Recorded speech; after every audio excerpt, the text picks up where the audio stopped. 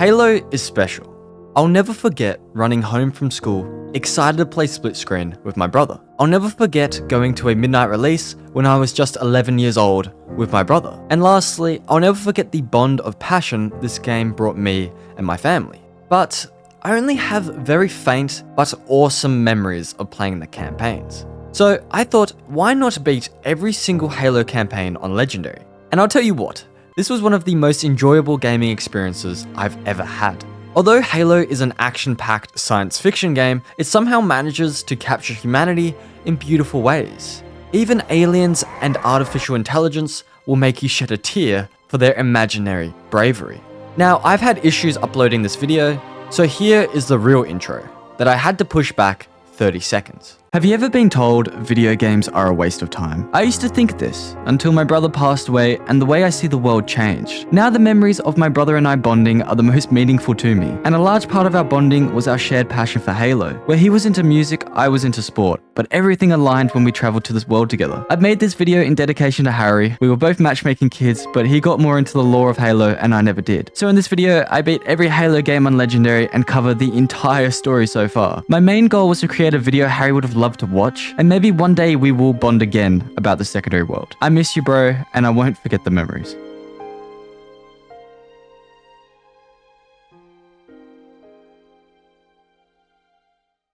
Halo Reach takes place first in the timeline. But wait, how did we even get here? Humanity is on the brink of destruction with only the planet Reach protecting the annihilation of Earth. Well, to do a 2-minute summary, the galaxy once had no life, until the precursors came from another galaxy and created all the life we see. One of these species created became so powerful that they took on their own gods in battle, and won. These were the Forerunners, and boy, they had not realized what they'd just done. You see, when the precursors were defeated, some survived and turned into a dust. When a living organism came into contact with this dust, they became infected, and thus, the Flood were created. The Flood was so relentless that the Forerunners built a weapon in the form of rings. When activated, the rings killed all sentient life in the galaxy. The only life that survived were on the structure called the Ark, and it was populated with most species, including humans. So the galaxy was then repopulated and the Forerunners disappeared out of existence. Over time, humans and prophets began to advance. The Forerunners might have disappeared, but traces of them were left behind. After finding a Forerunner ship, the prophets began worshipping them, eventually piloting this ship to other planets, forming alliances with all types of different creatures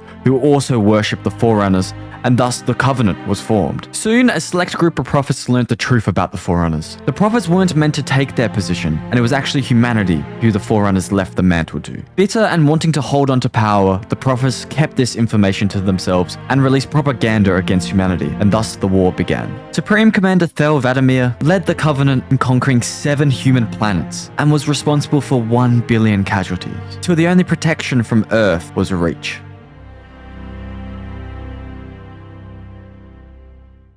Halo Reach, the story of heroes. Our journey begins with us traveling to a camp where we become the newest replacement for Noble Team, a group of Spartans who are constantly allocated near suicidal missions. So yeah, we already know it's going to be a rough ride. With few words spoken, we are introduced to the team: Jun, Emil, Kat, George, and Carter. And without pausing for a moment, we follow them on our first mission together. Whilst we were arriving, Noble were alerted that an important communications tower just outside of a farming town has been disabled, believed to be done by rebels, and it's our job to take out any rebels and get it back up and running. Pretty simple, right? Well, immediately George begins to question why the rebels would want to cut off Reach from the rest of the colonies, and no one really has an answer. We decide to land in the farming town to reduce the chances of our Falcon being shot down, and so this is the start of our legendary journey, and immediately I just took in the beautiful views of Reach. Some troopers had already died in an attempt to get the communications tower up and running, and they left a distress beacon. But something just doesn't add up. There aren't any bodies or explosive residue. Emil then thinks plasma could have been the cause, but wait, that would mean the Covenant are on Reach, and surely that's not the case. We continue moving on with an eerie feeling in the air, and eventually come across some farmers. George talks to the farmers in their language, and we learn they are hiding from something in the fields, something that killed his son. Jun then makes us aware that there are heat signatures east of our position, so we sprint over quickly, and what we find is rather grim. 2 troopers dead after seemingly being interrogated. The vibe is eerie and it's raining. Then boom, we learn that the Covenant have begun to invade Reach, and now the lives of millions have changed forever. We easily took out the grunts and the skirmishers, and Jun takes out 2 banshees in the air, but a Covenant dropship flies into the farm, and this was my first test of what Legendary was going to be like. I was really taking my time, and it really felt like a battle with my team by my side. In Legendary, I never felt like a super Spartan, I just felt like another member of the team. But soon I was given point, meaning I was to lead the team, and well, all my confidence quickly drained. So this time I listened to Carter. We're a team. That lone wolf stuff stays behind. And it worked very well. We split up at this point. Kat and Emil take a Falcon, and our job with George and Carter is to distract the Covenant. And Jun, well, he does his own thing. We travel through the beauty of Visegrad, taking out enemies on the way and getting thrown around a bit. On our way, we get a distress signal from troopers being attacked by the Covenant. Jun advises that maybe we should leave them because our mission is so important. But Carter states clearly, no one is to be left behind. We save the troopers and they seem very relieved to be in the company of us Spartans. But Jun announces another dropship is coming in. I grabbed a DMR off a trooper and we clear the Covenant out with ease. And thus a landing zone has been cleared and 2 Falcons come in, one for the troopers and one for us to continue the mission and meet Kat and Emil, who are already at the communication post. But the door is locked and they're getting attacked. We clear the area and Kat continues to try and open the door. And so we have to protect her whilst a bunch of dropships come in, and this was my first real test because I died here quite a lot. Eventually I decided to play more realistic and as a team again. I just like feeling like a god who can never die in video games, so I was starting to really dig this. Eventually Kat did her tech stuff and closed off the Covenant, also opening the door into the communications outpost. It's bloody dark in here, so Carter tells the squad to turn on night vision. We come across a body and search it, while Carter consoles an injured corporal. We find a data module that Kat snatches from us immediately. George finds a civilian girl who's freaking out, declaring there's more. What's the status? Over! We've been engaged! Bad guy coming out!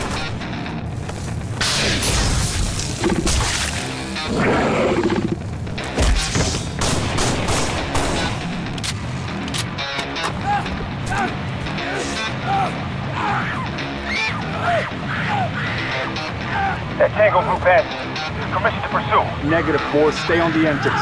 2, handle her. 5 and 6, clear the hole.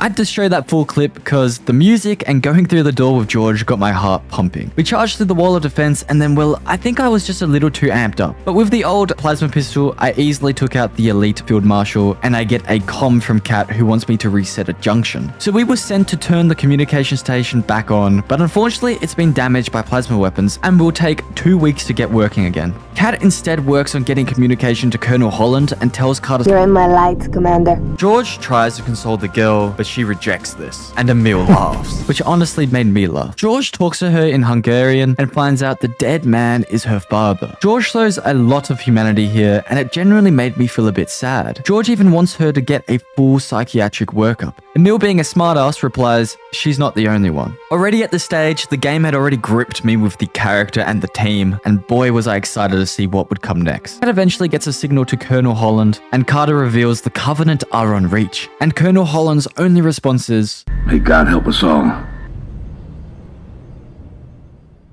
2 days later, we're escorted to a very important research facility that's currently under attack by a Covenant warship. As Noble Team, our job is to help secure the facility and give the defending troops a hand. So me and Kat get dropped off, and considering I have a DMR on me, I just sit back and snipe my way through the Covenant forces, whilst Kat acts as a human shield. Meanwhile, I love how the battle always feels so grand with the aerial conflicts above. We clear the courtyard and make our way to a gate. I pick up a target locator to show the limited artillery support that we have where to strike. We run into the first enemy vehicles on this journey, and immediately I got instantly killed. On my second life, I picked up armor lock for extra protection and blew up both Wraiths using artillery support. A Pelican comes in, helping wipe out the elite general and dropping off a Warthog. I take out a Ghost, and then we clear a disabled communication station, which I must admit was pretty damn hard. But eventually, after quite a few deaths, we got the communications up and running again. I did get to use the sniper during this period, which was a lot of fun. Kat and I's next target task was to get an anti-air gun up and running, so I made sure to take this rocket launcher with me. I drive the Revenant and we see some pretty sights on the way to the turret, and then I just abuse the vehicle to clear the Covenant and then follow up with the rocket launcher and sniper. I take out the last leap from behind and activate the turret, which gives us a good example on why Kat and I reset it. I take out a Ghost with the plasma launcher, and now we can clearly see the Covenant warship going ham on the research facility. The situation is getting more dire, so Carter tells us to get to Sword Base ASAP. Things go a little haywire, but I do manage to get the door open and we head back up to the courtyard. Unfortunately, some hunters were blocking our way, but luckily and very randomly, I did come across a sniper, and on my 5th or so attempt, I took them out, using the sniper, grenades, and eventually a shotgun. Man, I just love the different enemies in Halo. They bring a lot of variety and skill to the gameplay, and it just makes the story that much more juicy. Immediately after the hunters, I die by a kick, so in my rebirth, I stab him in the heart. Kat and I go up a lift, which is very sketchy considering the building is getting destroyed as we speak, but this does lead us into finally meeting back up with some of the guys. This time, George and Jun. It definitely felt weird fighting in this area as I've played this map in multiplayer countless times before. We need to get upstairs to Emil quick, as the base won't be able to take another shot from the Covenant warship. I grab a rocket launcher at the top and join Emil in taking out dropships and banshees that surround the warship. Now that it's clear, 2 longsword ships chase down the escaping Covenant warship, and then boom, an orbital defense strike destroys it. And thus, we save this important research facility and stop the Covenant getting their hands on valuables. And trust me, this was very, very important, as we will see later. In fact, everything in the early missions is very important because it links very well later on. It kind of made me laugh because George was so creepy here when you put him out of context.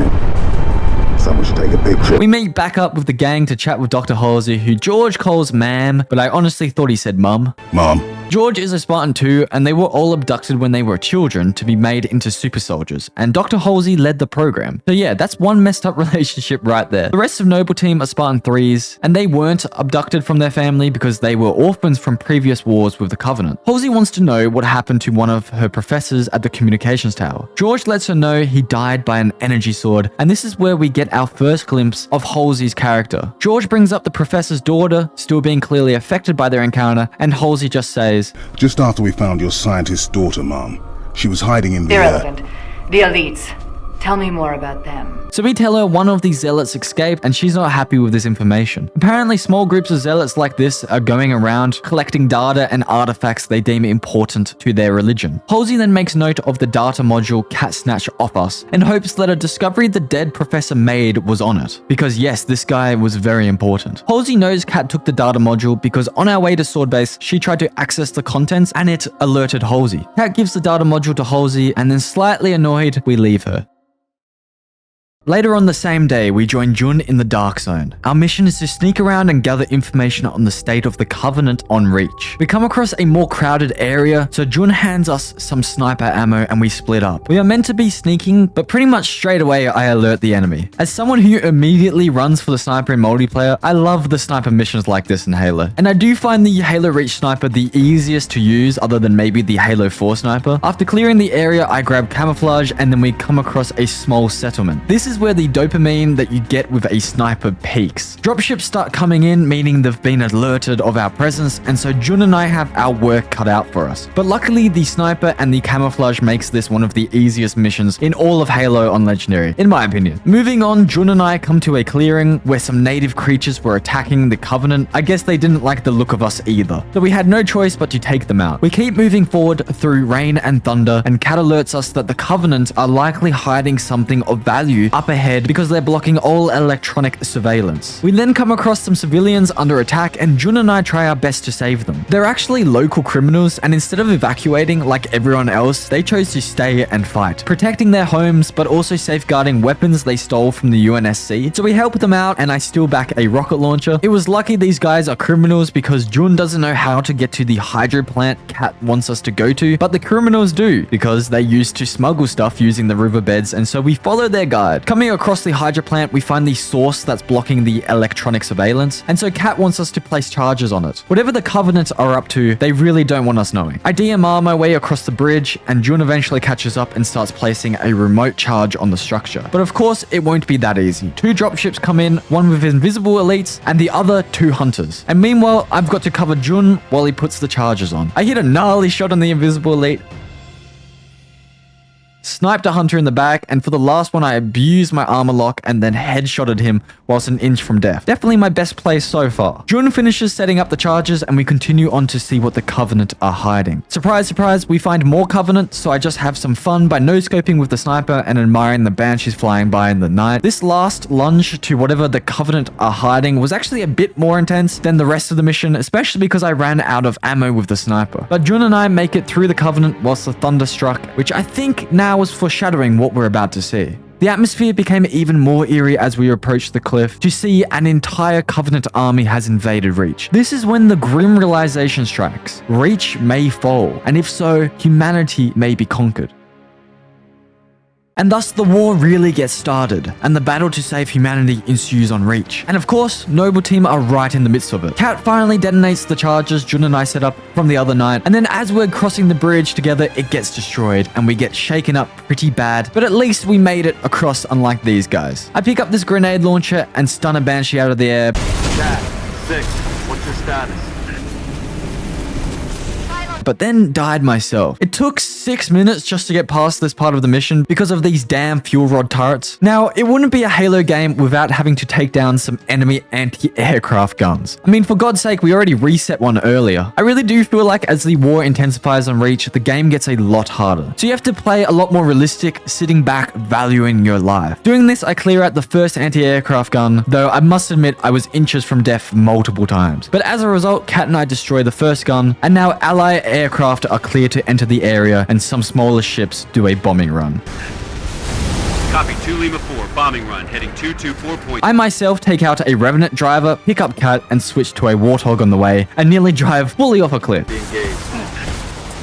But we do survive and join some troopers. We need to get through the mining facility to the next gun. I did manage to steal a ghost and drive myself to the next gun, and this one is very heavily guarded. I firstly take out a Wraith with a plasma launcher, clear the jackals with the needler rifle, and then ran into my biggest challenge so far. The first hunter I took out easily with the plasma launcher, but the second hunter was joined by some drones, my least favorite enemies in the Covenant. They're so bloody strong, especially in Halo 2. Once the drones were dead, I ended up completely cheesing the hunter by using a hologram, just running back and forth from a distance. I must have died 10 or 15 times to this bloody hunter. But without much help from Cat, we blow up the second gun, and with the air clear, troopers are dropped off and a Falcon that George is in picks me up. We come across enemies on the bridge and they nearly got the better of us, but we continue and take out some turrets and even a Wraith. And now we've reached our main goal, which is the Spire. As you can see, there's a massive shield protecting it, so that's where George and I come in. The pilot drives straight through the shield and the Falcon loses power and crash lands. Unfortunately, the pilot dies, but fortunately, George and I are all good. I grab a jetpack, begin to complete the mission before getting attacked by a large group of Covenant. Whilst fighting, George and I learn the Spire may be some teleportation station. George holds off any Covenant on the ground, and I take my way up a gravity lift. An Elite Ultra is on the Spire controls, and so we need to clear this room to lower the shields. I only had plasma ammo, so this was pretty tricky, but I got very lucky, and a grunt accidentally blew up the Ultra Elite, and I disabled the shield, and with the airspace clear from earlier, a large ship destroys the teleportation facility. Mission completed, everything went great, let's go. But wait, a massive beam comes from the sky and takes out the ship. I immediately thought, what the hell could have done that? And well, it turns out it was a Covenant supercarrier called the Long Night of Solace. Things just keep going from bad to worse in this battle, and it's getting scary. With the arrival of the supercarrier, Reach has nearly fallen and Noble Team are forced to retreat into a cave. The situation is dire, but Cat has a very far-fetched idea. Cat tries to grab Emil's knife, but he stops her, and so she asks if she can use it. Emil agrees. Because we have no nukes, the plan is to somehow enter the supercarrier and then malfunction a slip space drive, causing an explosion and destroying the ship from the inside. Carter basically states they could never do this because they don't have the resources. Cat then proposes they steal a slip space drive and ship from the UNSC, and this is where it's revealed the character we play as, Noble 6, was a pilot previously. Even Emil calls Cat scary for this plan, but at this point, what choice do they even have? It turns out Colonel Holland agreed to the plan, so we don't have to steal anything, just help defend the launch facility, which is currently under under attack, of course. So we traveled just outside the launch facility. This time it's George, Kat, and Carter on foot with me, really emphasizing how much easier things are as a team. We absolutely decimate the Covenant to reach the facility to find troopers still holding it down. More troopers come in when the landing zone cleared, and I even help them out a little bit before grabbing a sniper and a rocket launcher from them. We enter the facility, and our first sign the Covenant has breached the building is a trooper being thrown across the corridor, and so I avenge him with a rocket and a no-scope. George and I get instructions to board the Saber, from which I enter as pilot and George sits passenger. The ship launches, and now Kat's crazy plan is in motion. I heard some people don't like this part, but honestly I love it. The scenery of the launch with the pretty views of Reach and the self-sacrificing nature of Noble Team going on these insane missions basically summarizes why I like this game so much. So with the Saber, we have to defend a station by taking out Banshees at first, which was very easy. And then a wave of Seraphs come, and George and I died repeatedly over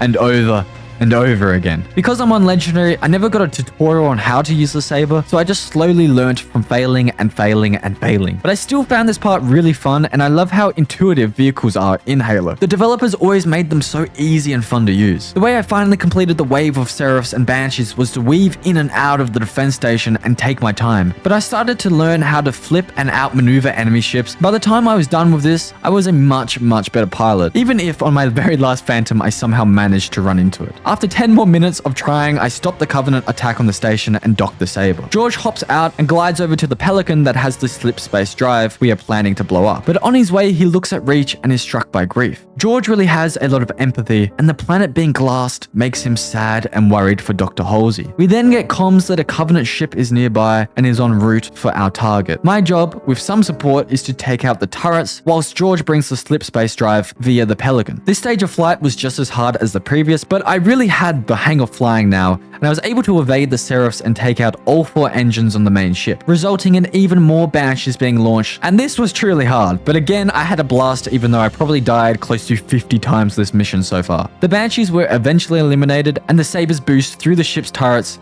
to land on top of it. All the pilots get out, and it's our job to cut off the ship's communications so they can't alert the supercarrier. I use my energy sword to cut through the elites that survive no oxygen from the ship's damages, and now the communications of the ship are offline. I now need to open the hangar so George can enter the ship with the bomb. The hangar is of course full of Covenant, some even carrying a beam rifle, which I was having some trouble facing. This mission was by far the hardest so far in this 8-game journey. But if I've learnt something from this video, it's no matter how many times you fail, if you keep at it, you'll get there eventually, and in this instance, I did, and now I can activate the shield doors and George can enter with the bomb. George stays with the bomb while me and the pilots travel to the bridge to get the ship moving towards the supercarrier again. There were quite a few elites blocking our path, but nothing an energy sword can't slice through. Okay, well maybe I lied, but second time's the charm. We then witnessed the large UNSC ship that assisted us get blown to bits, which is quite grim. The pilots and I need to get the ship moving quick. We reach the bridge that has a really cool hologram of Reach and try to clear the room, which was pretty hard with these invisible elites with energy swords. After another 5 or so more deaths, we take control of the ship and send it towards the supercarrier. George then makes us aware that he's under attack, so I rush my way to him and help protect the slip space drive from blowing up prematurely. George then reveals there's no way back to the Saber ship, and at this stage we're 60 seconds till contact with the supercarrier. George tries to activate the timer on the bomb, but it doesn't work, so one of us has to do it manually for it to blow up and destroy the supercarrier. The Pelican also got damaged, so we can't fly that away, so instead, our only escape is gravity. George was always a hero, but I think this moment solidifies his character into a lot of our brains. From Kat forming the plan to us getting a ship and then hijacking a bigger ship, a lot has gone into this mission, and George knows this and is willing to sacrifice himself for the mission, for Noble Team, and humanity's hopes. His death genuinely makes me sad, and for a fictional character, he seems so human. George literally picks us up and throws us out of the ship, and whilst we fall to safety, he activated the bomb manually, sacrificing himself and destroying the incredible powerful supercarrier. So the mission was completed, but it wouldn't be Halo Reach if another devastating twist didn't happen. And well, this is where things go from worse to worser. Covenant ship after Covenant ship after Covenant ship appear from slip space travel.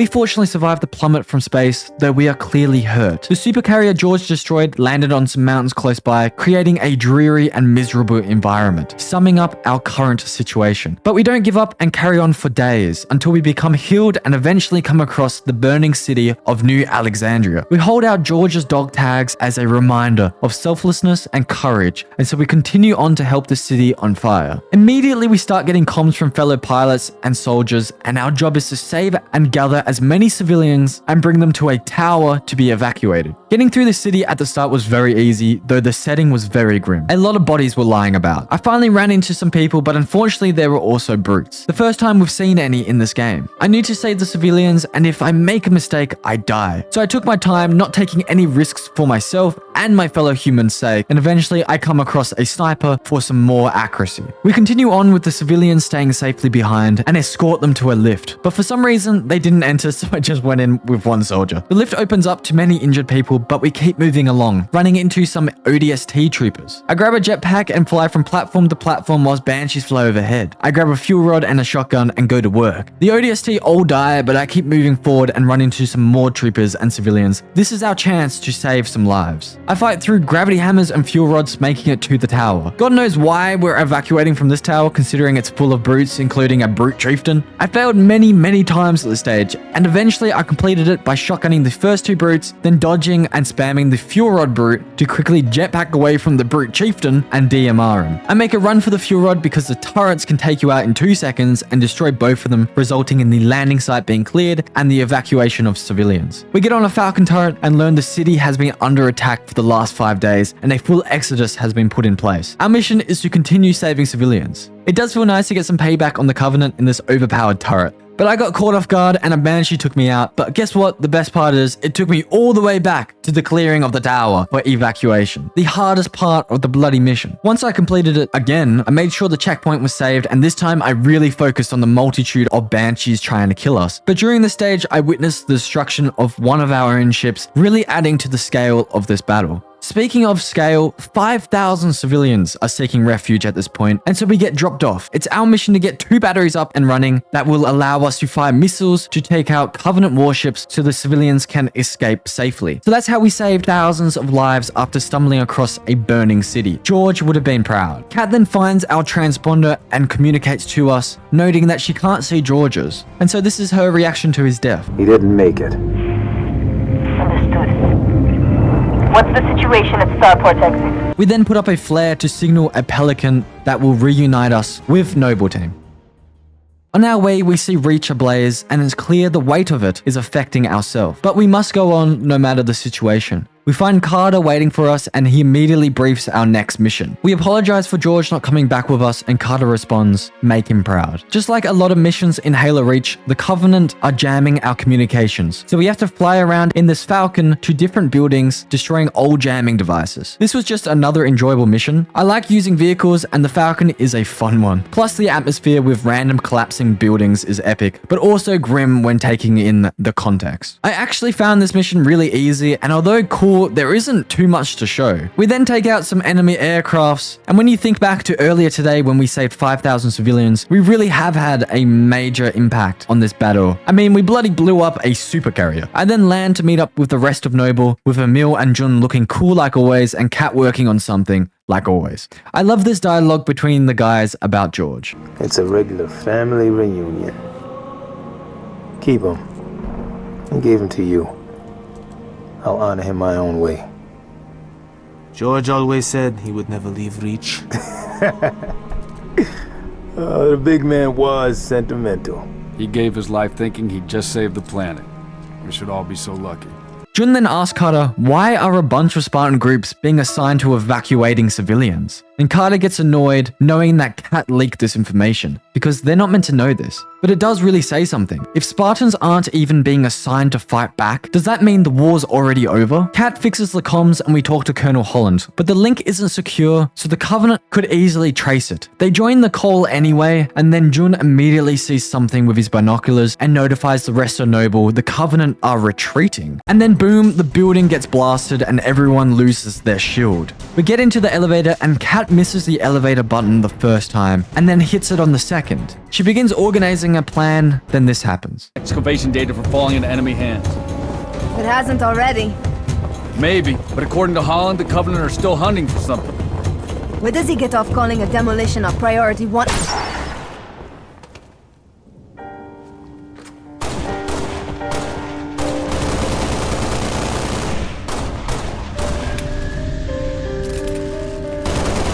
If the blast never knocked our shields and Kat didn't miss the elevator button, we wouldn't have lagged behind and instead she would have lived. I wish I recorded my reaction to this death because it really caught me off guard. It was so realistic because she was shot while speaking and there was no real build-up. Just a shocking death. During my playthrough, Kat was my favorite character at this point because we had many missions together and she was just a badass. She was also very useful in the team. 3 days later, Reach now appears post-apocalyptic, something George would never have wished to see, and Carter carries Kat's body. The only two original members of Noble Team were Kat and Carter. Jun drops a flare and the Pelican can be seen coming to pick them up. We are then sent back to the research facility, Sword Base. You remember from earlier in the game. This time, instead of protecting it, we are here to destroy it, though it isn't made clear why. We meet up with some ODS troopers and it's now very clear how the war has affected the environment on Reach. The Covenant didn't spot this Scorpion, so we hop in and take our Ghosts and Banshees on our way to some more anti-aircraft guns. I do get out of the tank to take out the guns, allowing for the rest of Noble Team to fly in. I have to continue my onslaught with the tank and reach them, but there are many vehicles and turrets blocking the path, and for a tank mission in Halo, this was probably the hardest. I continually kept dying by the turrets, so I had to tactically place the tank far away, again adding some more realism to the game. After taking out 4 more Banshees from the sky and a Revenant, I reached the Sword Base gate that Jun opened for us from inside. This mission is a eerie reminder of Kat because we fought side by side with her at Sword Base, and now the next mission after a death takes place in a now dismal courtyard. This is our meetup point with Jun, Emil, and Carter.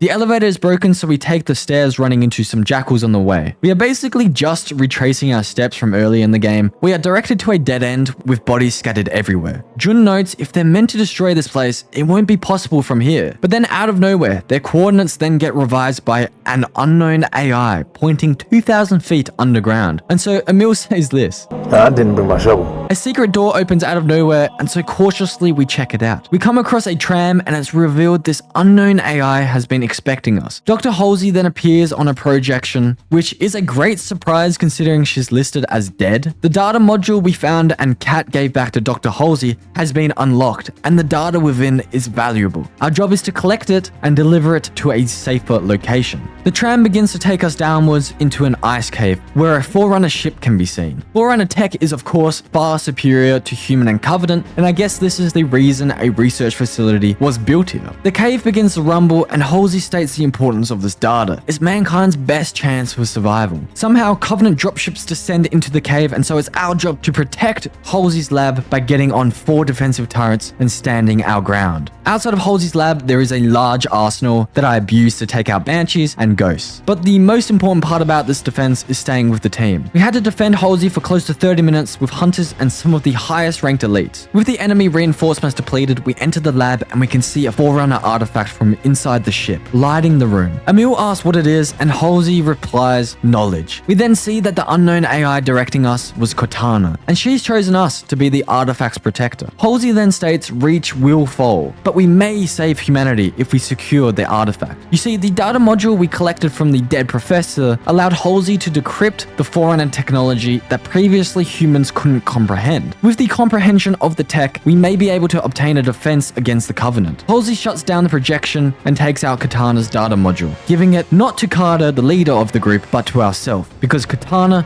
chose us. This is where Jun leaves us to protect Halsey. Carter hops in the pilot, and as the Pelican takes off, we hop on normally, but Emil hops on like a boss. As we fly away, we witness the explosion of the Forerunner ship, destroying the remaining research. On our way to delivering Cortana to the docked Pillar of Autumn, we are attacked by enemy aircraft. Emil knocks down 2 with 1 shot, But sadly, Carter was hit. Instead of seeking immediate medical treatment, Carter tells Emil and I to get off the Pelican while he distracts the Covenant. Emil and I come to the edge of a high cliff, and in the distance we see our target, and also Carter distracting the Banshees. We jump down the cliff and clear a path through the Covenant. Without a DMR, the difficulty of this game definitely increases a lot. So as soon as I find one, I take it, and fortunately, there was a rocket launcher here too. I hop on Emil's quad bike and admire the epic scale of reach, whilst Banshees fly in and I miss them. Thankfully, I didn't use too much ammo as pods and scarabs land from the sky. We make our way under the scarabs with Carter supplying support from above. I made sure to shoot the grunts from the turrets and the pods with the rocket launcher, and Emil and I eventually come across a broken bridge which we jumped. We continue on foot and come across a Wraith that I trick with a hologram. I know a lot of people don't like the abilities, and I can kind of get it from a multiplayer point of view, but for the campaign, especially on Legendary, it adds a lot. We carry on through a cave with some creepy music playing, and well, it's very fitting as it's clear Emil and I have come to our demise. But all of a sudden, the Scarab is distracted by Carter's Pelican. He doesn't have the inventory to take out the Scarab, so he flies into it, sacrificing himself and saving us, and possibly even humanity. We don't have a second to spare, so we continue forward. Captain Keyes comms us, letting us know the launch sequence for the Pillar of Autumn has started and can't be aborted, so we've got to move quick. We take out courtyard after courtyard of enemies until we run into some hunters. Emil is very skilled in close range combat, and we get to witness this here, allowing me to easily just clean the hunters up from behind. Now we are close. The massive ship appears right in front of us, so all we need to do is to clear the pad for landing to deliver the package. I focus on the landed troops while Emil mans an anti-air gun, taking out dropships. Clearing the LZ was honestly really hard, but at least overpowered enemies also drop overpowered weapons, so I was able to use the gravity hammer and a fuel rod, whilst Emil went ham. Keyes comes to retrieve the package, whilst Emil continues support on the anti-air gun. We give Keyes the package, and as they head back to the Pillar of Autumn, a phantom comes out of nowhere and blows up one of the Pelicans. We nearly get crushed by it, and before we know it, the phantom drops off a zealot onto Emil's gun. He shoots the elite through glass before finishing him off with the shotgun, but then out of the blue, a second zealot of very high class strikes him with the energy sword. But Emil doesn't die without taking the elite down with him. Captain Keyes wants us to jump aboard the Pillar of Autumn, but we decline, instead deciding to try and get to the turret to protect them and the package. This firstly dooms us to death, but I feel at this stage all the courage and selflessness of Noble Team has rubbed off on us, and their deaths no doubt affected us a lot. I revenge Emil by taking out the rest of the zealots that landed from the Phantom, and on the way to the turret, we can see his fallen body. I enter the cannon, and thank God I decided not to hop on the Pelican, because I kill Phantom after Phantom, and then eventually take out a bloody super carrier, and we remember what they're capable of. It was just about to destroy the Pillar of Autumn, destroying humanity's last hope. The Pillar of Autumn takes off, Keyes lands his Pelican with the package, and we are left on reach. It's also very cool to note there's an Easter egg where you can see Master Chief in a Cairo chamber. I'm not entirely sure if it's lore accurate, but I guess we also saved Master Chief's life just before his important journey. So I told you earlier we doomed ourselves. Reach has fallen, and the Pillar of Autumn was our only real option off this planet. Over the last month, we've been through a lot. We joined Noble Team, were the first to find the Covenant invading Reach, saved Sword Base from destruction, reconned a large invading army, witnessed our warship get taken down, destroyed the ship that caused it, losing George in the process, saved 5,000 civilians, witnessed Cat die, secure humanity's last hope, witnessed Carter sacrifice himself, and Emil get stabbed, for us to secure the package and the ring to be found. We are now all that is left, but we don't give up, taking down as many Covenant as we can.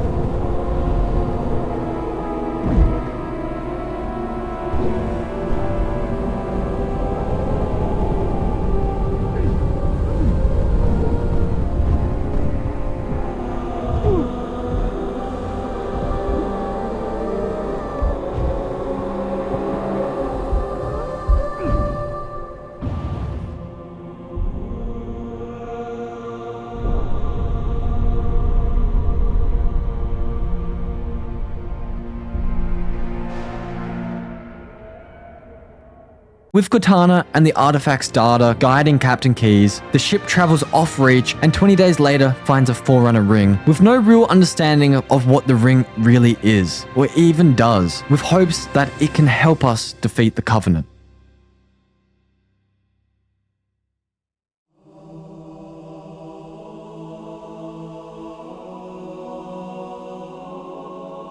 Cortana alerts Keyes that the Covenant have followed them to the ring, and so Keyes puts the ship into combat alert and wakes Master Chief from his cryo chamber. I was probably 6 years old when I first played this game, and this mission is ingrained within my memory. The nostalgia was insane. The Covenant begin boarding the ship, and we have to maneuver our way to Keyes without getting blown up or killed. As we get updated by Keyes and Cortana, the ship gets blasted, destroying our main cannon, removing our main defense, so Keyes orders us to take Cortana and safely get her away from the Covenant. Cortana holds all of mankind's secrets, and if she were to be captured, it would be the end of humanity. Meanwhile, Keyes is going to try and manually evade Covenant blasts and crash land on the ring, leading Cortana to say a pretty cool line.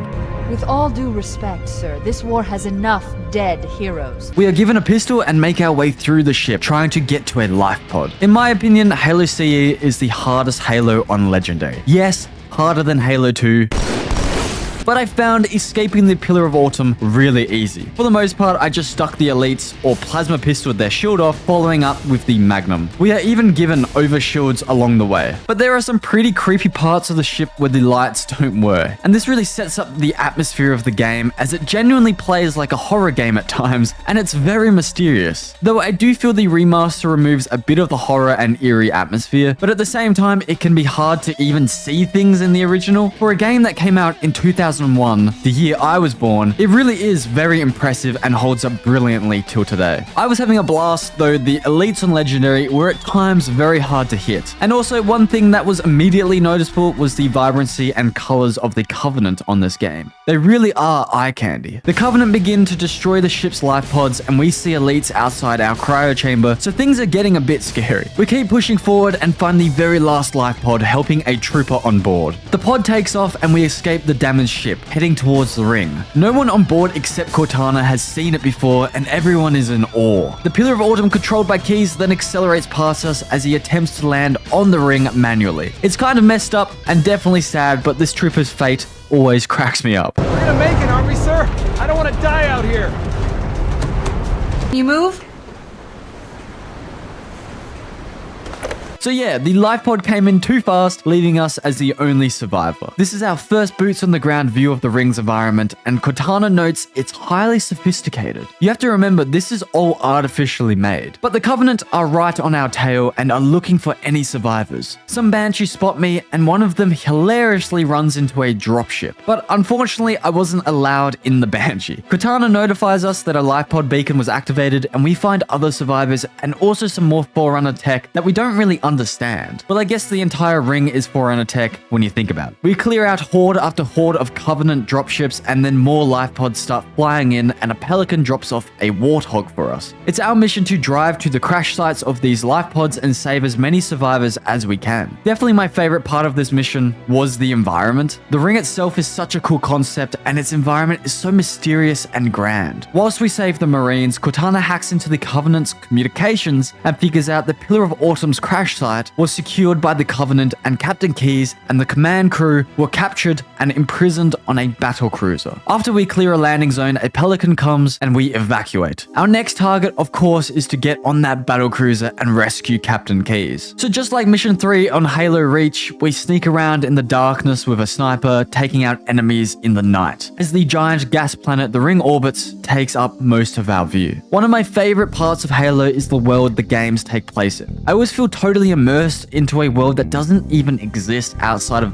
being a video game or a thought in our brains. Getting back on track though, the sniper missions are always easy until you run out of ammo. As I reach the gravity lift that will take us into the battle cruiser, wave after wave of Covenant troops drop down from the ship, and this is when I started to realize Halo CE was going to be really hard. Even with Marines dropping down to help, it took me around 30 minutes to complete this part. I mean, even hunters jumped down from the ship. Considering I had poor ammo at this stage, the Needler came in very clutch. I finished the last hunter with my assault rifle, and more help comes in on a Pelican. And so as a group, we go to the gravity lift into the battle cruiser in an attempt to rescue Keyes. Cortana begins to track Captain Keyes' transponder, and in doing so detects no Covenant defenses. And invisible elite with an energy sword comes sneaking in, and we take him out just in time. Now another Covenant onslaught occurs, this time with camouflaged elites creeping into the room, further adding to what was already a difficult mission. I see Marines getting stabbed and try not to get stabbed myself, until all the Marines lay down their life and it's up to me to save Keys. Thankfully, there is a camouflage power-up that I use to finish off the onslaught. But of course, we're not done yet. 2 more hunters come to protect the ship's interior,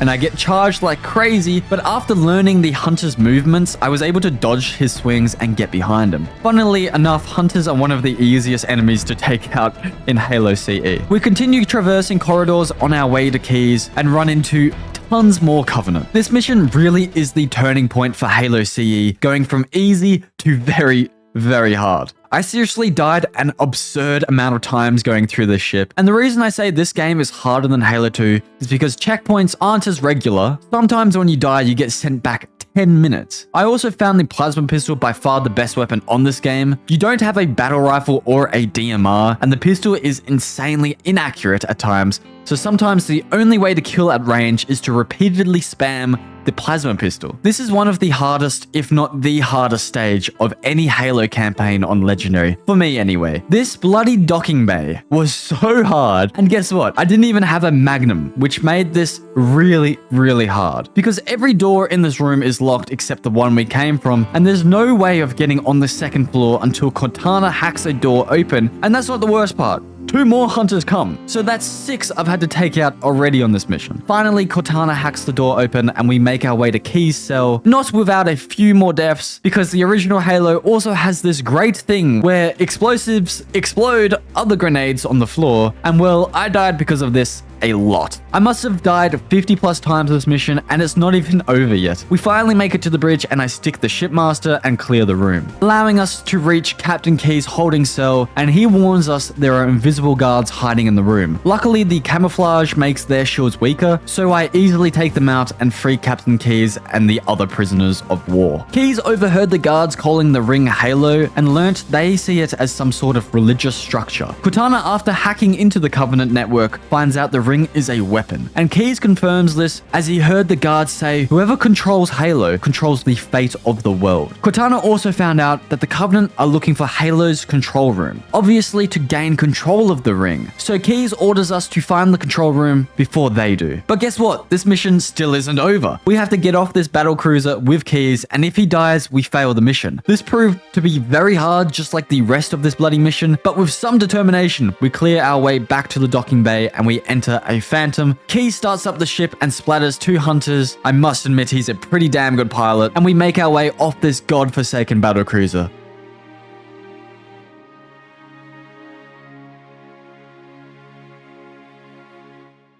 To find the control room, we must first find Halo's map room, which the Covenant believe is under the island. Humanity is depending on us beating them to it. We get dropped off on a beach, and as a team, we assault the enemy.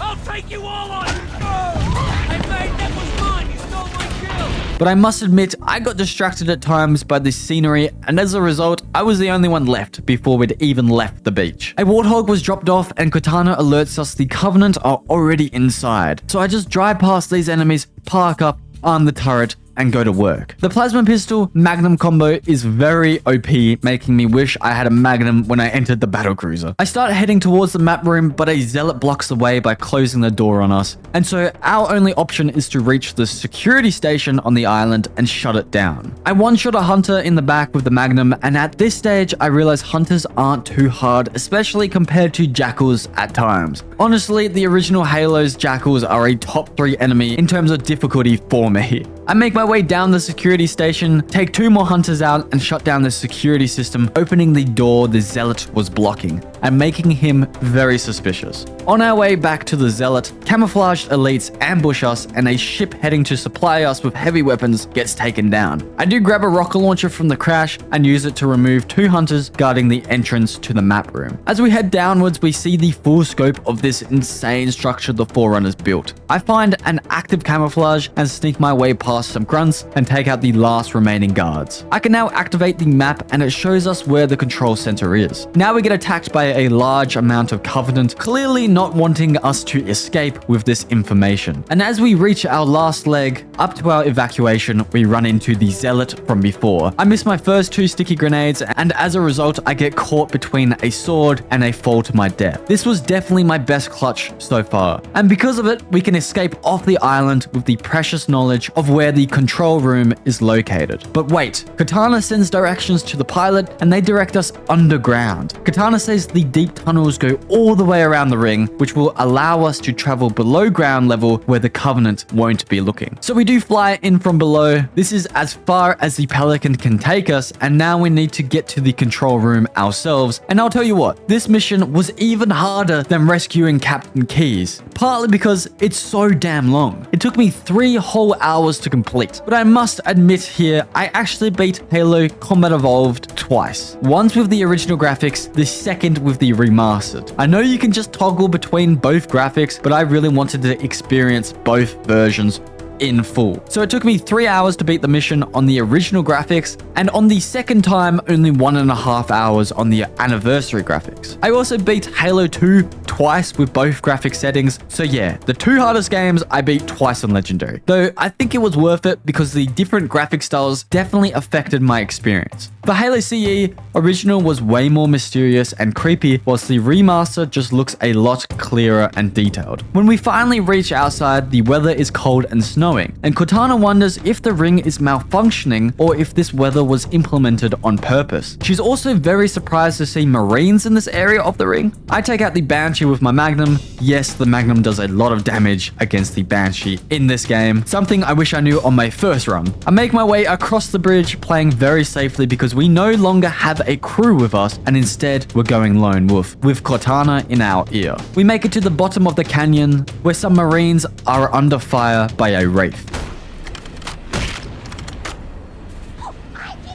I pick up some much needed weaponry and remove all enemies in the canyon, including a ghost and a Wraith. I collect more ammo at the Fallen Pelican and clear away the Covenant from a Scorpion. Sometimes I find it crazy that everything we love in Halo started in Halo Combat Evolved. I mean, we just ran into a Pelican, Banshee, Ghost, Wraith, and now we can control a tank. This game was truly ahead of its time. Tank missions are always a blast, and this one was no different. And man, is it satisfying taking out hunters and especially banshees in this thing. For a game where you're consistently struggling after mission 2, the tank is a breath of fresh air, though it's still legendary after all, and you're not invincible. We reach a dead end where it's only possible to travel on foot, and I activated camouflage, meleeing 1, 2, 3, 4, 5, and 6 hostiles in the back. I also sniped 2 elites, then many grunts, rocket a Banshee and a Ghost, and then travel upwards back over a bridge and through many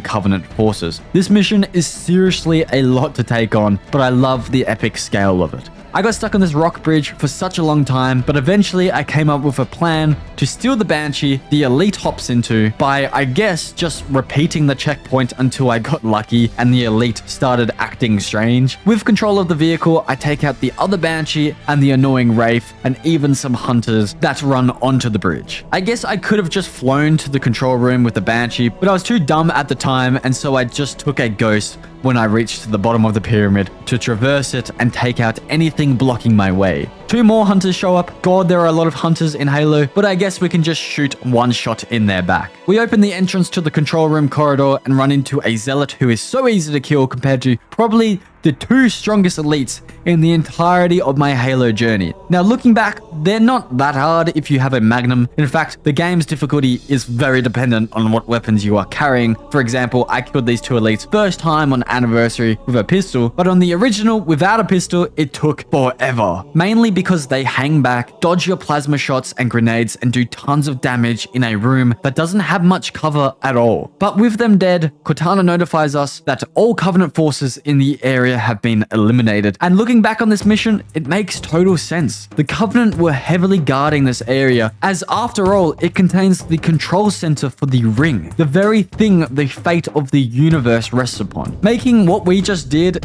way more epic. We put Katana's chip into the terminal and she gains a wealth of knowledge, stumbling upon a revelation that puts the entire universe, not just humanity, in jeopardy. It's Forerunner. Give me a second to access. Yes, the Forerunner built this place, what they called a fortress world, in order to... Wait. No, that can't be. Oh, those Covenant fools. They must have known. There must have been signs. Slow down. You're losing me. The Covenant found something. Buried in this ring. Something horrible. And now, they're afraid. Something buried? Where? The Captain. We've got to stop the Captain. Keys? What the are weapons cache he's looking for. It's not really... We can't let him get inside. I don't understand. There's no time. Get out of here, find keys, stop him. Before it's too late! Communications have been cut off from Captain Keyes, so we've traveled to his last known location, and of course, it's in a creepy swamp. We find a crashed pelican and a static radio plays. Upon our arrival, we see grunts running, scared out of their minds. This is Covenant. Captain Keyes has been captured by hostiles. Around the next corner, we come across a crashed Covenant dropship, and there's just an uneasy feeling in the air. We're lost, so the Covenant are probably our biggest clue to where Captain Keyes is. And in pursuing him, we come across a structure. The building creepily is void of any life, and we take an elevator downwards. We run into some Covenant, but also some dead Covenant. But the weirdest thing is, we don't come across a single elite, dead or alive. We then meet a soldier who is incredibly paranoid, screaming at the top of his lungs about monsters. He even shoots us if we get too close. We pass room after room of nothing until a door is closed on us and we have to manually open it. At this stage, we're visibly on edge as things don't seem to add up on this part of the ring.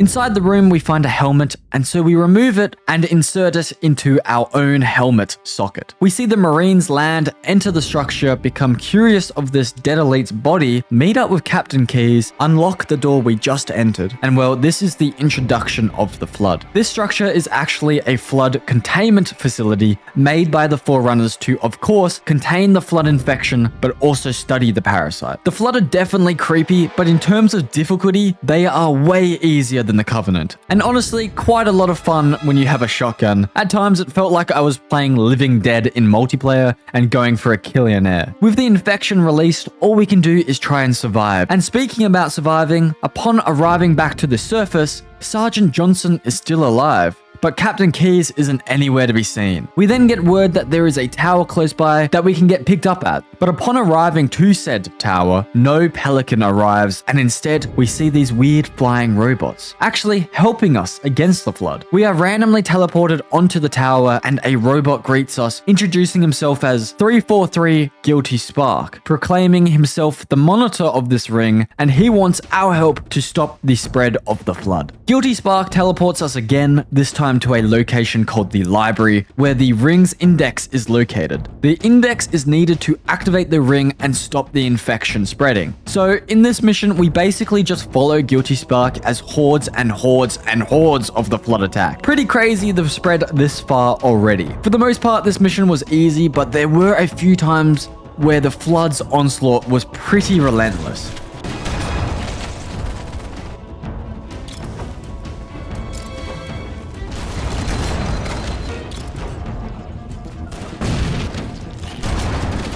Towards the end of the mission, where the Flood continue to seemingly flood in forever, Guilty Spark tells us the Flood are already repairing the Pillar of Autumn, which I found insane. The outbreak had only just started, and they're already working on a way off the ring. The Flood are, with no doubt, incredibly intelligent. Now that the path is clear, we walk onto this platform and it takes us downwards, destroying the Index's shield, which allows us to collect it, but suddenly Guilty Spark snatches the Index from us, declaring someone vulnerable to the infection shouldn't carry it, which is kind of fair enough. Now that we have the Index, Guilty Spark teleports us back to the control room so we can activate the ring. He gives us back the Index because he's not authorized to activate the ring, but we are, because the Forerunners deemed humanity to be the inheritors of the mantle of responsibility when they vanished. So we activate the ring, but nothing happens. Cortana, who's been inside the control room for the last 12 hours, has figured out what the ring actually does, and she's stopped it from activating. We're confused, so Katana explains the ring doesn't kill the Flood, it starves the Flood to death by wiping out all sentient life in the galaxy. So yeah, I never knew this before, but the ring doesn't actually kill the Flood when it's activated, it just causes them to starve to death. Sentinels begin to surround us, so we quickly grab Cortana. Guilty Spark wants the index back, so he teleports away and his Sentinels attack us. I had to take them out by repeatedly charging my plasma pistol, and so now our mission has done a 180. Instead of activating the ring, we need to destroy the ring. Destroying the ring will require a large amount of power, and so Katana begins to track down the Pillar of Autumn. She thinks the fusion reactors on the ship could have the potential to destroy the ring when ignited. So while she's tracking down the crash site, we go around stealing Banshees and destroy these 3 phase pulse generators. These generators are a part of the ring's weaponry, so if Guilty Spark figures out a way to activate the ring without the index, he will have to repair the generators first, buying us some more time.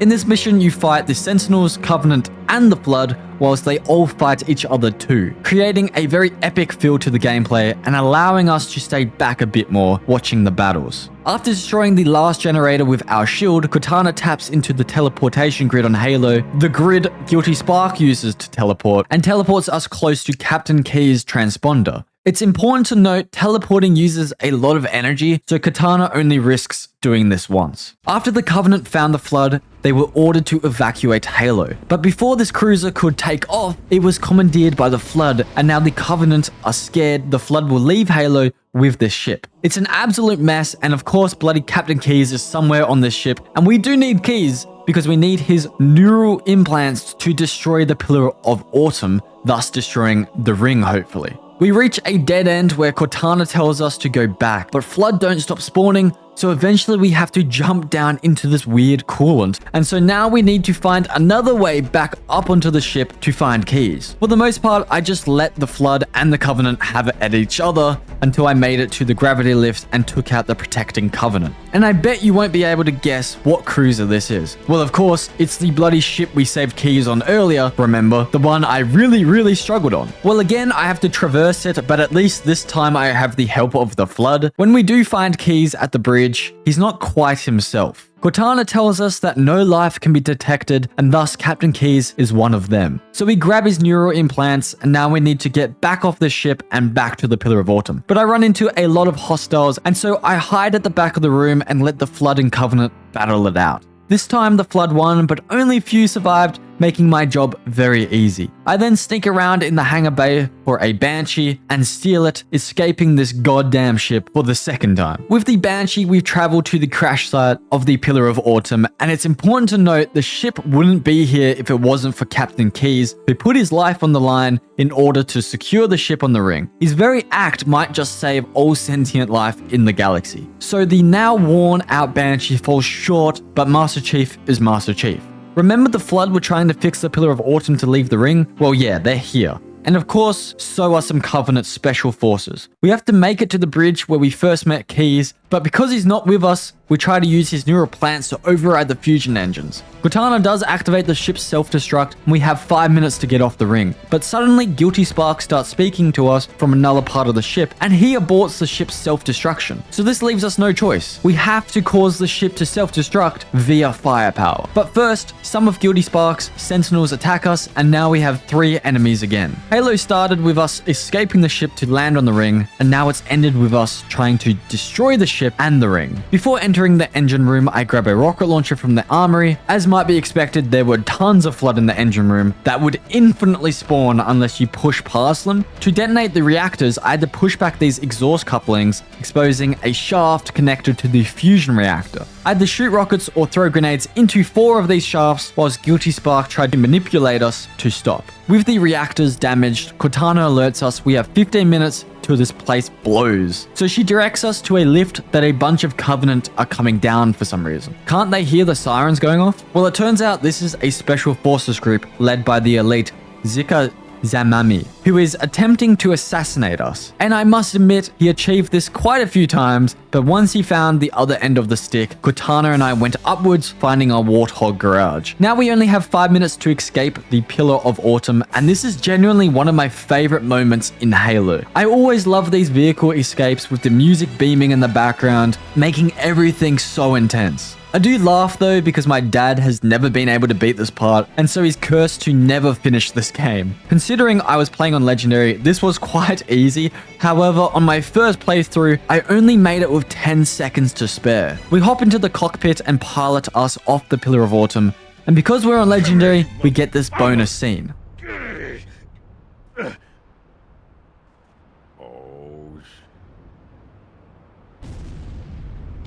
This is it, baby.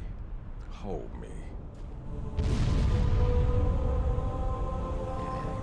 The detonation of the Pillar of Autumn blew the ring to pieces, killing every living thing on Halo.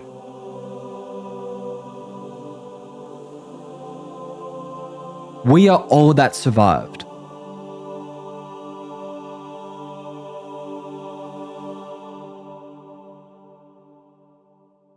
Well, kind of. 1 month after Halo was destroyed, Supreme Commander Thel Vadimir arrives to the Holy Covenant city High Charity. He recounts the escape of the Pillar of Autumn from Reach and the finding of the ring to the Prophets. They then get angry at Thel for letting humans land on the ring, desecrating it. Halo is sacred in their view, and when activated, would lead to transcendence and godhood. Thel tries to explain the Covenant's failures from his own perspective and gets called a traitor in return. The brute Tartarus seems to be enjoying Thel's humiliation way too much. Thel's failures are seen as an act of heresy, and so he's escorted shamefully from the council chamber as the prophet of truth declares him not worthy of the great journey to transcendence. It is really important to note that Supreme Commander Thel led the Covenant in the conquering of 7 human planets and is responsible for 1 billion casualties, all in the name of the great journey. The only reason he failed the pursuit on humanity was for the Flood, and of course, well, us, Master Chief. The dude really is a boss and probably my favorite character in the entire franchise. Meanwhile, we return to Earth, specifically Cairo Station, where our damaged armor is replaced. We do the iconic target test, and then the Sergeant charges our shield, which is very weak on Legendary in this game. We are then reacquainted with Sergeant Johnson, even though we just saw him die. Well, that was only if you beat the game on Legendary. He actually survived via Pelican ship. We follow him and witness some nice views of Earth, and when the tram opens, we are greeted with cheers from Marines for our heroic actions on Halo. We also get the other side's perspective, where all blame has been put on Vadimir. The disdain and hatred towards him is great, with chants of heretic flying about. He gets cuffed and shot. Returning to the victors, Lord Hood awards Johnson, and out of nowhere, Cortana alerts us that some Covenant probes are en route, whilst Vadimir receives a different type of reward for his actions. Captain Keyes' daughter Miranda Keyes is then rewarded in replacement for her father, and Vadimir, whilst naked, gets branded by Tartarus. I don't know how this game made me feel sorry for an elite who's killed millions. Things go south quick for humanity. We probably should have focused on the Covenant probes en route, because a Covenant fleet jumps from slipspace. Hood immediately orders Keyes to help the human fleet and hop in her own ship. He also tells Cortana to control the station's gun. If the Covenant get control of the station, they will have a straight shot at Earth. It's our job with Sergeant Johnson to make sure they don't get this opportunity. I had an absolute blast whilst defending the station because we finally got to use the battle rifle, which is my all-time favorite weapon from not just Halo, but any game I've ever played. I can't tell you enough about how satisfying this weapon is. In terms of gameplay, Halo 2 is phenomenal. Everything about it just screams fun. From the weapons to the story and even the music. This is Halo perfected. Within the different hangars, we see stations blow up, and if we're not quick enough, this will be our fate too. The Covenant are dropping bombs on different stations, including our own, and activating them from the inside. We also witness a Covenant assault carrier fly right past the station down towards Earth. When the Covenant boarded our station, they also brought with them a bomb. So we take out the many guarding elites.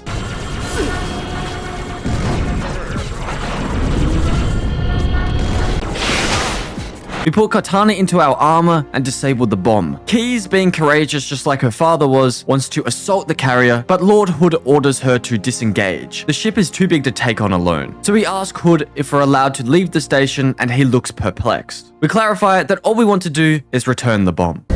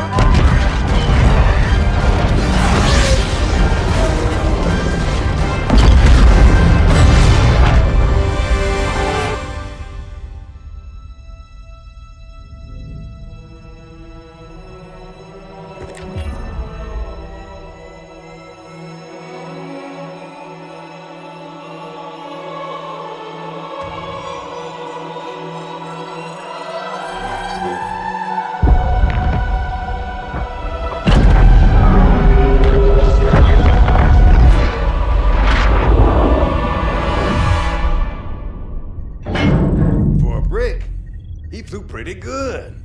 Chief, get inside. Gear up. We're taking this fight to the surface.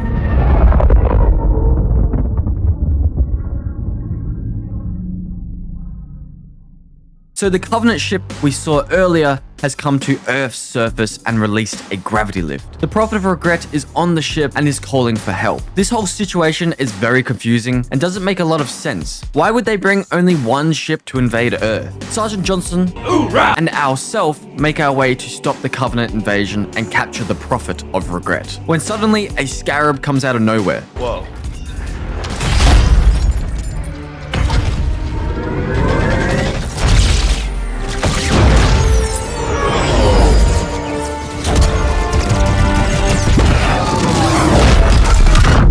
Unfortunately, we were cut short of the carrier, so we have to find another way to complete the mission. I grabbed Sergeant Johnson's sniper, and so this is our first time fighting the Covenant on Earth. Even with all the heroics on Reach and Halo, we still weren't able to stop the Covenant reaching our home. We attempt to clear the courtyard, but of course I got instantly taken out by a Jackal sniper. In fact, this happened a lot. And when you clicked on this video, this was likely the first thing that came to your mind. But let me tell you why I think Jackal snipers aren't that bad, and it even goes so far as explaining why I think they're a lot of fun. The first reason is because the checkpoints in this game are brilliant. It isn't like Halo Combat Evolved where you can get sent back 20 minutes. Secondly, the gameplay of using a battle rifle or even a beam rifle to shoot back at them is very intense and enjoyable. And thirdly, because of the Jackals, you are able to use a beam rifle for majority of the game, making this journey 10 times easier. I don't even want to imagine how much easier Halo Combat Evolved would have been if I was able to have a sniper majority of the time. But wait, let's backtrack here just for a second to show another iconic moment in Halo. Unlike Combat Evolved's hunters, you can't just one-shot them in the back with a magnum, and they're actually pretty damn hard to take out. They also seem a lot bigger, though the sniper and also the energy sword aren't too bad against them. Sergeant Johnson then leaves us to help the battle somewhere else, and so we traverse the iconic sniper alley and help some troopers who are under attack. These Marines are from the other Pelican that was taken down by the Scarab. We enter a hotel and hide in the corridor, ambushing some Covenant troops. Keyes organizes a Warthog to be deployed for us, and immediately it gets stuck with a plasma grenade. So we had to settle for a Ghost that's sitting next to the crashed Pelican. I wish the Warthog didn't get damaged because the Covenant really gave me struggle here. Some Marines then pick me up and we go ham. The Warthog is very good on this game. The invading carrier then drops off some pods, which proved a further test.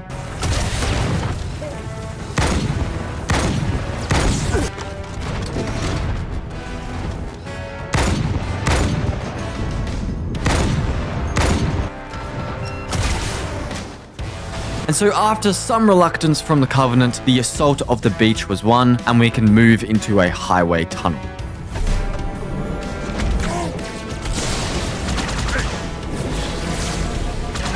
Halo has a lot of iconic moments that have ingrained themselves into my brain, and this is another one of those moments. We travel via Ghost and occasionally get the beam rifle out to clear the highly trafficked areas. At this point, Katana has picked up the Covenant's comms and figured out they're confused because for some reason they didn't know humans inhabited the planet. Towards the end of the tunnel, I have to fight off a multitude of ghosts, which was a lot of fun. As a kid, the Ghost was always my favorite vehicle, and this brought back a lot of nostalgia. I didn't have much ammo at this point, so I had to improvise, and that's how we cleared out Sniper's Alley, a beach, and a tunnel that leads to the bridge. On arrival to the bridge, we quickly learn our defenses against the Scarabs are failing miserably, and the Marines are scared. But there's nothing like good old Sergeant Johnson to get the blood pumping again. Thanks for the tank. He never gets me anything. Oh, I know what the ladies like.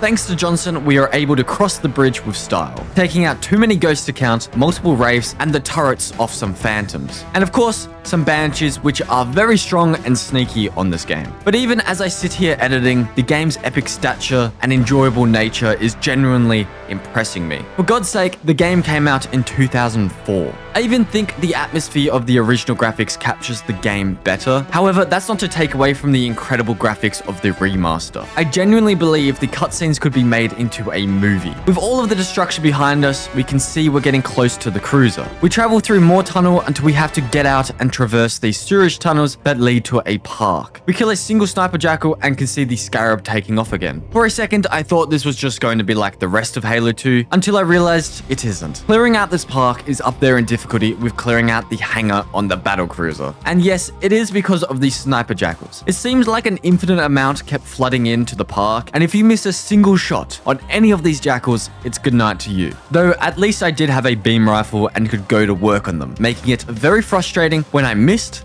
but very rewarding when I finally defeated all of the rats. I stole a ghost, chased this coward for what felt like 10 minutes, and then 2 more ghosts came in, and I repeat the process again until the elite actually kicks me out of the ghost and I snipe him. And finally, I destroyed the Wraith with the ghost. Further on, we meet up with some more Marines, hop in the Warthog, and I trust the driver to dodge the Wraith shots for a while, and it kind of works until we got rammed and I escaped just before the Warthog's demise. So I'm left with no choice but to board the vehicles, damage them, and place a bomb inside. But this proved too hard on the second Wraith, so instead I took out the 2 ghosts and then spammed the Wraiths for what felt like a year. It took so long that the Pelican that comes in after you defeat the Wraiths came in early to help. The Wraiths finally decided to explode, and it was lucky they did, as right behind us was a scarab. A Scorpion attempts to stop it, and in the end it gets demolished. For a second I thought it would disintegrate us too, but I suppose it saw us as not enough of a threat to even bother with. Well, whoever was controlling the scarab really made a mistake there, as Cortana has purposely taken us off route to help these Marines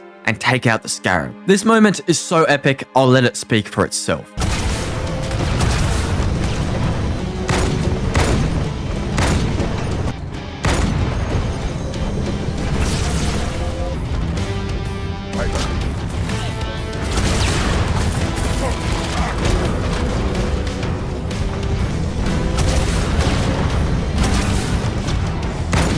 Careful, Chief. That elite was an Ultra, and those pilots are no pushovers either.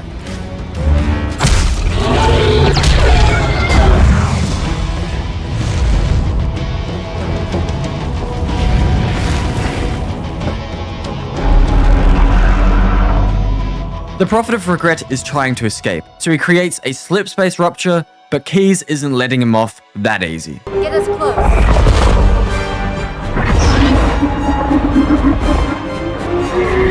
Ma'am, without a destination solution... We are not losing that ship.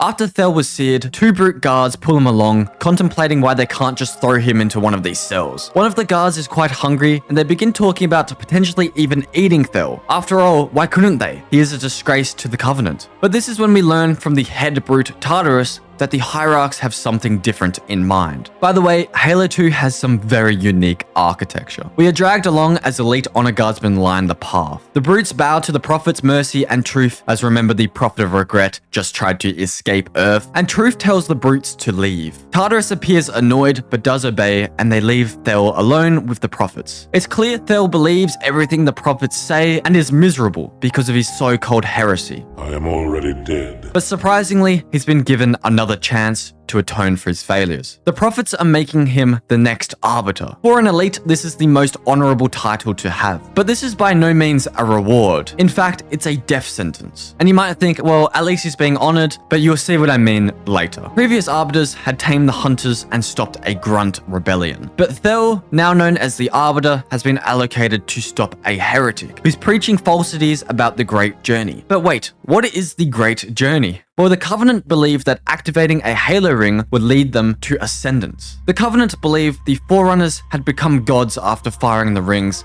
and that's why they have vanished. Which is, of course, not true. So the Great Journey is a lie, and the Hierarchs know this, but use this false belief to hold onto their power. So how does this so-called heretic know the truth about the Great Journey?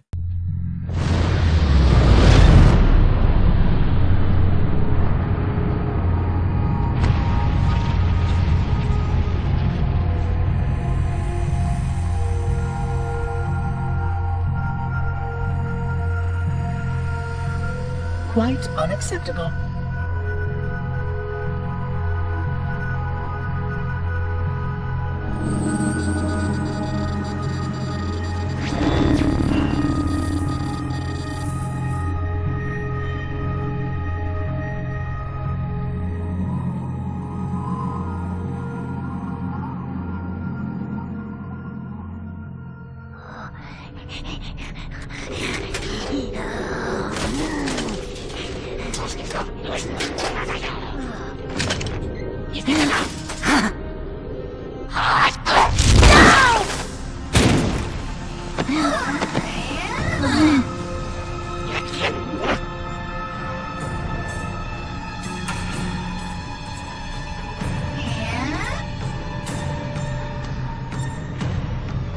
Greetings.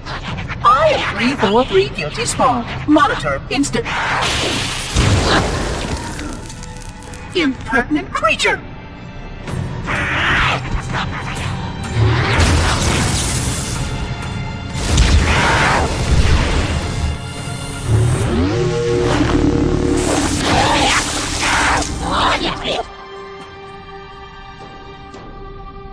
I offer you my life as amends for this dishonor. An oracle of the gods should never suffer such impertinence from vermin like this. I shall cast them all into the mists below for daring such a blasphemy, and— Oh my! Your people have grown so dramatic in the last 100,000 years. But please, no more deaths are required. We will need all the forces we can muster if the flood escape the destruction of my installation. I must speak to your commander immediately.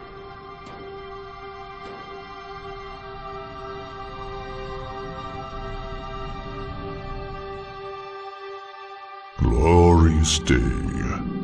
The prophets will be pleased that we have rescued an oracle from the human violation of the holy temple. Why do you keep calling it a temple? My installation was a weapon, and one which we needed very, very badly. But oracle, I do not understand. We were told the ring was our salvation, a gateway to paradise. Told? By whom? Anyone who told you that is either a fool or quite mad. That installation was a beautiful tool, designed to destroy everything the flood might feed on. Everything? Oh, quite everything. And if even one flood spore survived the destruction of my ring, then protocol demands that all nearby sentient life must immediately be destroyed. An outbreak of the flood cannot be allowed to take place. But I am wasting our time. Surely you know all of this already. Communications. Shut down all lines to the fleet. We will not notify the prophets of our discovery until I hear everything this oracle has to say. I will gladly share what I am permitted, but we have little time. What has been unleashed here could destroy everything you have ever known. On that, oracle, we are in agreement.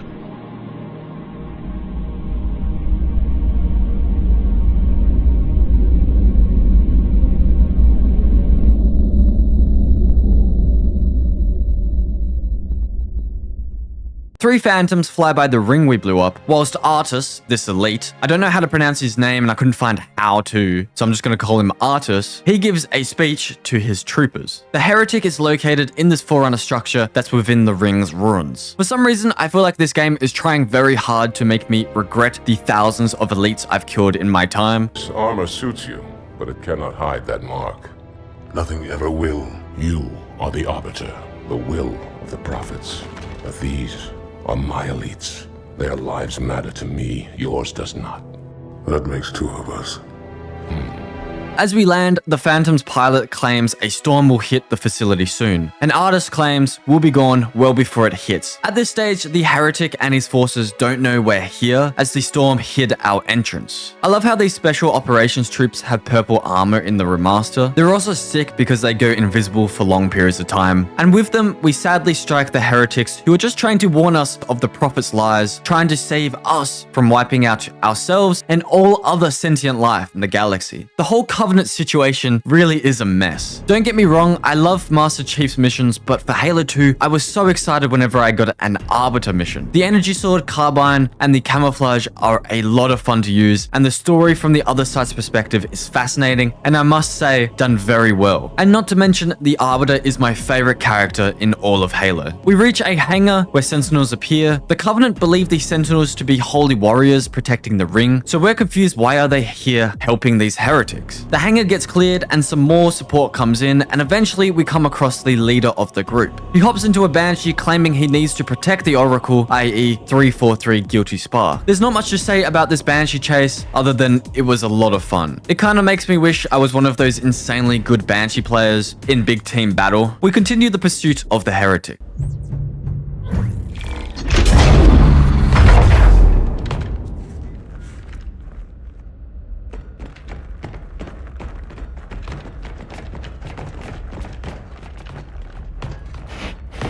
What is it? That stench.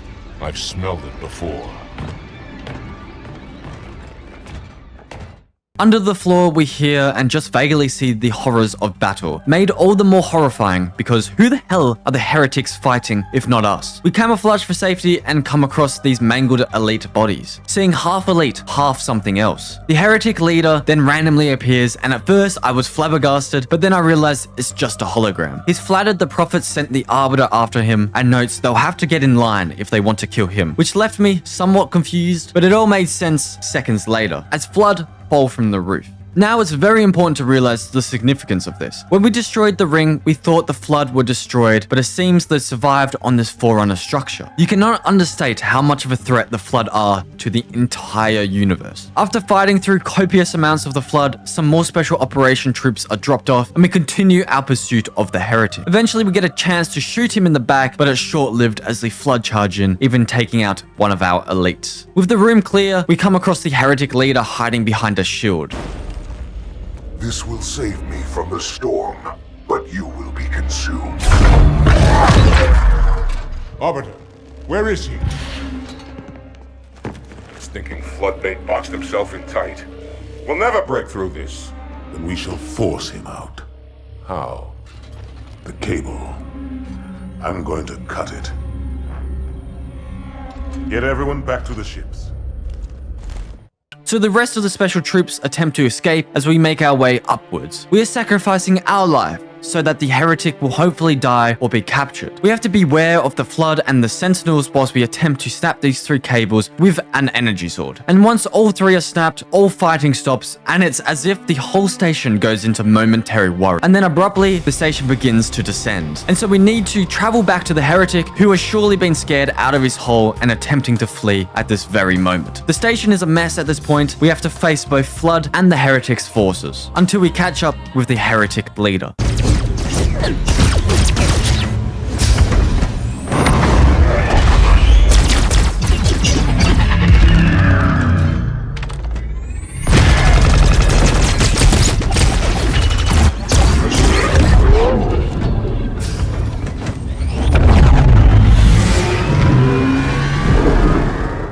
I am showing a few of these full cutscenes because they're just so good. I don't even bother trying to fight the Banshees at this stage and just fly straight over to the other entrance. I absolutely love the similarity between these two scenes.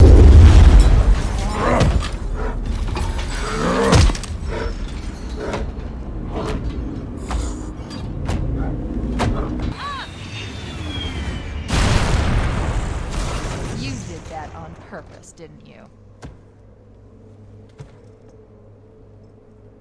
We have to journey back through where we originally came from, and it's already very noticeable how fast the Flood are spreading and contaminating things. We do also have to remember this station is still in a freefall and could land at any time, killing everything on board. The mission is very reminiscent of the Keys mission in Halo Combat Evolved, except this time we're also playing as an elite. There were times where I simply abused the Arbiter's camouflage to quickly get past some difficult parts, but the downside of doing this was if I got caught, I was instantly killed. I did, however, however, really enjoyed this strategy because it flowed very well with the desperation of killing the heretic and hopefully escaping this plummet to death. So finally, the heretic can no longer keep running, and so curious, we ask him, how did he come to this? And so this is where we are greeted by 343 Guilty Spark, referred to as the Oracle by the Covenant. Ask the Oracle about Halo. How they would sacrifice us all for nothing. More questions? Splendid. I would be happy to assist you.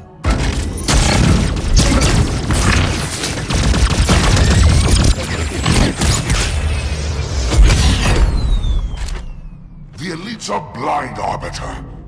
But I will make them see.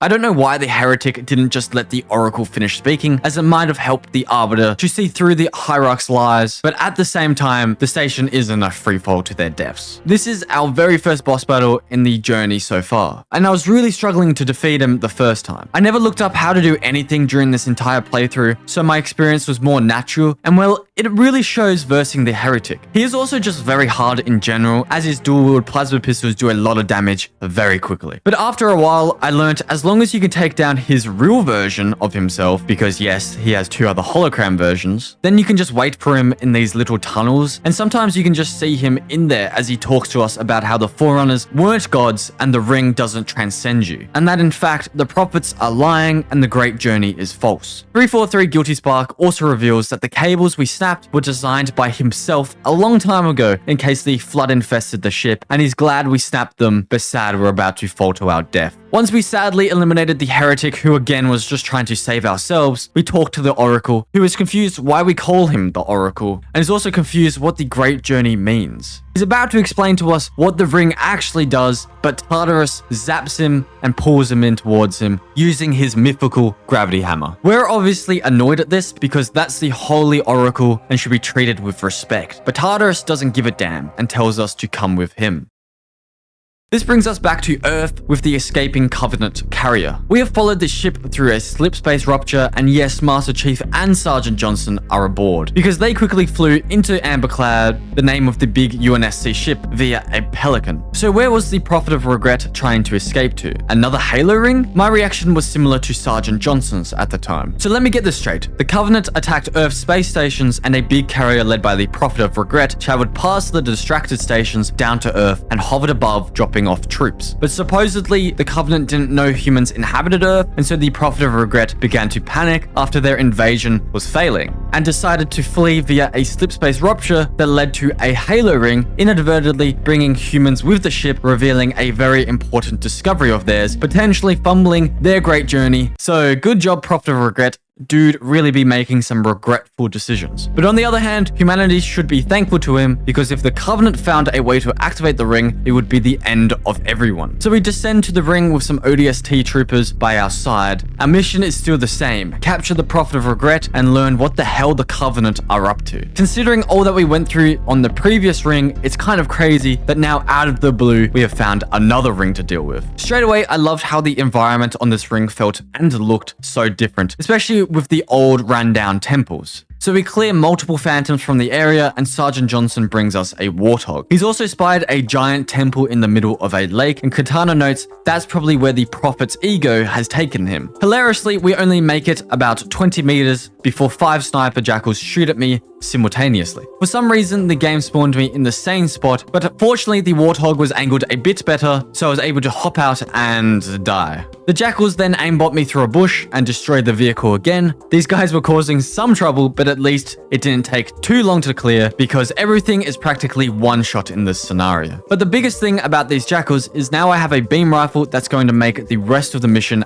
a whole lot easier. On our way, we clear another temple and extend a bridge. A hologram of the Prophet of Regret can be seen in the temple as he delivers a sermon, preaching about the great journey, specifically mentioning how the Forerunners escaped the endless battle with the Flood, fleeing from their doomed existence by activating the 7 rings. This sermon is chilling because it means the Covenant have learnt there are 7 Halo rings, and if they know this, then maybe they're on their way to activate the rings. Like always, we need to move quick, but 2 Wraiths and an army of Covenant troops are blocking our way, so a scorpion is dropped off and we go to work. This was on the same level of difficulty as the tank mission on Halo Reach, but only at the start with these bloody banshees sneaking up on me constantly. To wipe them out, I simply just sat back and waited for them, and now I can continue across the bridge destroying everything in my way. I took the tank as far as I possibly could until it was pretty obvious the tank wasn't meant to go any further. At this stage, I'd ran out of beam rifle ammo, and so I had to settle for a plasma pistol and plasma rifle, making things extremely difficult. Fortunately, reinforcements come in and I get a sniper off a marine, and so things just got a whole lot easier, but only for a moment. We come across another hologram of the Prophet of Regret, and what he says is very important. The prophets promise to find the means of the Forerunner's transcendence and to share this knowledge with the elites. The elites promise to defend the prophets as they searched, a simple agreement that has become their binding covenant. Now we've come to a waterfall, and this area wasn't too bad until the drones came at the same time as more Jackal snipers. But nonetheless, I do love moments like these because it's the best type of difficult. The type where you can feel yourself learning and the satisfaction of hitting your shots.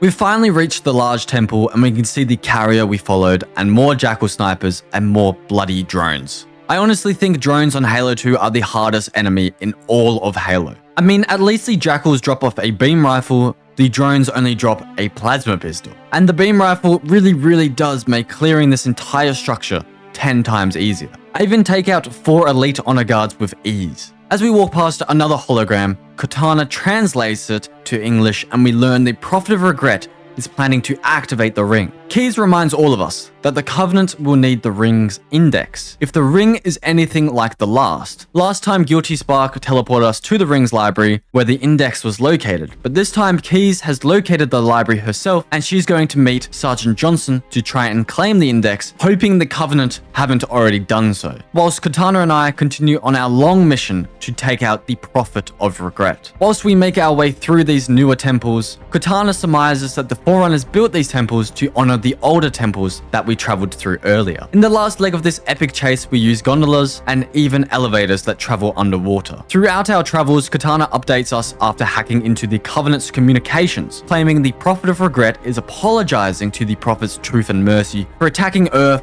after he thought no humans lived on the planet, which doesn't make much sense considering it's our homeworld. How did he miss such a colossal detail? After taking out 2 more banshees on this final gondola, we've made it to the main temple. The display of dead Covenant is good symbolism for how much of a boss Master Chief is and the amount of Covenant we've just killed on this insane chase. But it's not as insane as what appears in the sky. We need to quickly kill the Prophet before High Charity and its fleet kills us. It took me a long time to realize how you even damage Regret. At first, I was just shooting at him and nothing was happening, until I realized you have to board him and hit him to death. When playing with the original graphics, I took him out really quick, and now looking back, I realized I got very lucky, because my second time with the remastered graphics, I couldn't catch a break. For the most part, the honor guards utterly destroyed me whenever I jumped the Prophet, and sometimes the Prophet himself beamed me to death. In whole, the Prophet of Regret was way harder than the Heretic, mainly because of his elite honor guards. But I did have a blast flying about with the energy sword and smacking the Prophet. With Regret's death, Cortana makes us aware the phantoms in the sky have turned towards us.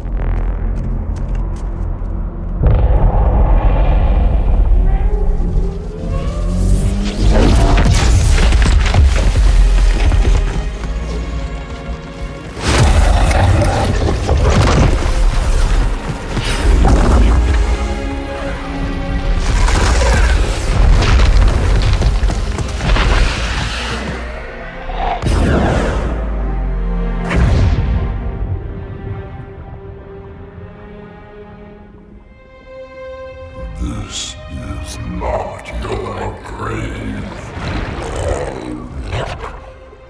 But you are welcome in it.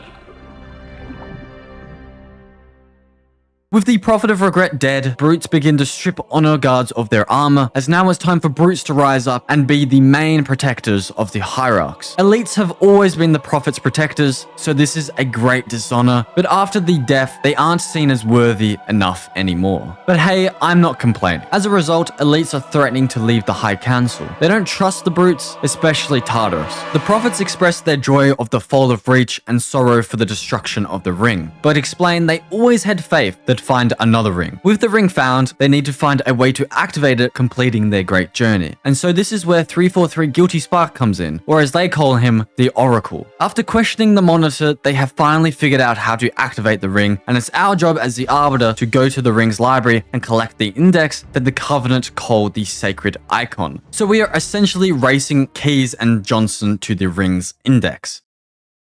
On the way to the second ring, we ask who killed the Prophet of Regret, and Tartarus says, "Who do you think?" The demon is here? Why? Looking for a little payback? Retrieving the icon is my only concern. Of course.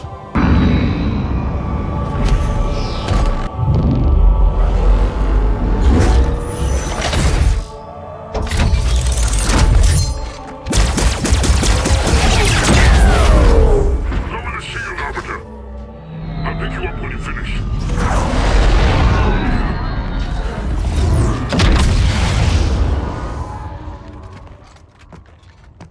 For the first part of this mission, I really abused the Arbiter's armor by constantly sneaking past the Sentinels and Flood without fighting. I had to use my plasma rifle to open these very cool tunnels that take me closer to the index. On the way, we see some of Sergeant Johnson's troops attempting to reach the index. Oh yeah, I should probably backtrack because why the hell are the Flood on this ring? We saw them on the Forerunner structure outside the first ring, but that makes sense. So what's happening here? Well, it turns out the Flood escaped their containment on this ring hundreds of years prior, due to a Monitor making a mistake. So yeah, the Forerunner's methods of studying the Flood maybe weren't thought out enough. I mean, they didn't even have warning signs outside their containment facilities to warn anyone who lands on the ring not to mistakenly doom the world. We finally make it outside, and immediately we see a Forerunner Sentinel ship be destroyed by the Covenant, which is kind of confusing considering they worship Forerunner technology, but I suppose a Wraith might have accidentally just shot it down. Anyway, it does look very cool, and in fact, the whole mission scenery looks lovely. To help us fight through the Flood, Special Forces dropped down, and I must admit, out of any help I got on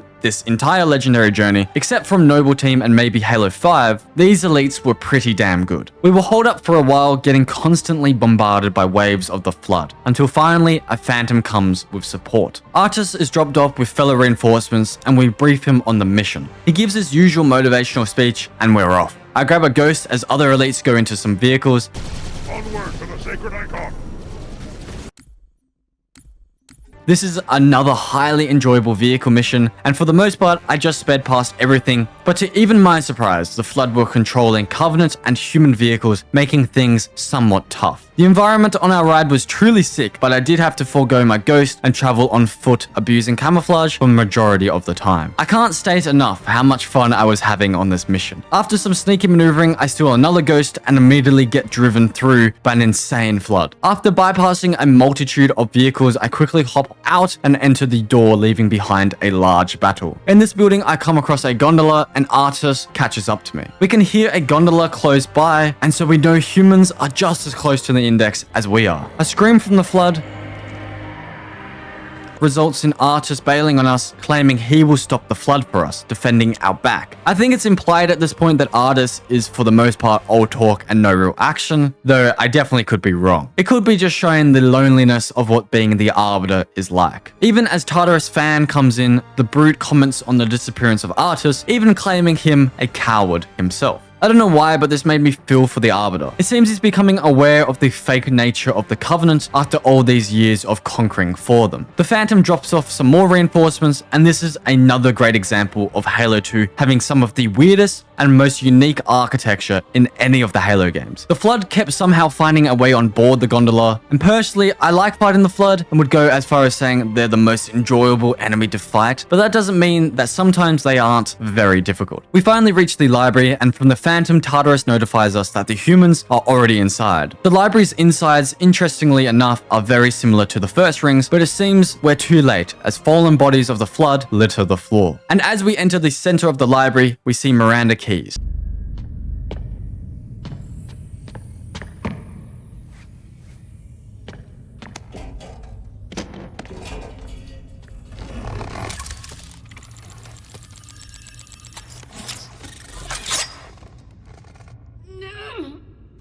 Gotcha. You know, your father never asked me for help either. The index is secure.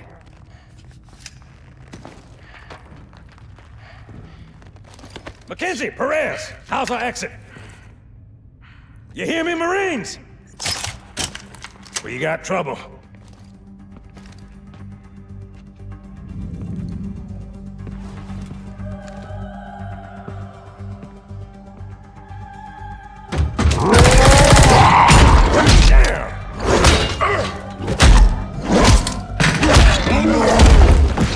How you doing?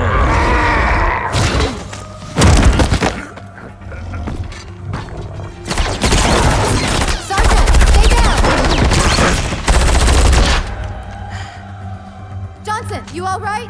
Johnson!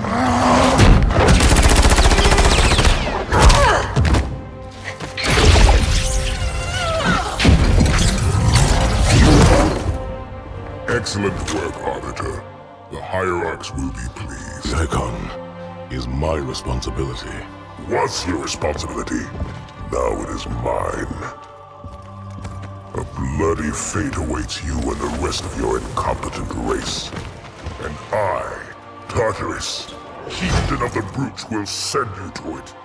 And the prophets learn of this, that they will take your head when they learn. Fool. They ordered me to do it.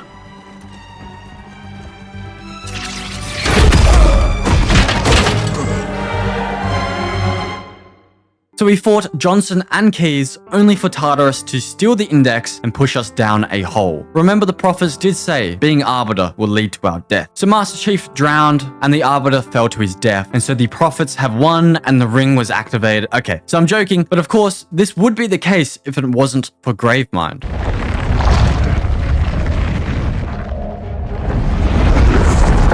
What is that? I am a monument to all your sins.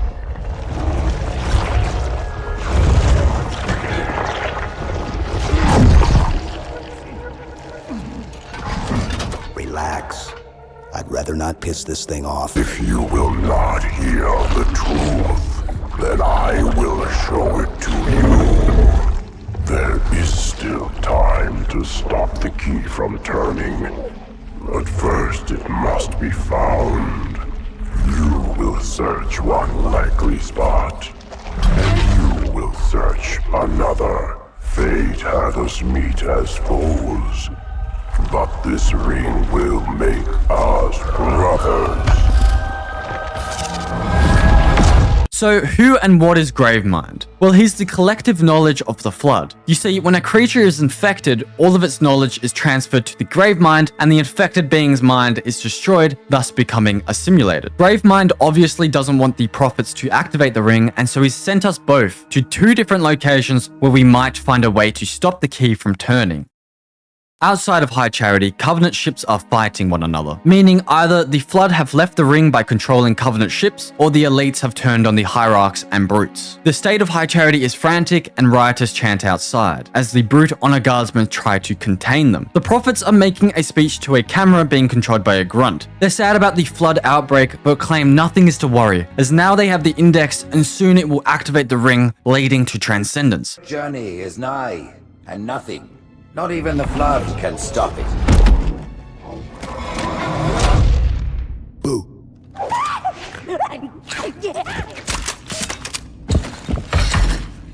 Kill the demon.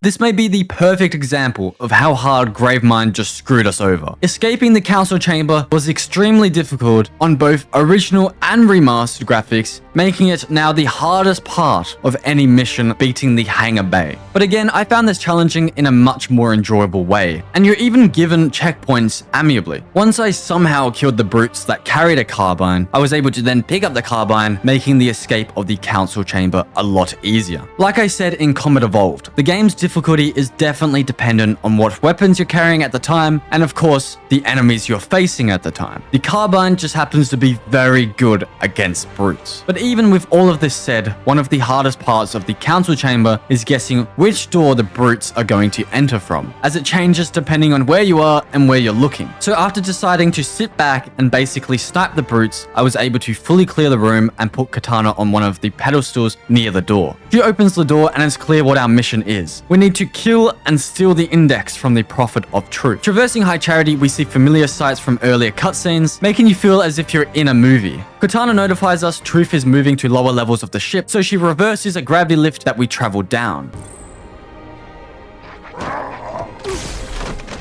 With the beam rifle and carbine combo, I found clearing out the station relatively easy. We even free captured Marines and they help us try and catch Truth. Because the elites were dishonored and they do not trust nor like the brutes, they've decided to betray the hierarchs and now the battle has become even more convoluted. It's also important to note that in Halo 3 ODST, the brutes have killed a lot of elites on Earth. I'm pretty sure the brutes were also trying to just take out the elites after they were given more power. But nonetheless, if we see something that isn't human, we have to fight it. As we travel over an energy conveyor, Amberclad, the ship we arrived to the ring with, appears, but unfortunately, it isn't captained by Keyes. So who's it captained by? Well, the Flood, and they're planning to crash land on High Charity. We then come across a fierce battle between some elites and brutes, and moving forward, as we get a moment of silence, screams from the Flood can be heard.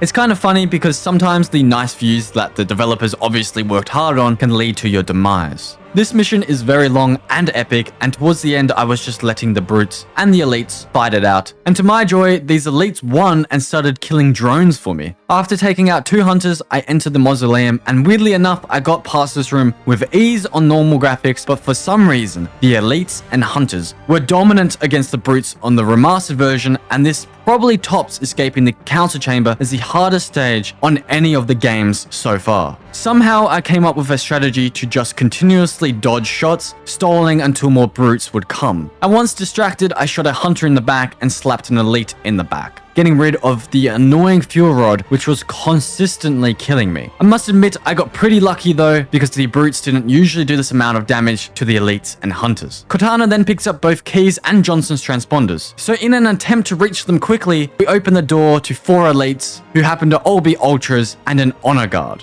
Although this mission has had some of the most difficult moments, I still think rescuing Keyes and reaching the control room were harder, because this took me an hour, but those missions took 3 hours each. So we were too late. Keyes, Johnson, and 343 Guilty Spark are split up onto 3 different phantoms. But on the way, Keyes did notice the crashed Amberclad that was driven by the Flood. Tartarus bows to the hierarchs and promises he will not fail. And immediately he's put to the test as pod infectors scramble towards them from the crashed ship. They smash them with ease, but one gets past Tartarus and attacks the Prophet of Mercy. Tartarus obviously goes to stop the pod from infecting the Prophet, but Truth tells him not to bother, claiming the great journey waits for no one.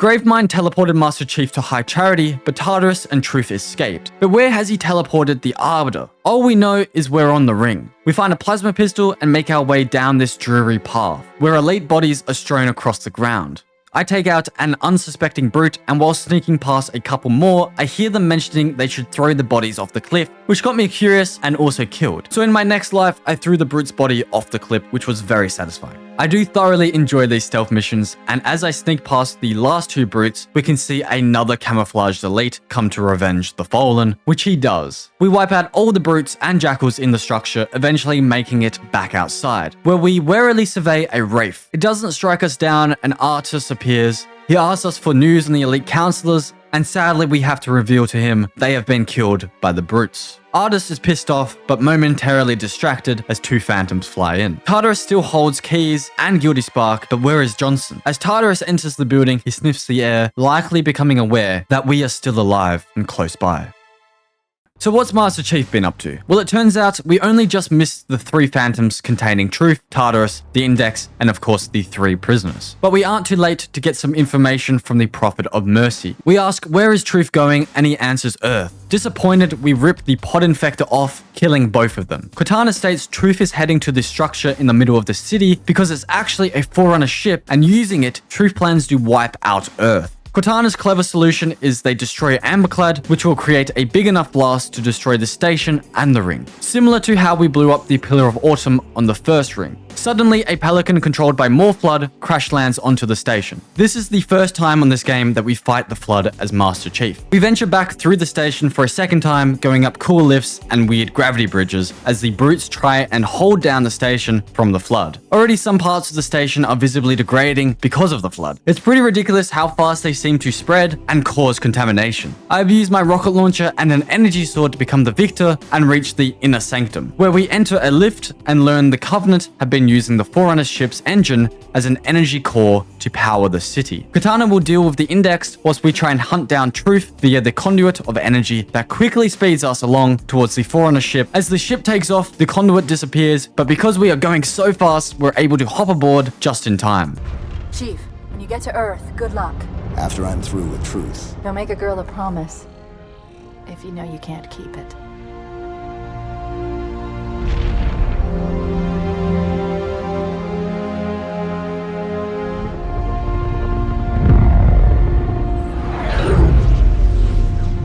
The Forerunner ship, led by Truth, then enters slipspace. We ask Artus, what's the structure Tartarus just entered? We figure out it's the control room, where the Index can activate the ring. So it becomes clear this is why Gravemind sent us to this location. We can't hop into Artus Wraith, so I snipe a brute out of his ghost and just speed past the rest of the vehicles blocking our path. On the way we see a battlecruiser, just like the one regretfully took to Earth, and Artus states the brutes have likely taken over the ship, and so he's going to reclaim it back. I kept pushing forward, using my camouflage to take out a few brutes and 2 wraiths. With the area cleared, we can move on, but this moment, for some reason, always makes me laugh. The Arbiter? But also, I find this moment really cool. To have hunters fighting by your side is awesome. To make a weird comparison, hunters kind of remind me of whales. They're big, but I suppose not so kind, but that's because their minds have been corrupted by the prophets. You can imagine things did get a lot easier from here. Though coming across a bridge, I got my final reminder of the sniper jackals on this game. After running into a detention center, I free a zealot and 2 hunters with sticky grenades. I truly love this game. The surviving hunter and zealot wait for me by a door, and as it opens, Sergeant Johnson can be seen on the ground, being held captive. We change things very quickly and he's able to escape and hop into a scarab. It's important to note Sergeant Johnson is one of the only 5 humans to survive Project Orion. The secret project was implemented by the UNSC to make super soldiers, thus Sergeant Johnson is a Spartan 1. And so that explains why he's such a beast. With the brutes dead, the scarab freakily looks down upon us. But we mustn't worry, as although Sergeant Johnson doesn't like us, I mean we did knock him out before, he's willing to team up to stop Tartarus, who's locked himself in the control room and about to activate the ring. A couple of elites drop off some banshees for use, and we take out 3 wraiths as Johnson tries to help us in his scarab. As we continue forward, I messed up big twice. On my first playthrough on the original graphics, I hopped onto the scarab thinking this was going to make things a lot easier, but once Johnson destroyed the doors to the control room, I had no way to get up there. So I had to completely reset the mission. The second time I messed up big was on the remastered graphics, where I was pretty much instantly dying by the banshees over and over and over again. Whenever I messed up, I would quickly restart from the last checkpoint to speed this whole process up until I accidentally hit restart the mission. But after getting back to this point and defeating the banshees, Johnson breaks the doors open and we fly into the control room. So why hasn't Tartarus activated the ring yet? Well, it goes back to humans being left the mantle of responsibility by the Forerunners. Only humans or Forerunners are able to activate the ring, and Keyes is putting up quite the fight. Tartarus, stop. Impossible. Put down the icon. Put it down and disobey the Hierarchs? There are things about Halo even the Hierarchs do not understand. Take care, Arbiter. What you say is heresy. Is it? Oracle, what is Halo's purpose? Collectively, the 7... Not another word. Please. Don't shake the light bulb. If you want to keep your brain inside your head, I'd tell those boys to chill. Go ahead. Do your thing. The sacred rings, what are they? Weapons of last resort, built by the Forerunners to eliminate potential flood hosts, thereby rendering the parasite harmless. And those who made the rings? What happened to the Forerunners? After exhausting every other strategic option, my creators activated the rings. They and all additional sentient life in 3 radii of the galactic center died as planned. Would you like to see the relevant data? Tartarus, the prophets have betrayed us. No, Arbiter! The great journey has begun, and the brutes, not the elite, shall be the prophet's escort.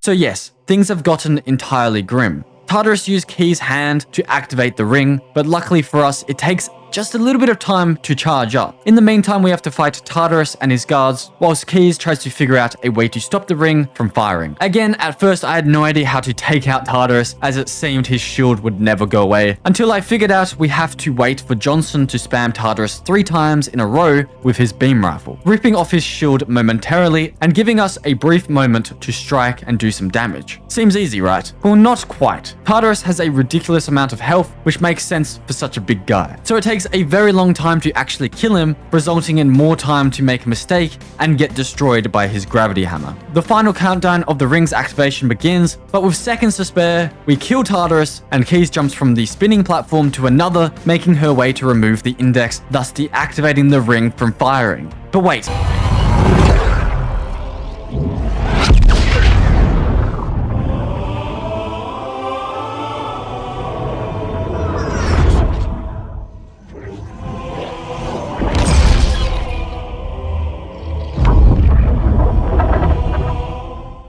For a second, I thought we failed until the beam was stopped by a rupture and 343 Guilty explains. The energy sent to the sky was actually a beacon notifying the other rings. Keys wants Guilty Spark to explain, and so he brings up a hologram of all the rings, stating all rings are ready now for remote activation. Keys and Johnson are obviously a bit shocked and worried about this, so Keys asks, where does someone go to activate all the rings? And Guilty Spark answers, the Ark, of course. So we stop the ring from firing, but now the rest of the surviving rings are on standby to be activated from a location that we didn't know even existed and have no clue on how to get to. But wait, what about the Forerunner ship heading to Earth with Master Chief on board? Well, it's reached Earth and humanity immediately becomes aware of it. We calm Lord Hood not to worry, as we're going to finish the fight.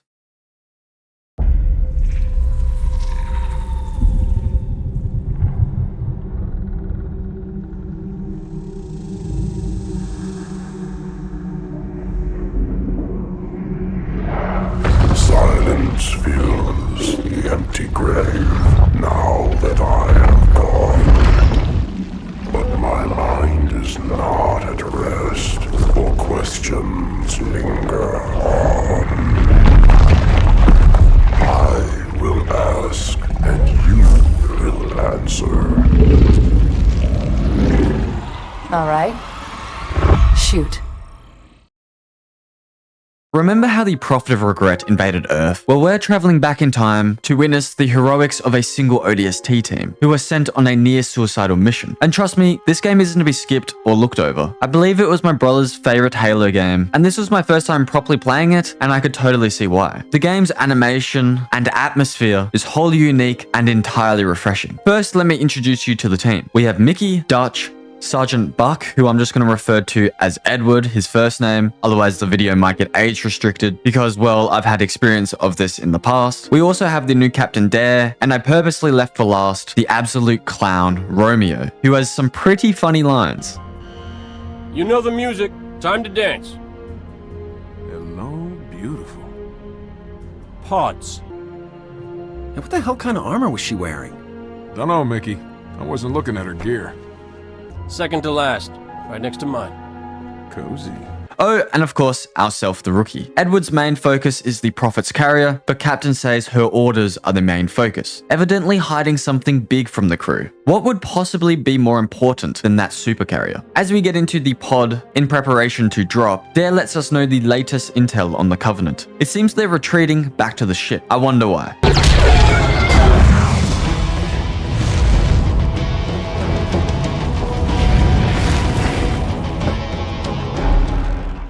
We do drop down, and on the way we see a space elevator and UNSC ships that have been destroyed. Seeing all the other drop ships flying down was also really cool. We travel through a cloud, and now we can see the city and the Prophet Regrets ship hovering above. The mission, as I understood from the troopers' talk, was to land on the ship and gain control. Edward notes we're off course if that's our goal, but Captain Dare states we're heading directly where she wants us to go. It really seems she's not telling us something, but no one could predict what would happen next. Well, except us, because we've seen it before. The carrier creates a slip space rupture, and Master Chief and the Amber Cloud go through it to the second ring. But what we didn't see was the effect the rupture had on the city and these ODST troopers. It's a slip space rupture. Ignition!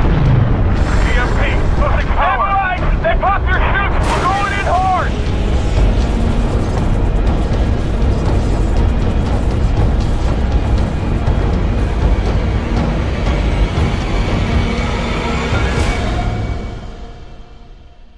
6 hours after the drop, we wake in a damaged pod. Rain is falling and phantoms are flying in. Overhead, lightning strikes. We initiate the emergency hatch release and get a frightening glimpse of the aftermath and also a frightening glimpse of how high we landed. Though thankfully, the fall didn't take us out. I guess the only thing to do now is to try and figure out where the rest of the troops landed. We especially need to find the captain to figure out what the mission even is. That's if it's possible at this stage. To heal in this game, you need to locate medical kiosks that are scattered throughout the city, and considering the enduring nature of the game, the ODST's visor is also very helpful. A brute and a couple of grunts wander towards me, and immediately you may notice the gameplay is quite different. Personally, I love the pistol, and it's one of my favorite games in the entirety of Halo. I just wish it had a bit more ammo. I started to wander the streets somewhat aimlessly until I heard a ring.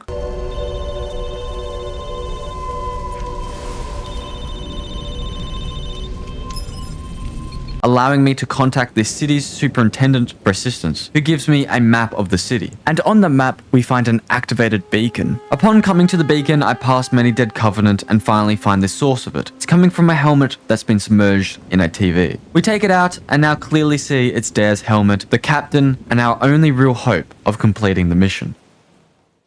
It's important to note, the superintendent that we got the map off is an AI, specifically the city's AI, and it's helping us on our journey. Also, all of the shots we get from cameras in the city are from the superintendent. It witnessed the rupture go off and Edward's pod crash land. Edward's comms weren't damaged during the fall, and he was able to communicate to Dare. She asks if he can get out of his pod, and he succeeds rather unimpressively. But she states her hatch won't open, so we have to try and find her before someone else does. It does become evident Edward and Dare once had a relationship together, and the details on why it ended aren't entirely clear, at least not clear to Buck. Phantoms come in, and so we have to play as Edward and relive 6 hours prior to the rookie landing. Maybe we'll be able to figure out what happened to Dare. In terms of difficulty, ODST is the easiest Halo game on Legendary. You may notice we're only fighting brutes, which is weird considering with Master Chief we fought elites, and it's still that very same day. Well, when the Prophet's ship went through the slip space rupture, it seems the brutes turned on the elites, and we even see dead elites to prove this. Edward comments on it, but Dare only answers that it's classified. Now it's becoming even more evident she's hiding something big from us. As we fight many Covenant off and run into some hunters, Dare reports she's been spotted, and Edward is obviously annoyed and frightened, but Dare never responds back. Even though I said this was the easiest Halo game on Legendary, it's still Legendary, and these hunters were extremely strong.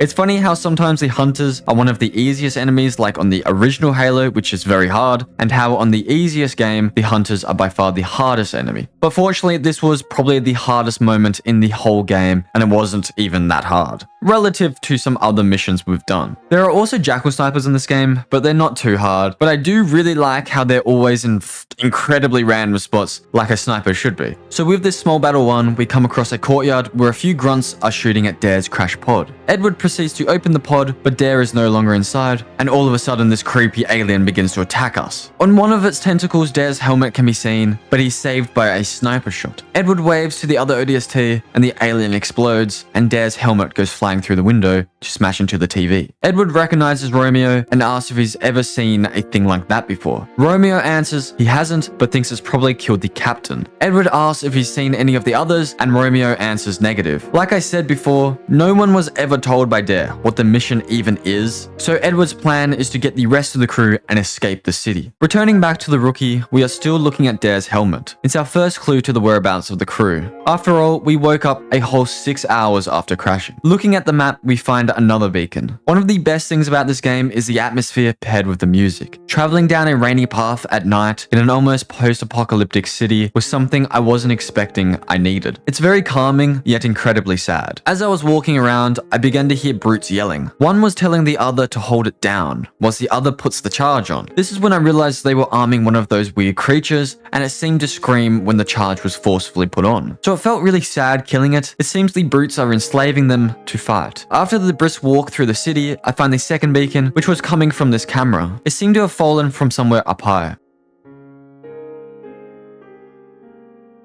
30 minutes after the pods crash landed, a drone discovers Dutch, who's landed just outside a nature reserve. In entering the reserve, it seems abundantly clear a large battle is taking place, so we go to war. This was the first time we've seen a brute chopper vehicle. It definitely has a very unique design, and I found it fun to drive in the few times I needed it. Throughout this massive vehicle-dominated battle, we learn what the mission is for all of these Marines. It's not just to defend the city, but to capture a Tier 1 asset that's located where the carrier was previously hovering before it escaped. As we travel across a bridge, the space elevator gets destroyed, and we're told to escape before any debris lands on our heads. But it wasn't easy to escape, as the Covenant are heavily populated in this area. I honestly think these Marines got it right.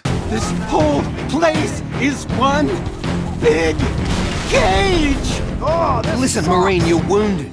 You gotta try and relax. Except we're the zebras, get it? All fenced in, ready for the slaughter! And the Covenant? They're the lions!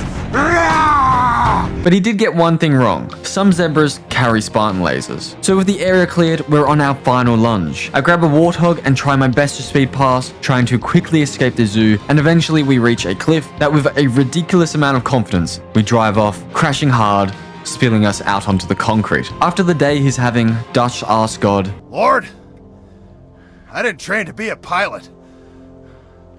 Tell me I don't have any more flying to do today. And in response, a drone crash lands and the camera comes off, revealing the origins of the beacon we tracked. Dutch asks God whether that was a yes or no, and immediately the warthog blows up, confirming from God to Dutch that no, he will not have to fly again today. Amen. The drone's camera was our second clue, but we still don't have enough information to piece this puzzle together. We continue forward as another beacon pops up on our map. Whilst traveling throughout the city, you can essentially go wherever you like for the most part, creating a free world type environment. Something Halo seems to like to play with. Some enemies blocked our path to the beacon, but I cleared them all out. Though at one stage, a random patrolling ghost got me from behind, so I got him back the second time. The third beacon we come across is a damaged turret, and in trying to put the clues together, we seem to conclude a large battle took place right here.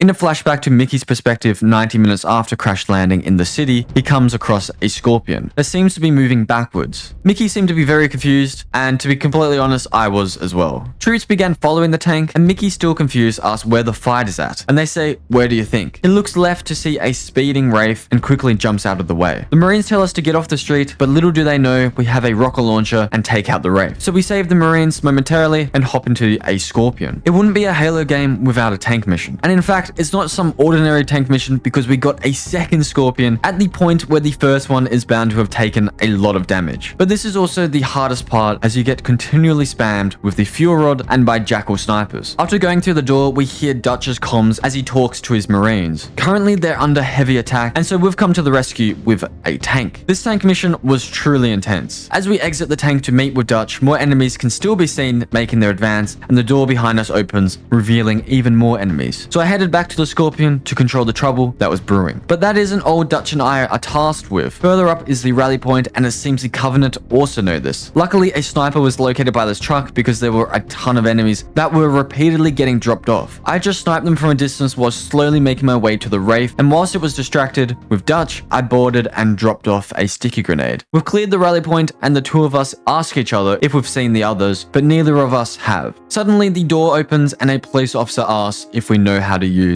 explosives.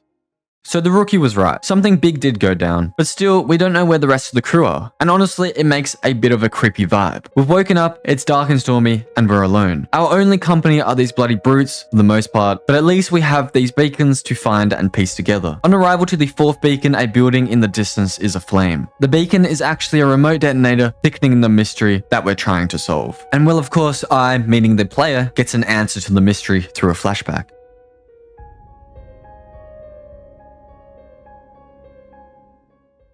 We've traveled back 4 hours just after Dutch and Mickey were asked by the police officer if they're any good with explosives. We've been put right into the mix as the Covenant are heavily attacking an ONI facility. It's paramount we defend this facility as the data within is highly important. We set charges on the bridge and then run back across it as Wraiths follow and Banshees fly overhead. I climb a watchtower and detonate the bridge, which was honestly awesome. So we've momentarily stopped the Covenant onslaught, but only via the bridge.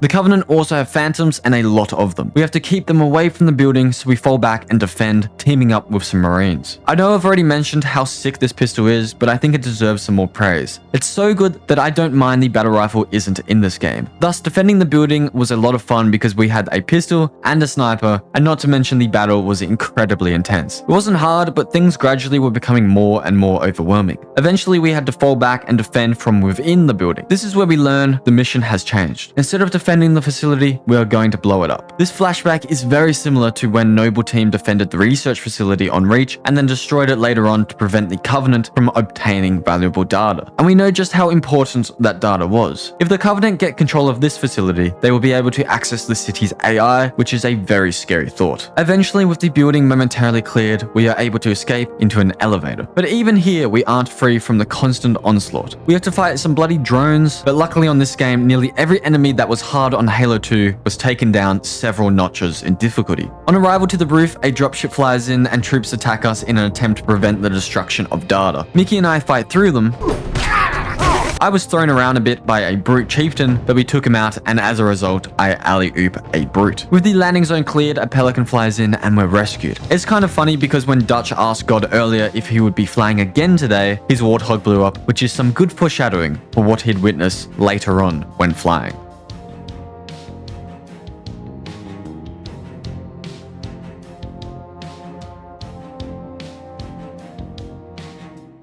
It's pretty wild to think this image of chaos that we're witnessing was largely conduced by Mickey and Dutch, our two squad mates. But we of course don't know what led to the facility's destruction, so frustrated we throw the damaged detonator. The beacons are all leading to destruction, and for all we know everyone could be dead. But we don't give up the search and track down the next beacon, leading us to further memories of battle. Remember Romeo saved Edward's life earlier? Well, they've traveled upwards to try and get better communications to the rest of the team, and it worked. Dutch and Mickey were able to pick up the comms, and so they've traveled to Buck's position. Things are looking positive for a change, and everyone's excited, but two Banshees fly in and ruin the moment. The pelican containing both Dutch and Mickey spins out, and we no longer can hear their comms. Fearing they're dead, we quickly traverse this high-rise, which of course the Covenant have infested. I find this game is similar in nature to Halo 2, where you're constantly given enjoyable weapons to use. We have a snipe off with a bunch of jackal snipers, and in this courtyard we finally get comms back from Dutch and Mickey. So they're alive and have used a crane to create a bridge from our high-rise to their crash-landed pelican. But the guys are under attack and might be dead before we get there. Well, luckily we have a sniper and one hell of an overpowered position. Crossing the makeshift bridge was terrifying, yet very awesome. So finally, majority of the team are back together, only ourselves and the captain remain missing. But we mustn't get too excited as an onslaught of Covenant Banshees and Phantoms attack. Fortunately, for some reason, these overpowered rocket turrets are on this landing pad, and so we blow a hole in the Covenant forces. Oh, and there's also Spartan lasers conveniently laid before us. This weapon is definitely underrated in terms of iconic status in Halo. It's a cool weapon that's strong and very useful. Some troops managed their way onto the landing pad, and as a result we were distracted and a Phantom sneakily flies above. Get her!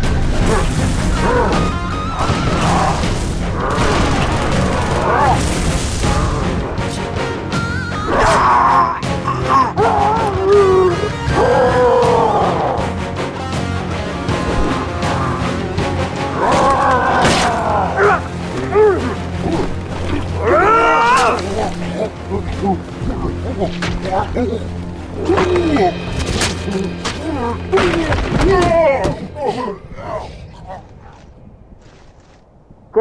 this thing off of me!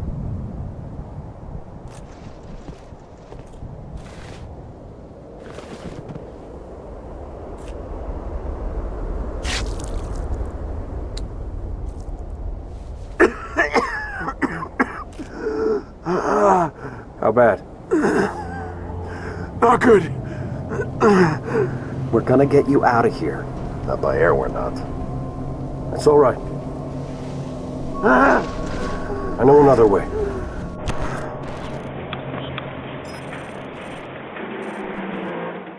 So the mystery of this sniper is solved, yet it's still a mystery to the character we play as. But boy, what a series of wild events it's been so far. With our patience becoming thinner each minute, it's lucky the next beacon was very close to the last. This time it's a canister, and it seems it has something to do with this tunnel. It's now been 5 hours after the drop and night has fallen. The rookie isn't too far behind. Romeo is still definitely injured, so Edward gets a med kit out of Dutch's pack. His lung is punctured, and so using the canister the rookie found, Edward temporarily heals Romeo. The plan now is to escape the city via the train station's tunnels. A patrolling phantom flies by carrying lines of that creature we saw earlier, and in response we stay low and shut the station's entrance. And thus the puzzle piece was placed. Heading into the tunnel we realize we're screwed. It's been flooded, and now our escape has become even more difficult, especially as another phantom flies in. But desperate times call for desperate measures, and this phantom might just be the solution. We play as Edward, and straight away we notice the enemy have extra shields. I decided to shoot the creature flying in the sky, and all of a sudden their shields went back to normal. Now we can easily clear the area. Mickey is the best pilot in the crew, so he goes up and kills everything aboard.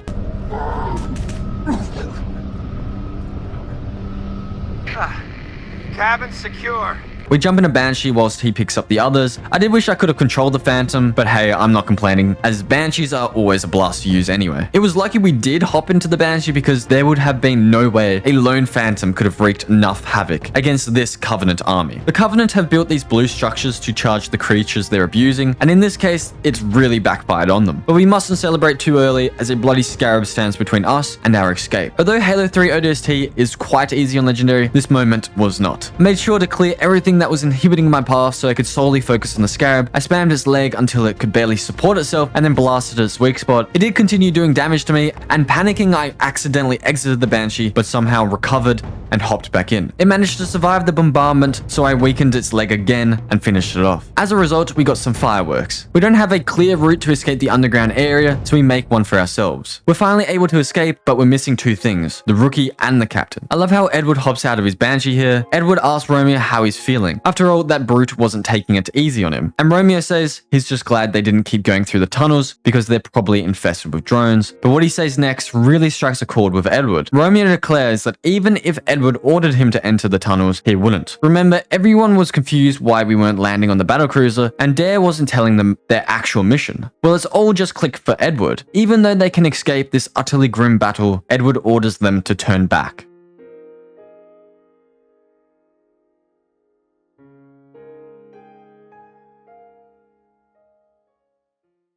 We fiddle with the canister that kept Romeo alive, and then out of the blue, we receive a comm. It's the captain, and so she's still alive and needs our help ASAP. She's activated a beacon, and so this is the last time we travel within the city alone, with only the Covenant keeping us company. Dare's beacon leads us to an elevator shaft. The beacon is coming from underground, so we have to bravely jump and rappel down our rope. And so the plot has thickened some more. Upon reaching the bottom, we hear some panic-stricken comms from Dare. She's cornered and low on ammo. Just before her comms cut out, she mentions she's on sub-level 9. Finally, instead of wandering the streets for clues, we have a mission. Save Dare. You might be wondering where the hell we are exactly. Well, this is the Superintendent's data center, and the Covenant, with no surprises, have taken control and are working on something devastating. Randomly, we come across a lone surviving soldier, and with him, we travel downwards. His squad was taken out by drones, and it does seem weird that the further down we travel, the more bugs there are. Until finally, the soldier is killed by drones coming out of some vents. Down here in the data center, the temperature seems to vary a lot. Some areas are normal, some are frozen over. As we finally reach sub-level 9, the rooms become more creepy, and Dare comms us again She's still alive, and sorry to anyone who can hear her. She should have told the crew about the mission, about everything. I take out all the troops that had her cornered, and after the long mystery of clues, we find the captain. She was momentarily frightened and somewhat relieved when she realized it's the new guy. She doesn't even know his name, and it's probably important to note the rookie never speaks a single time throughout the entire game. The captain finally reveals that yes, our mission was never to board Regret's supercarrier, but to secure the superintendent's data. However, there is quite the substantial issue. A drone hive has infested the building. Dare was hoping for more support, but it looks like she's just going to have to settle for us. The captain really is a beast, and we follow her quickly towards the superintendent. We take an elevator upwards, and Dare claims this area as Bugger Central, and it's pretty easy to see why. I'd imagine this is a lot of Halo players' worst nightmare, and it is for me, but fortunately these drones aren't like Halo 2 drones and are actually pretty damn easy and fun to fight. Thank God, because if they were Halo 2 drones, I might have not finished this game. They even look pretty cool in my opinion. We continue to follow Dare to the superintendent's core, and in doing so come across some Covenant who are trying to break in. We take them out and enter the AI's core. Something creepy can be seen behind the superintendent, but Dare tells us not to shoot. She even lowers her own weapon. The creature Romeo and Buck thought killed Dare, then pops his head out. But Dare isn't scared. She's come to the same assessment as ourselves. It seems they're being enslaved by the Covenant. While she was in the tunnels, she watched this one from a distance and curiously noted it seemed to be able to access comms, control cameras, and most things within the city, until it eventually holed up in here. It seems to be fixing the superintendent after the rupture. Dare explains that Oni calls them engineers as they're some type of biological supercomputer. This one is a renegade who's joined the superintendent's data with its own. Everything we need to know about what the Covenant are searching for under the city is within this creature's brain. A sort of alarm goes off, and so the engineer brings up some footage of one of the cameras outside. Brutes are shown menacing and full of fury. They desperately want to capture the engineer and this data center. The engineer then pans the camera to show a single ODST trooper looking lost. Dare notices that it's Edward and comms him that we're coming out, so don't shoot anything that's pink. He's confused but agrees to the orders and tells them to hurry up. Dare calmly informs the creature to stay safely behind as we try to escape. It's pretty cool because it gives us all an extra boost of shield. I take point and clear a path to Edward, always making sure the engineer was safe. With Edward now a part of the group, we head downwards into a dark room where drones hang from the roof. I don't shoot them and neither do the others, and so we're able to sneak past. We come to a locked door that the engineer works on opening for us. It's now that we fill Edward in about this renegade engineer. Dare states that if we can get information about the Covenant from this creature, it may lead us to win the war. The engineer gets the door open and we sneak past more drones until we reach an elevator. Dare punches Buck for abandoning the mission and then kisses him for coming back. This was my reaction exactly. Everyone's feeling a bit awkward, but Buck breaks the tension by stating it's not over yet, and boy was he right. We continue guarding the engineer as the Covenant continue to hold control over the city. Again, this was a lot of fun because of the pistol and beam rifle. With the area clear, we move forward, and I would just like to mention the design of this creature, which is called a Huragok, is absolutely awesome. Edward brings us to an elevator and the engineer powers the switch. The lift brings us to a highway, and from here we can see the sun rising. It's the first time the rookie has seen it since his crash. But also we see battle cruisers flying above. Remember, this is Earth. Whilst Master Chief was stopping the ring from activating, Earth was under attack the entire time. Edward and Dare argue, and then a battle cruiser appearing from slip space breaks the argument because they need to get to Edward's Phantom where the rest of the guys are. But we've lost the engineer. Well, he's already way ahead of us.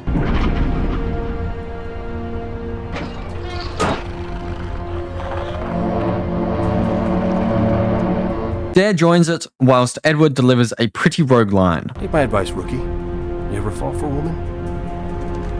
Make sure she's got balls.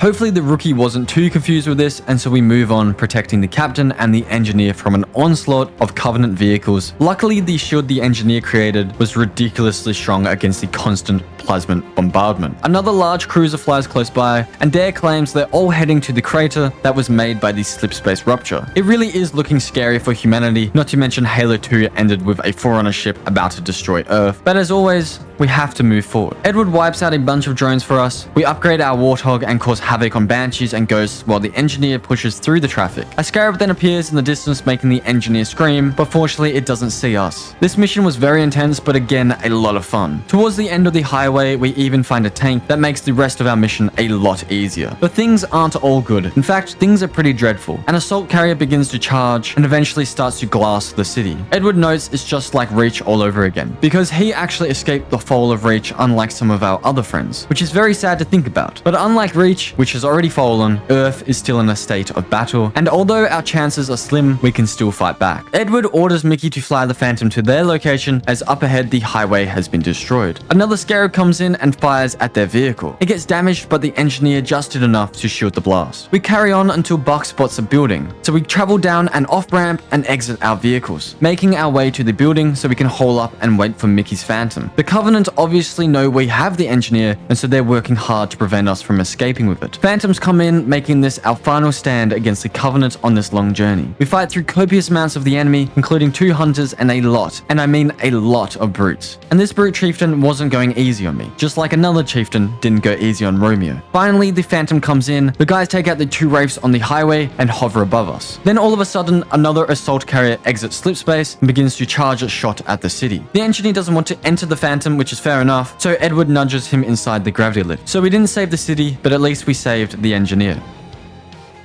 Romeo is still badly wounded, but still manages to pull off a final joke. We went through hell for that? Give him some meds, would you? It's important. It knows things. Heck, honey. I wasn't talking about the alien. The engineer goes to help Mickey pilot, whilst Edward and Dare talk about their relationship. Dare's focus is on the battle at hand, but who knows what's going to happen after the battle. It wouldn't be a Halo game without a sad ending.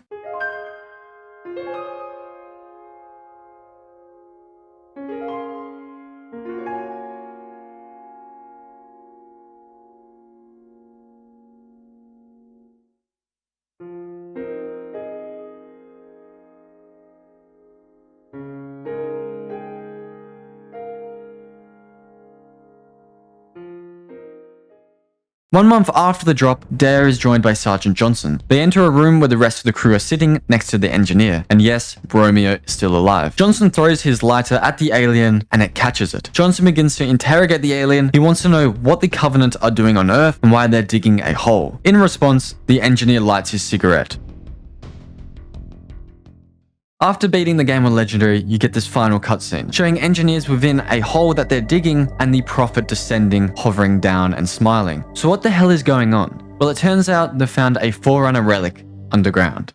So a lot has happened leading into Halo 3. Johnson, Keyes, and the Arbiter stopped the second ring from activating, but in the process, a beacon was released, placing all surviving rings on standby, ready to be activated from an unknown location called the Ark. But before this even happened, Master Chief left Cortana on high charity so she could deal with the city and the ring, whilst Chief focused on the Prophet of Truth, who was heading towards Earth. The game ends with both Master Chief claiming he will take care of the big Forerunner ship, and Cortana being questioned by Gravemind, who landed on high charity via Amber Cloud. We also can't forget to mention the ODST team, who saved a renegade Huragok, a creature that knows everything we need to know about the Covenant. Oh, and of course, Truth's latest discovery of a Forerunner relic under the surface of Earth.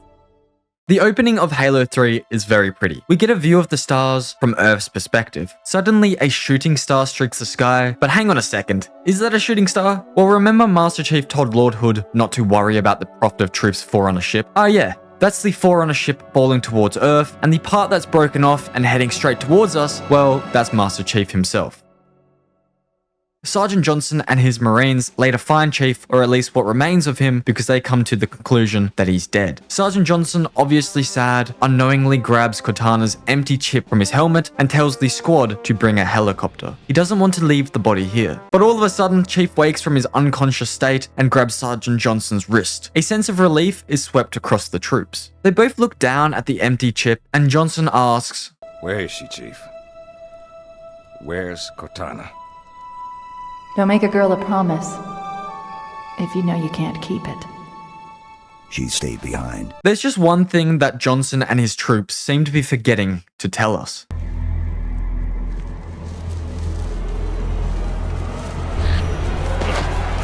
Chief, wait! The Arbiter's with us! Come on now.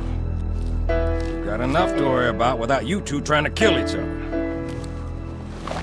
Were it so easy. We must go. The brutes have our scent. We Must love the scent of a real man. Just because we're on Earth doesn't mean we're safe. Remember, the planet is in a state of battle, and unfortunately, we just so happen to be within an African jungle, which isn't too far from the African city that was glassed. So we need to traverse through this jungle and get back to Johnson's extraction point for evacuation. Fighting alongside the Arbiter is one of the coolest things to come from the journey so far. Not to mention the Arbiter is an absolute beast, and even when he seemingly dies, he just gets back up again, which is kind of funny. This jungle is also just very pleasant on the eyes. We can even see Kilimanjaro off in the distance. We come across a brute captain interrogating a Marine, asking, "Where is it?" So it seems the Covenant are looking for something on Earth. As we continue along to the extraction point, we get a vision of Cortana. Could you sacrifice me to complete your mission? Could you watch me die?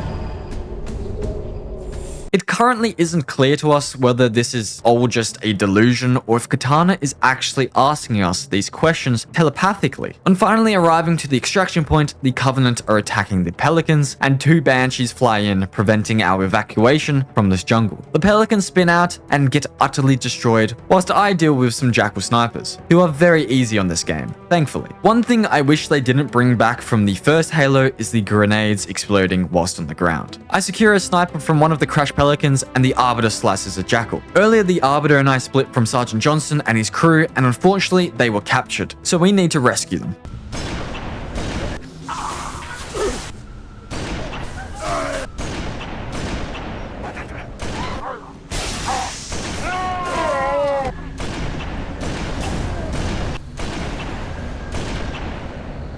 We deactivate the plasma shield, and now the guys are free. Phantoms come in, but so does a Pelican. It nearly took me out, but fortunately I survived and was able to escape this jungle. Johnson and the Arbiter just potentially saved our life. But it turns out we're not traveling far, in fact, not even out of the jungle, as Crow's Nest, a human encampment, are celebrating our return. The return of Chief really raises the morale in the camp. No way. A Spartan? For real.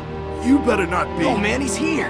We're gonna be Where did you find him? The Arbiter is definitely an oddity around these parts. We reunite with Keyes, who explains what we already know. Truth has focused all of his power on the ruins of the African city to dig a hole and find something. Keyes doesn't know what he's looking for, but we've seen what it is. All she knows is the Covenant are trying to find their way to the Ark to activate all of the rings, killing all sentient life in the galaxy, completing their great journey, leading them to transcendence. We then get patched through to Lord Hood, and we go over the plan to stop the Covenant. Apparently, Truth has set up anti-aircraft batteries surrounding the dig site and the hovering Covenant fleet. So the plan is to deactivate these batteries so Lord Hood and his fleet can strike back. Lord Hood goes on further, but is cut off as the power goes out at Crow's Nest. Shielding failed. They're down and charging. As soon as they're up, re-establish contact with Lord Hood. Let him know. All of you vermin, cowering in the dirt, thinking, what, I wonder, that you might escape the coming fire? No, your world will burn until its surface is but glass, and not even your demon will live to creep, blackened from its hole to mar the reflection of our passage, the culmination of our journey. For your destruction is the will of the gods, and I am their instrument.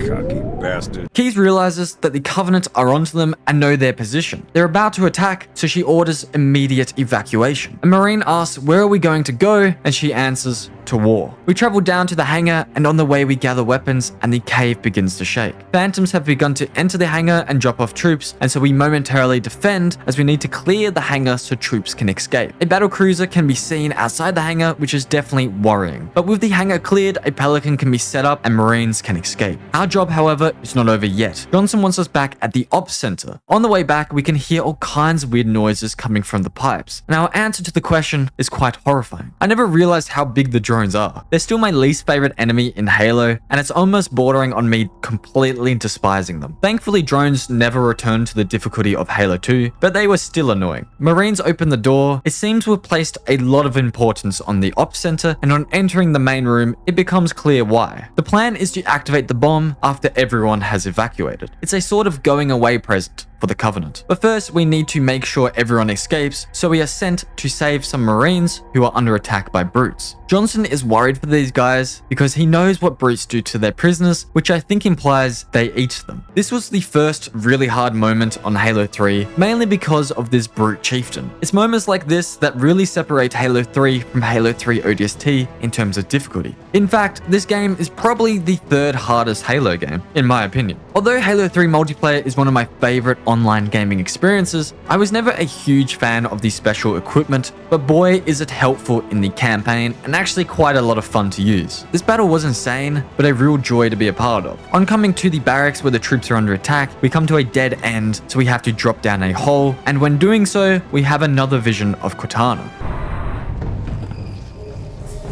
You have been called upon to serve. It's unclear what these visions mean, but it seems she's trying to tell us something. We run into the Arbiter, who lets us know we were too late. The Marines have been captured. Upon entering the next room, we see the soldiers have been killed and witness one of them being thrown across the room. This whole moment is quite grim, and we were even too late to save the surviving Marine. The brutes had noted he soiled himself. Halo 3's battle rifle, in my opinion, feels even nicer than the Halo 2 battle rifle, and so I was really enjoying these battles. Also, the shotgun on this game is a lot of fun to use. But this trip to the barracks wasn't totally useless. We find more captured soldiers and we save them. We need to evacuate immediately, but things keep getting messed up. Brutes have taken over the ops center and disarmed the bomb. So whilst everyone else evacuates, we head back to the ops center. In this dire situation, we are momentarily distracted by Cortana again. You will be the protectors of Earth and all her colonies. Who is we and what is she on about? Finally, we do reach the ops center and take out the brutes who disarm the bomb so we can rearm it. Now all we have to do is escape before it goes off. The Covenant are freaking out and the place is falling apart. Everything is very intense, but we keep getting slowed down by visions of Cortana. There will be a great deal of hardship on the road ahead.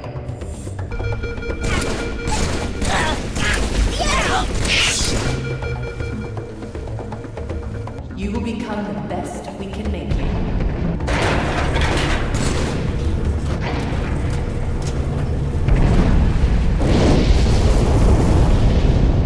This place will become your home.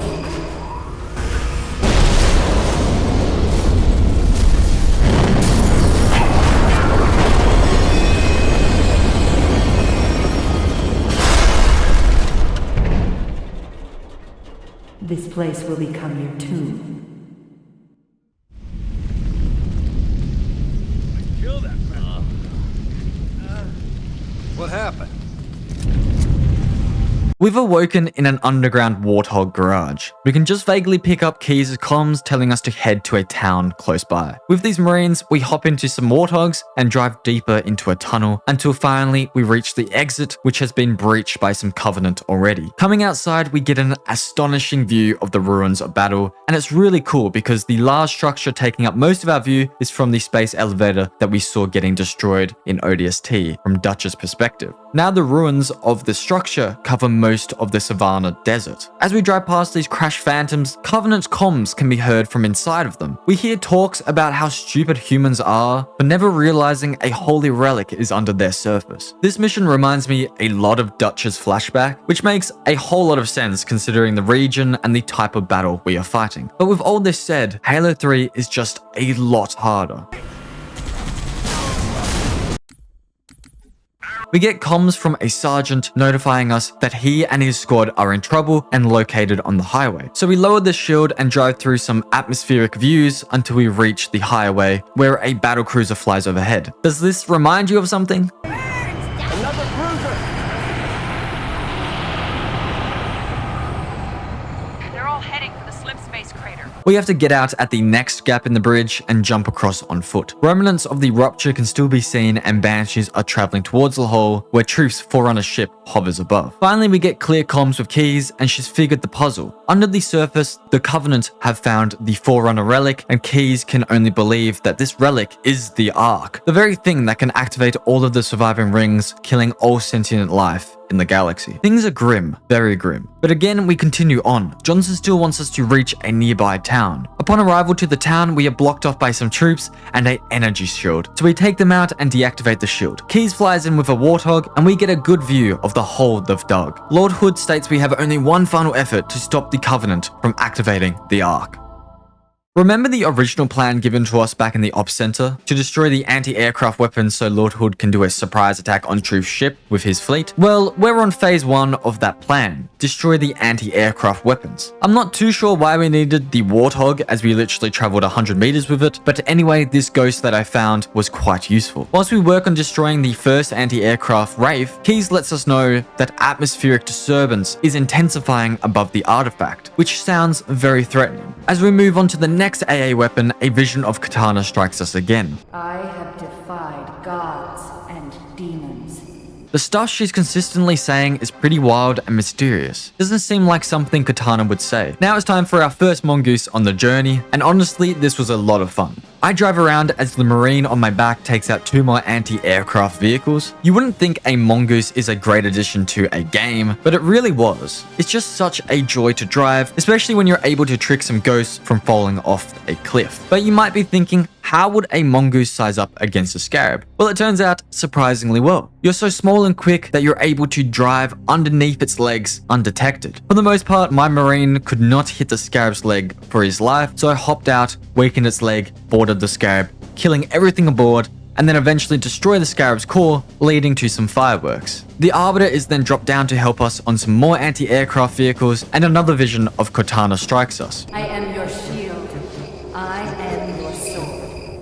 The only real connection I could make between all of these visions so far is that Katana always emphasizes the 2 of them together. I have a lot of fun with a rocket launcher, using up a ton of ammo that I probably shouldn't have used because we run into our first couple of hunters on Halo 3, and boy do they have quite the introduction in this game. They're not easy at all, but the Halo 3 shotgun is a beast. I remember sitting at school daydreaming about using this gun to get a Killionaire on multi-team, the mode where it was 2v2v2v2. Some of the most fun I've had on Halo has been playing that mode. We then get comms notifying us that all brute ships are returning to Truth's Forerunner ship. Upon coming around the bend, we see exactly why we need to remove these anti-aircraft guns. With some intelligence, the Covenant are heavily guarding the guns, so we have to fight through them to grab a fuel rod and destroy the AA gun.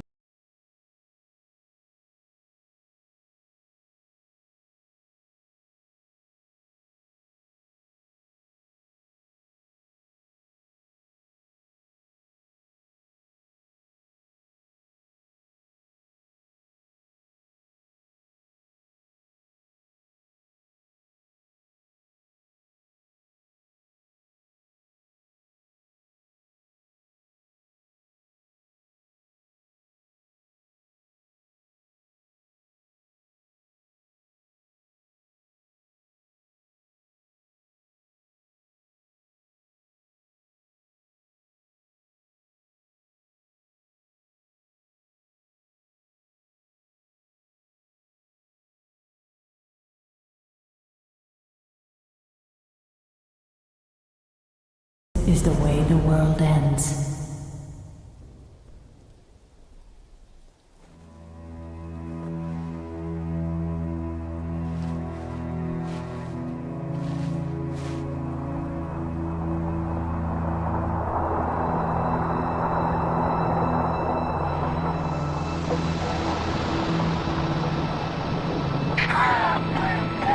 What did Truth just do? Did he activate the rings? No, sir. But he certainly did something. Evac wounded and regroup. Wherever Truth went. Sir, new contact slipping in.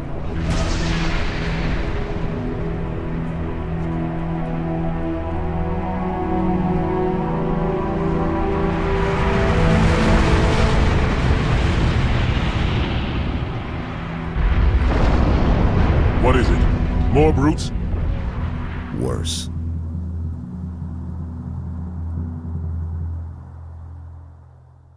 So the fleet attacked Truth's ship, but to no effect. Remember, it is a Forerunner ship. At the same time of the attack, a slipspace portal was created by the Forerunner relic, and so Truth goes through the portal, but unfortunately we can't focus on the dire threat of where that portal leads to because a battlecruiser infested with Flood has just landed on Earth. The Flood spread ridiculously quick, as we've already seen, and they're incredibly smart, as we've already seen. So our orders are immediately to destroy the city via the crash-landed ship's engine core. It's either we destroy the city or all of humanity on Earth gets consumed by the Flood. It's pretty damn grim. It's honestly crazy to see how quick the Flood go from a crash-landed ship to infecting anyone they see. Although Halo CE will always be the creepiest Halo game, this mission is definitely up there as one of the scariest. It's honestly one of my favorite Halo missions, as I feel like they nailed the atmosphere and gameplay of the Flood. Not that they haven't done this before, I just like how there's more Flood, making things more tense. Plus, fighting side by side with the Arbiter always gives things extra points. As we continue forward, we get another message from Cortana. Chief, I can't trust you. It's not safe. The Gravemind, it knows how to do that. This time the vision seemed more genuine, as if Cortana snapped out of something and is herself again. She seems to be warning us of something. We then come across a Marine who seems to be traumatized. See? The Sergeant, they were all infected.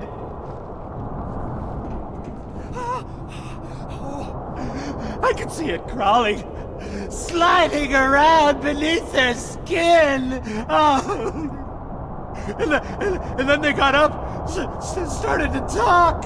Oh God, their voices. Oh God, no, make them stop. I did them a favor. Yeah, that's it. I helped them.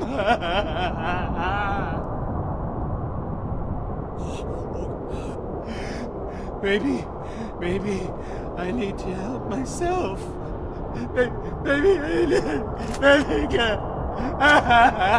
That genuinely both creeped me out and made me sad. One of the darkest moments in our entire journey. We get a crazy view of the opened relic, and then we hear Archer's voice as he captains a ship, dropping off some pods, helping us in our fight against the Flood, which is really cool and something I was not expecting. I genuinely love the redemption arc of elites in this story, but some of them do be taking it a bit too far. Okay, so that was a terrible joke. Again, the gameplay of the Flood on this mission makes some of the most enjoyable fighting. Looking up, I could see the giant slipspace portal. So whilst we're dealing with the Flood, who the hell knows what the Covenant are even up to? Though it probably has to do with the Ark and the 7 rings. Some more elites drop down to help, and we run into my least favorite addition to this game. Although I've been glazing the Flood this whole mission, these pure form Flood are ridiculously annoying. However, there's not many of them on this mission to be too annoying, but other missions, you'll see what I mean. It's at this stage a revelation is brought to our attention. The elites have told Keyes that Cortana is on that ship, the one that crash landed. This puts wind into our sails, leading us directly to the ship. We drop down into what has become a flood hive. It's visually disgusting to look at, achieving the game's desired purpose. The Gravemind is trying his best to convince us he's the good guy.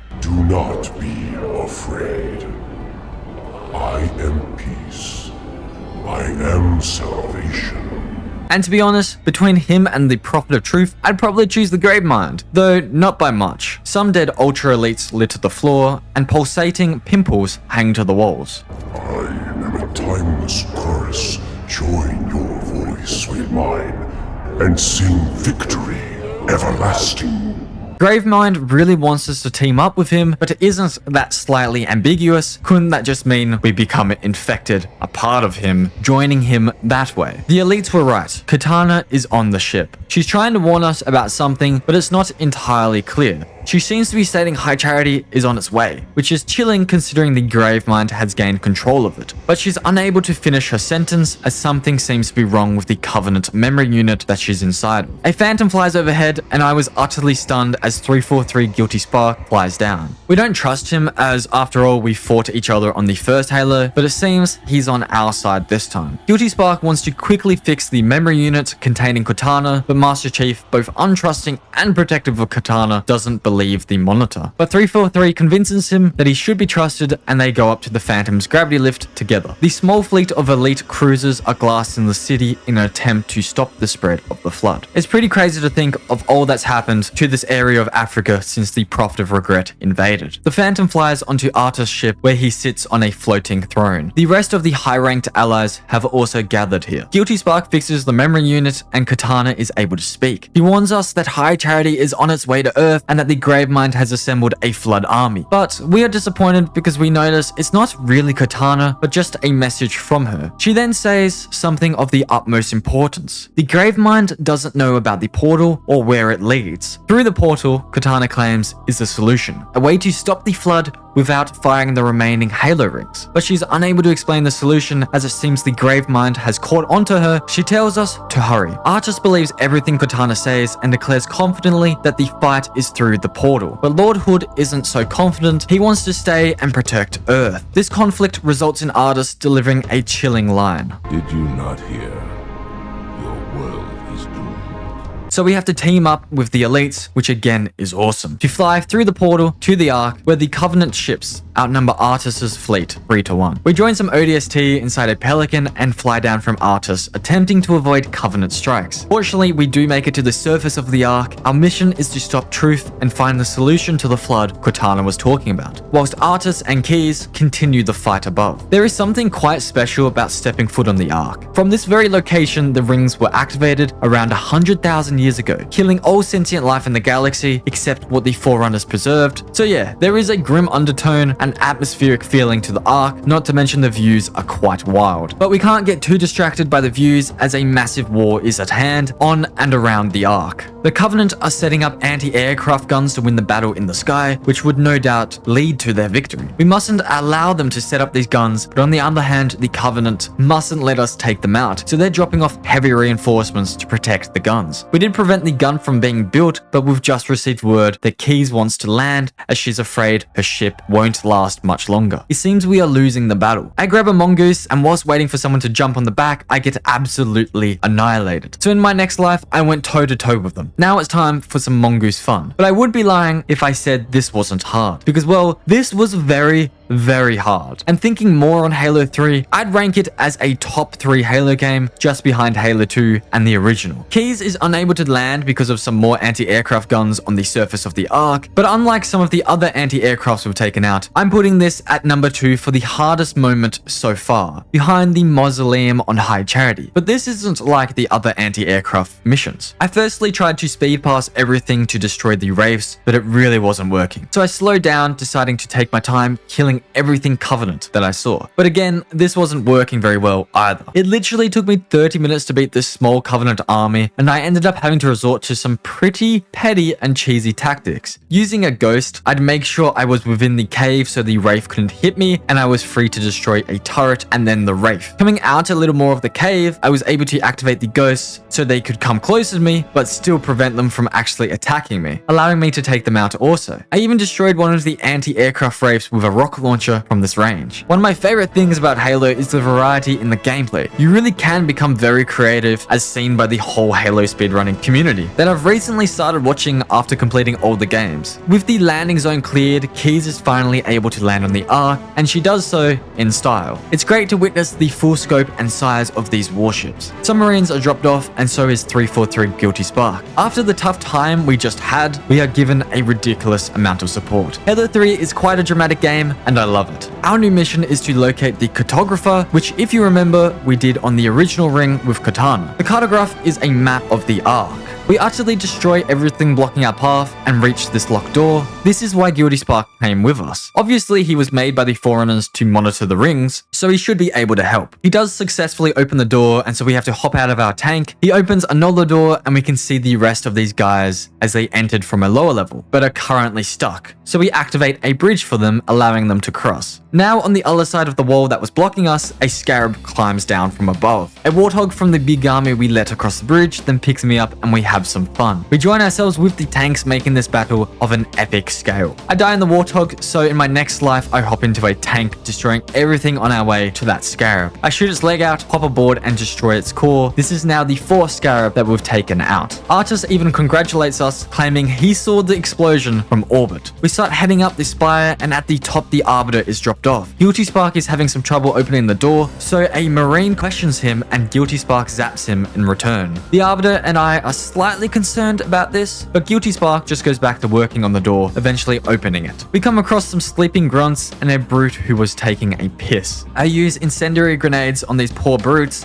and then a fragmentation grenade on the 3rd, only to die by a ghost. Guilty has successfully brought us to the cartographer, though he seemed to be acting slightly strange, almost as if he's losing it a bit. We find out the view we saw in the sky is our galaxy, because remember, the Ark can activate the rings, but is also cleverly located far enough from the rings so the galaxy will be killed off, but everything on the Ark will survive. Thus how the Forerunners survived and the world was repopulated. Guilty Spark tells us where Truth is located, declaring he's created a defensive perimeter around the Ark's core. He begins to panic, but is cut off last second as a Covenant Phantom flies in. We do, however, get a clue to what Guilty Spark was worried about via the hologram, as a purple ring surrounds the Ark's core. Guilty Spark, whilst panic-stricken, then tells us that we need to get past the Prophet of Truth's barrier, otherwise Truth may destroy it all. Bell awesomely and super coolly steals a Banshee and tells us he's going to help Johnson clear the sky for us. But before we can escape, we must first fight Cethegus and his pack. Cethegus is a brute chieftain, and I kill him straight away as he was distracted talking to the Prophet of Truth. I then Fuel Rod and BR 2 more brutes and finally kill the last couple with a Fuel Rod and the other a BR. As Johnson flies in to pick us up, he is momentarily distracted as a very large group of Sentinels fly by. He's tempted to gun them down, but Guilty Spark screams to stop as they're going somewhere very important to them and also Guilty Spark, and this will all make sense later. We hop on board a Pelican, deciding it's more important to focus on Truth rather than to find the solution to the flood Cortana was talking about.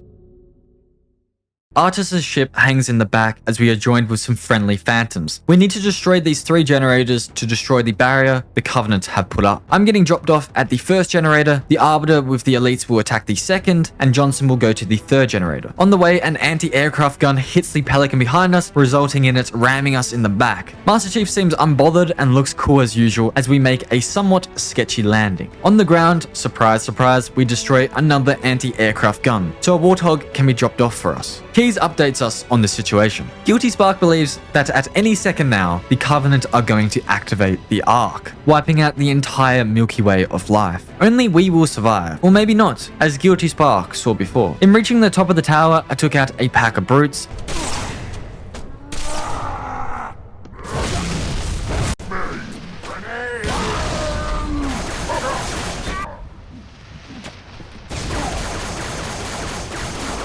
and shut off the 1st generator. The absolute beast, the Arbiter, then shuts off the 2nd, and so it's all up to Johnson to get the 3rd tower offline. But unfortunately, it seems he's been pinned down, not for the first time on this game, by the brutes. He then stops responding to comms, so things just got a little bit more scary. Maybe he was even killed. Keys orders the Arbiter and I to meet at the 3rd tower and finish off the job that Johnson failed. The 3rd tower is located quite far from us, and on the way, I accidentally do the smoothest and most elegant turn. In order to get to the tower fast and take out the Covenant reinforcements, we hop into a Hornet.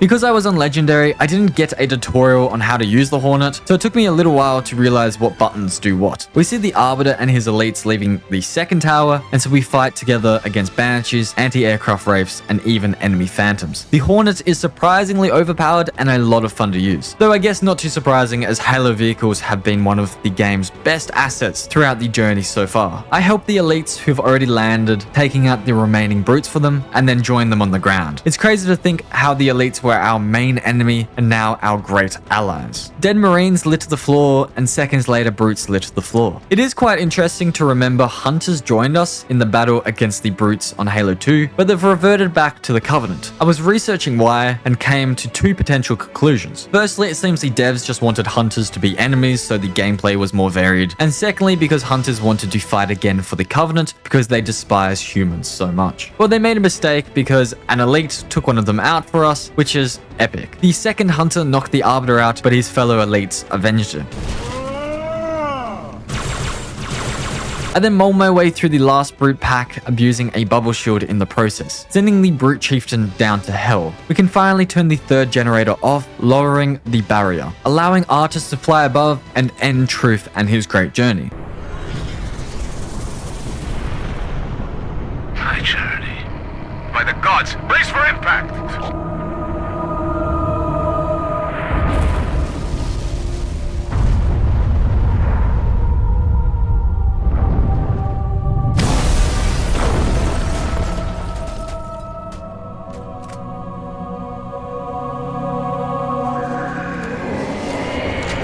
So yeah, the Gravemind decided to bring High Charity through the portal to the Ark, and unfortunately, and very sadly, a part of it went right through Artus's ship, damaging it greatly. And to think things couldn't get worse, a spore capsule breaks through the tower's window. To realize how bad this situation is, we must first remember the Ark is outside the ring's range, meaning even if the rings went off, the Flood would continue living, feeding on whatever lives on the Ark as well. And they're pretty smart, so they might be able to find a way to repopulate the other galaxy so they have even more food. Halo consistently puts humanity in the worst positions possible, and sometimes we lose and gain just a little, but also sometimes we win, and so we mustn't give up. Beauty Spark and the Arbiter leave us to assess the damage to the Ark, whilst the Pelican drops off a Scorpion for ourselves. Although the Flood may seem a more imminent threat, Keyes thinks Truth will activate the rings very soon, so our main focus has switched back to him. We're about to reach the Citadel where Truth is located, but two Scarabs land from a ship above. It's some pretty intense defense placed by the Covenant, but we have a Hornet, and we've already taken out a Scarab with a Mongoose before. It's safe to say the Hornet is much better than a Mongoose, and it shows as we decimate both Scarabs. At this point, the game feels like it's coming to an epic climax. Guilty Spark activates the bridge, and the Arbiter claims he saw Flood scaling the building on the other side. It asked, and I answered. For a moment of safety, I loosed damnation on the stars.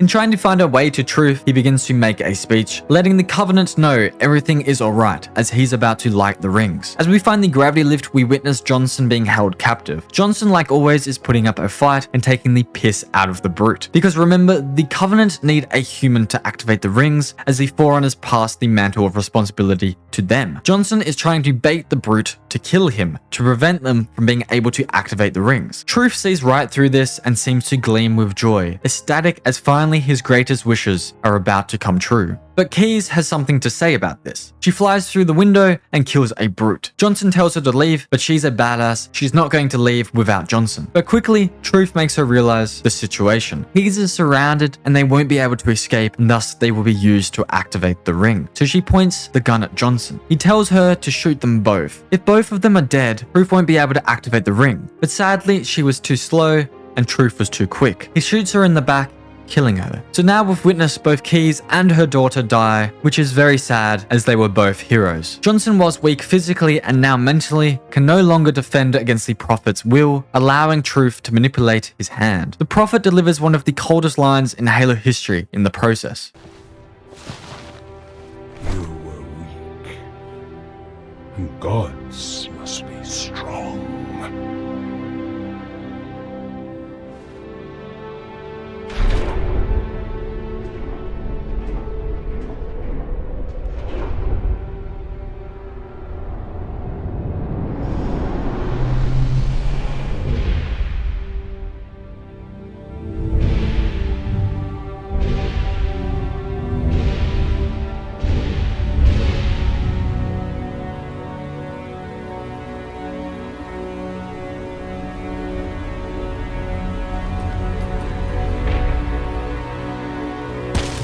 Not shoot, but listen. Let me lead you safely to our foe. Only you can halt what he has set in motion.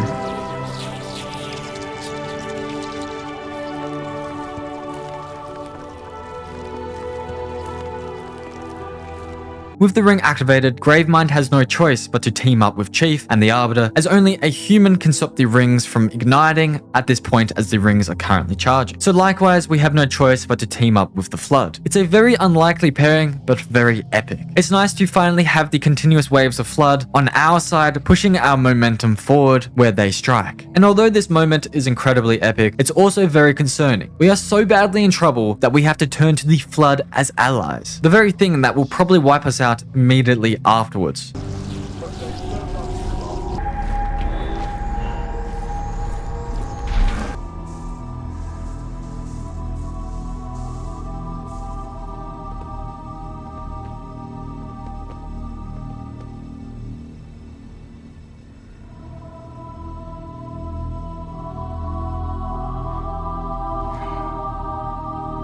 Stop the rings.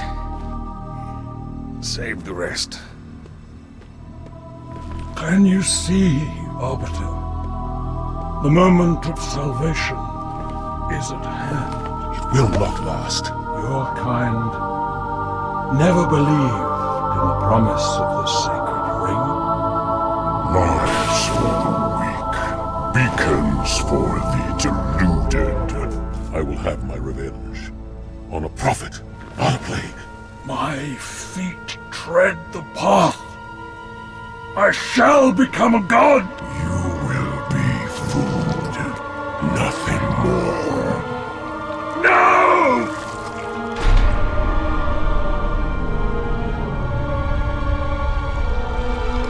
I am truth, the voice of the Covenant. So, you must be silenced.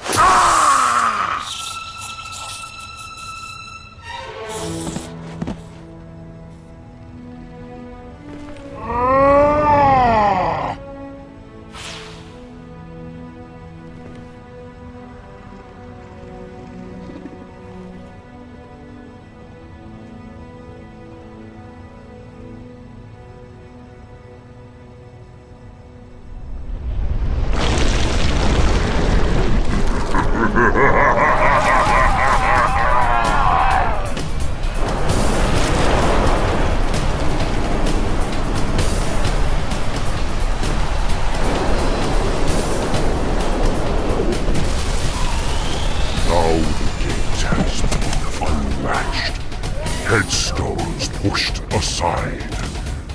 Corpses shift and offer room. A fate you must abide. Betrayed one villain for another.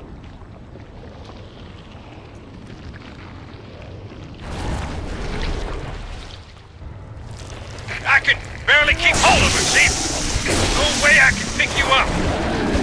Head back to the left. Find a way down. So Truth was killed by the Arbiter. It's important to remember he was basically warped by the Prophet's lies and then tortured for failing. They then attempted to kill him through Tartarus. So yeah, there is a lot of hatred for the Prophets from the Arbiter, and it was great to see him get his revenge. It was no surprise that the Gravemind immediately turned on us, and the Arbiter summed up this situation perfectly. Betrayed one villain for another. The mystery of Katana continues whilst we fight the Flood.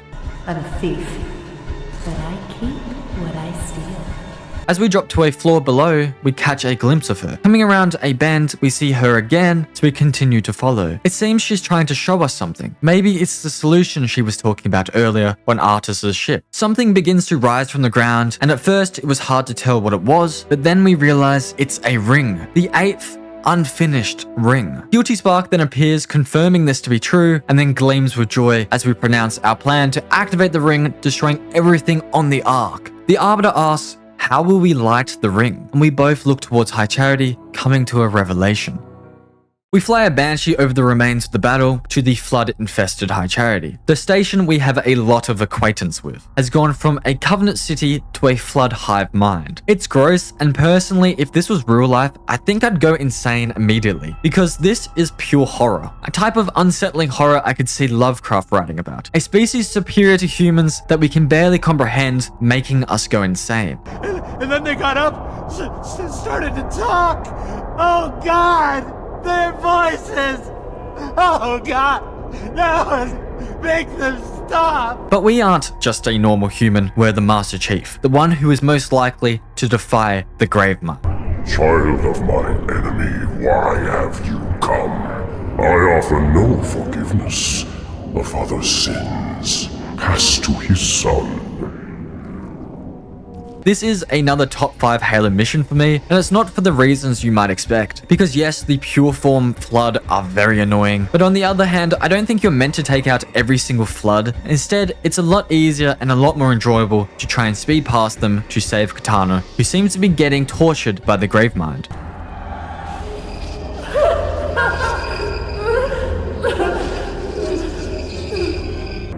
Of course, you came for her. We exist together now. 2 corpses in 1 grave. This mission is such a blast because it held me on the edge of my seat the entire time with its intensity and horror. A collection of lies. That's all I am. Stolen thoughts and memories.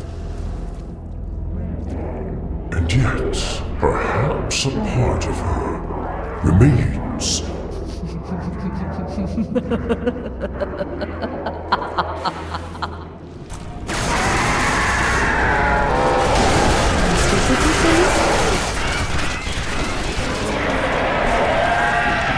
What's your name? It's very nice to meet you. You like games? So do I.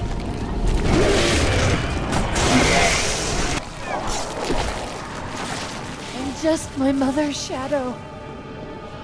Don't look at me. Don't listen. I'm not who I used to be.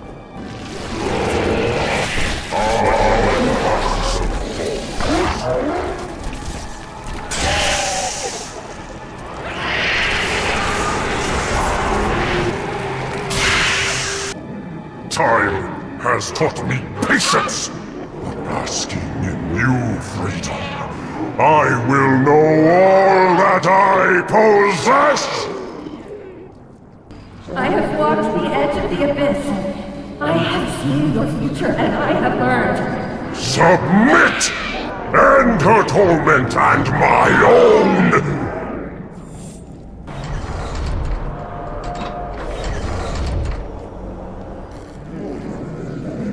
This is UNSC AI serial number CTN 0452-9. I am a monument to all your sins.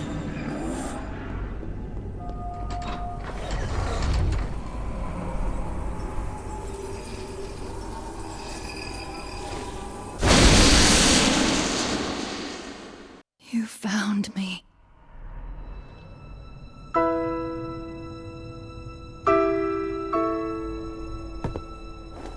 But so much of me is wrong. Out of place. You might be too late. You know me. When I make a promise. You keep it. I do know how to pick 'em. Lucky me. Do you still have it?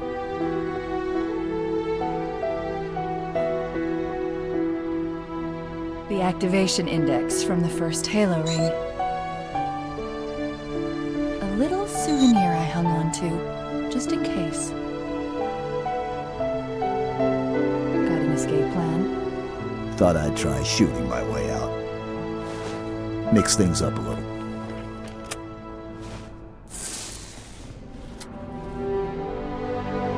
Just keep your head down. There's 2 of us in here now, remember? So we've saved Katana and followed up on the promise we made to her long ago on High Charity. Chief, when you get to Earth, good luck. After I'm through with truth. Don't make a girl a promise if you know you can't keep it. The revelation that the Arbiter and I had was we can activate the unfinished Halo ring using the first ring's index that Katana stole from Guilty Spark all the way back then on our journey. This whole time, Katana has been hiding it from the Gravemind, getting tortured as a result. By rescuing Katana, we have severely pissed off the Gravemind.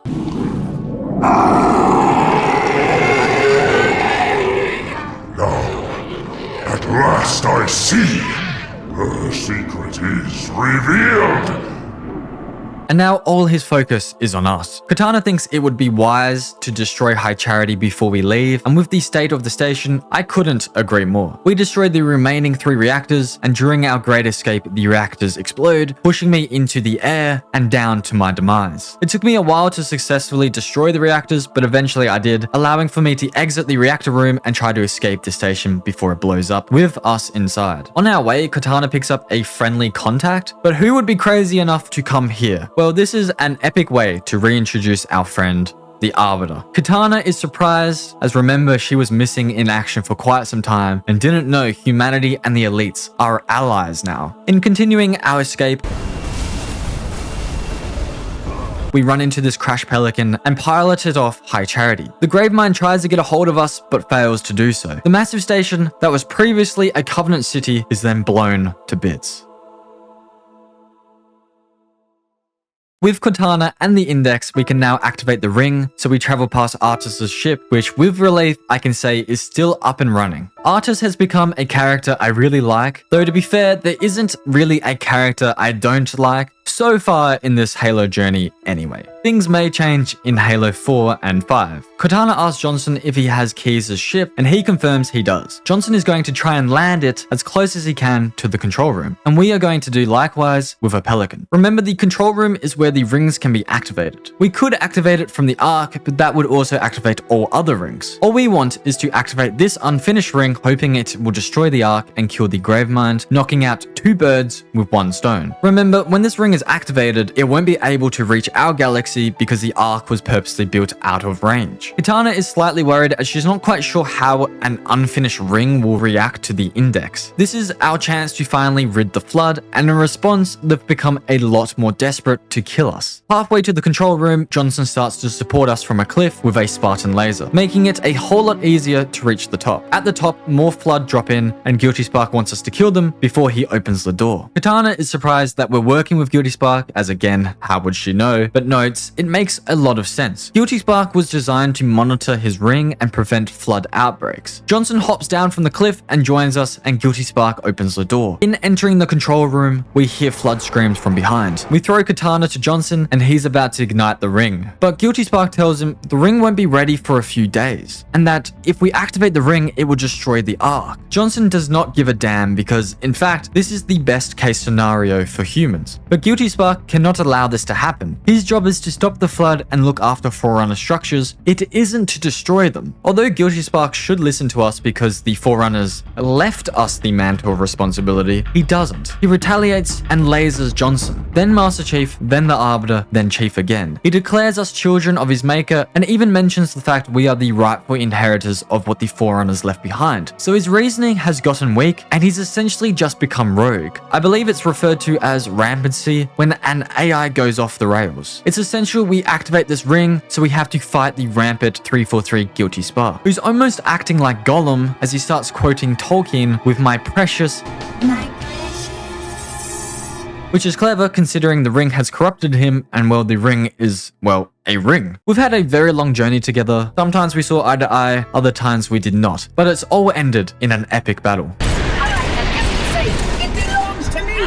Whilst the Monitor was distracted with me, Johnson lasers him in the back, knocking him out. But suddenly, I realized he's dead. Sergeant Johnson is dead. Our main guy, who's been with us through practically our entire journey, is dead. He died saving our life, and so another hero was left behind. We can't let his death be for nothing, and so we continue to attack 3-4 Guilty Spark, eventually destroying the Monitor. Johnson resurfaces just for a moment to give back Cortana's chip and tell us to never ever let Cortana go. And I think these words really stuck with Master Chief for a long time after, leading into Halo 4 and 5. Cortana tells us sorry and then activates the ring. Even the Arbiter gives us his condolences. To end the amazing run of games made by Bungie, we go out in style with the usual vehicle escape. I remember my brother and his friends spent an all-nighter at a sleepover when we were young, and they were trying to complete the campaign on Legendary with skulls on or something so they could unlock some armor, but one of them kept falling to their death and so they all started getting pissed at him. It's a funny memory that stayed with me, and considering I've never beat this game personally, I had a lot of fun. I love how the games evolved, but stuck to what they knew we enjoyed. We need to make it to Keyes' ship that Johnson landed. If we get to it, we may just have enough time before the ring activates, as it's our only hope to get to the portal and escape the ring's activation. After a long journey, the Arbiter and I can finally see the ship ahead, but there's an issue. How are we going to get aboard? Well, fortunately, there's a ramp, and with enough speed, we land a massive jump right into the hangar. A Scorpion nearly slides right over the top of the Arbiter, but he nods to us to confirm he's okay. We put Katana into the ship, and she begins to pilot us.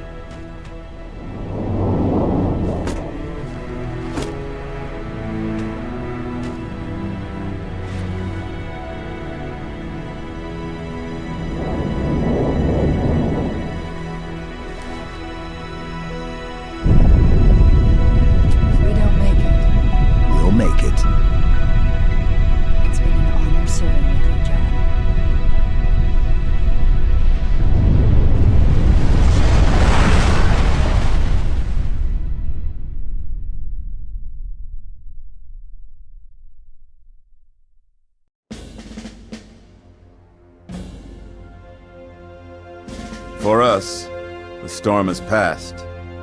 The war is over. But let us never forget those who journeyed into the howling dark and did not return. For their decision required courage beyond measure, sacrifice, and unshakable conviction that their fight, our fight, was elsewhere.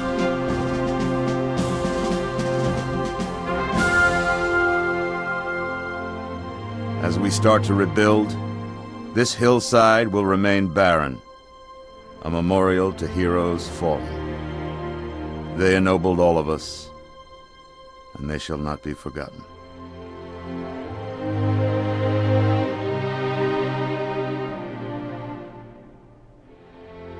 Reset! Up!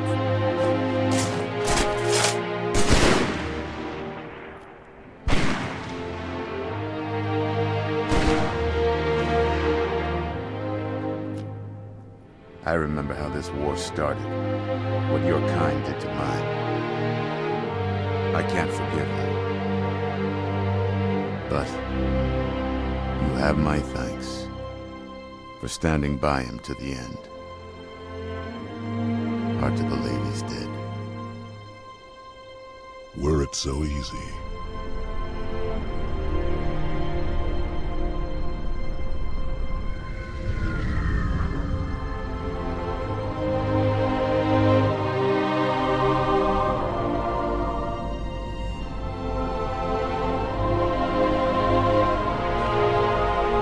Things look different without the Prophet's lies clouding my vision.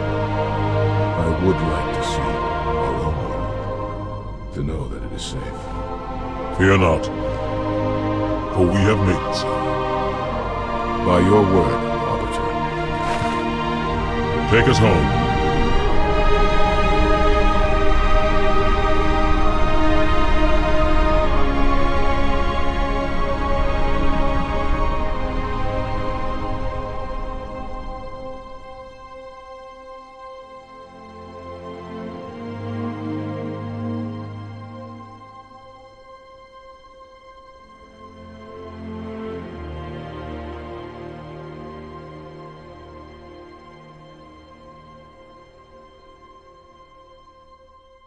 Chief?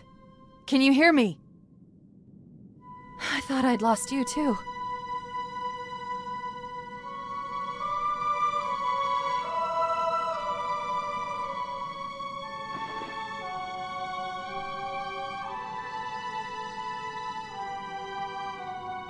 Chief survived with Katana as they were able to escape through the portal before it could no longer sustain itself. The Ark, the Covenant, the Flood are all gone. But there's just one issue. The ship was split in half. The Arbiter's half made it to Earth, but Cortana and Chief are floating aimlessly in space. Cortana releases a beacon and notes it may be years before someone finds them. So Chief enters a cryo chamber and tells Cortana to wake him when he's needed, leaving Cortana alone. It'll be a while before anyone finds us. Years even. I miss you. Wake me when you need me.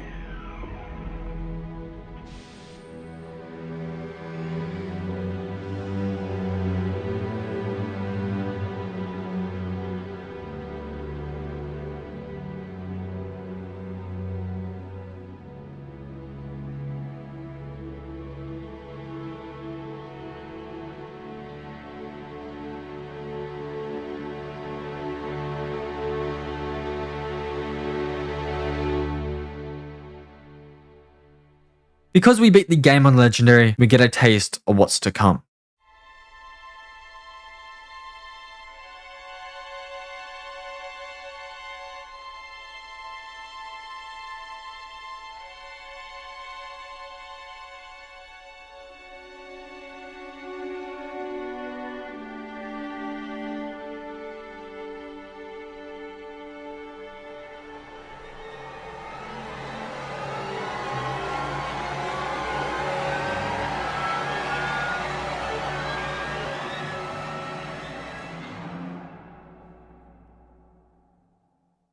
Looking back on the journey so far, if Halo ended with Chief and Cortana floating and no games were ever made after, I think the story would have been perfect. Remember, humanity was on the brink of destruction until Noble Team secured Cortana before the fall of Reach. The Covenant and the Flood repeatedly tried to destroy the galaxy in their own ways, but Master Chief was always there to stop them. Finally, we destroyed the Ark, defeating both the threat of the Flood and the Covenant, and thus the dire situation that humanity faced at the start of the journey has been eliminated. All of the fallen heroes and Chief and Cortana led an epic adventure and saved humanity. But Halo 3 isn't the end of the story, as 343 Industries took over the Halo universe. I was 11 years old when Halo 4 released, and to put into perspective how excited I was for this game, I literally counted down the days from 30 days away from release. My brother and I went to the midnight release on a school night because yes, I was only 11 years old, and when we got home, excited to play, our dad told us we weren't allowed to, which kind of defeats the purpose of going to a midnight release, but it wasn't a school night, so fair enough. Anyway, Harry ended up getting up early before school to play a few games, and I was very jealous. But we soon came to the conclusion that it wasn't the same Halo that we enjoyed. In saying this though, when the Halo Reach beta came out, Harry and I got up at 2 AM to download it because we are from Australia, and because we are from Australia, it took 5 hours or so to download, and by the time it finished, Dad was telling us to get ready for school, because at this stage, I was 9 years old. But I do still remember playing that first game on the beta on Sword Base and seeing a bunch of people flying around in jetpacks, and I remember being put off by the game's armor abilities, but after that initial adjustment period, Halo Reach became one of my most played Halo games, and I love it dearly. I say all this because yes, sometimes a game on first play takes some time to get used to, but Halo 4 just never clicked for me. I still enjoyed it, but nearly not as much as all the games prior. But I'm not going to let this hinder my experience of the campaign, as now I'm a lot older. So if you've made it this far into the video, we are now traveling into a different type of Halo.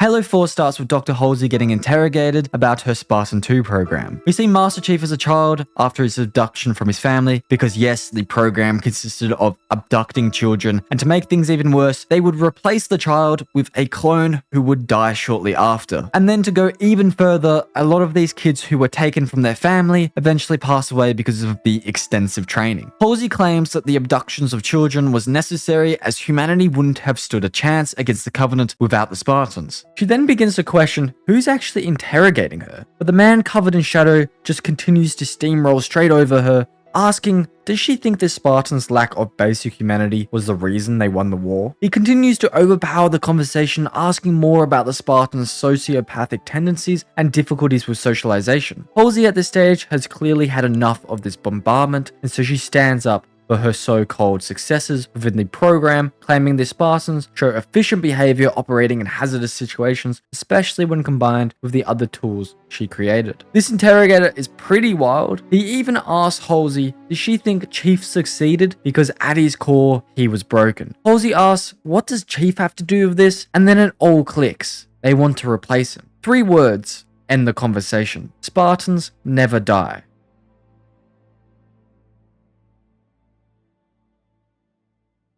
Four years after we left Chief and Cortana, a sensor scan runs through the ship. Cortana then awakes, or whatever an AI does, panic-stricken as a lot of beeping noises are filling the air. She wakes Chief from his cryo chamber and turns on the gravity in the ship. It's time for the two of us to get back to work. As Cortana explains, the alarms going off means someone or something has boarded. Another scanner moves through the ship, and even Cortana doesn't know what the cause of it could be. The observation deck is above us, and so we pry this elevator door open, which unfortunately causes a sucking effect, nearly killing us already. We do manage to grab hold of something to climb up to the observation deck. I got hit on the way, but luckily I caught hold on the way down, and so I regrouped and continued upwards, jumping from side to side when I had to. Finally, I reached the top to safety, but suddenly an invisible elite attacked us, and so I grabbed hold of his head and threw him back down the shaft. This whole scenario is very bizarre, as the elite attacked us first, even though the last time we fought, the elites were on our side. So it seems quite a bit has changed in the last 4 years, which makes me slightly sad, as the redemption of the elites was one of my favorite things about Halo 3. We override the ship's blast shields, and this is where we become aware of the situation at hand. We haven't just run into a rogue salvage ship, but rather an entire Covenant fleet. 2 Phantoms catch sight of us and board the ship. In all honesty, Halo 4 was pretty damn easy when dealing with the Covenant. One thing I do quite like about this game are the weapons, as they're all pretty good. The pistol is also a lot of fun, but I'm not a big fan of the Storm Rifle, really at all. That is the one exception. As we travel to a launch station, a revelation strikes us. It appears we've been orbiting a Forerunner planet, thus the explanation of what we saw at the end of Halo 3. We fight through the Covenant, which again was pretty easy considering the amount of enemies, until we were able to activate the missile launch controls. But unfortunately, the missile won't fire as it's jammed, so we have to go down and fix it. The beam rifle was a lot of fun to abuse here. I fixed the missile launch malfunction, allowing for it to be released and strike a battle cruiser. However, we've still got an enormous fleet to deal with. But suddenly, it doesn't seem like they're our biggest issue, as it appears the planet was scanning the ship and not the Covenant. After scanning us, the planet opens up and sucks in the entire Covenant fleet. We need to quickly find some escape pods, or soon we will join that fleet. As we do so, the ship begins to fall apart, and as we travel further towards the drop pods, it becomes even more and more of a nuisance. Though I must admit I was having a lot of fun assassinating these unsuspecting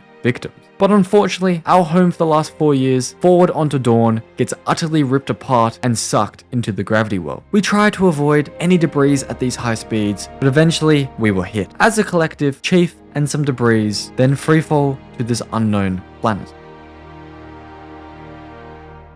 Chief just gets up without any real indication he just fell from outer space, something you'll see a lot by the 343 games. So hang on, where the hell are we? Unfortunately, Cortana's answer isn't quite what we're hoping for. Where are we? Checking coordinate impact data. We have asked you to give up your family, your childhood, your future. So yeah, apparently AIs deteriorate after 7 years, and Kitana's been around for 8. We saw what happened to Guilty Spark when he turned rampant, so there is a genuine threat behind Kitana's deterioration. Remember, Johnson put a lot of emphasis on never letting Kitana go, and well, he's willing to do just about anything to stop Kitana from essentially dying. Plus, this 343 Industries version of Chief is slightly a bit of a simp in my opinion. Apparently, the Covenant were waiting outside of this unknown planet for 3 years, but couldn't enter until it scanned ourselves. Our goal is to find a working ship and get the hell off this planet. I will say, I really like the environment on this planet. It does look very epic. As we fight, Kitana mentions that if we do reach Halsey, she may actually be able to fix her deterioration. Upon trying to reach a ship to escape, we come across this building where sentinels are flying about. Eventually, we even find the cartographer of the planet, which is pretty damn lucky considering all we had to go through to find the other cartographers for the ring and the arc.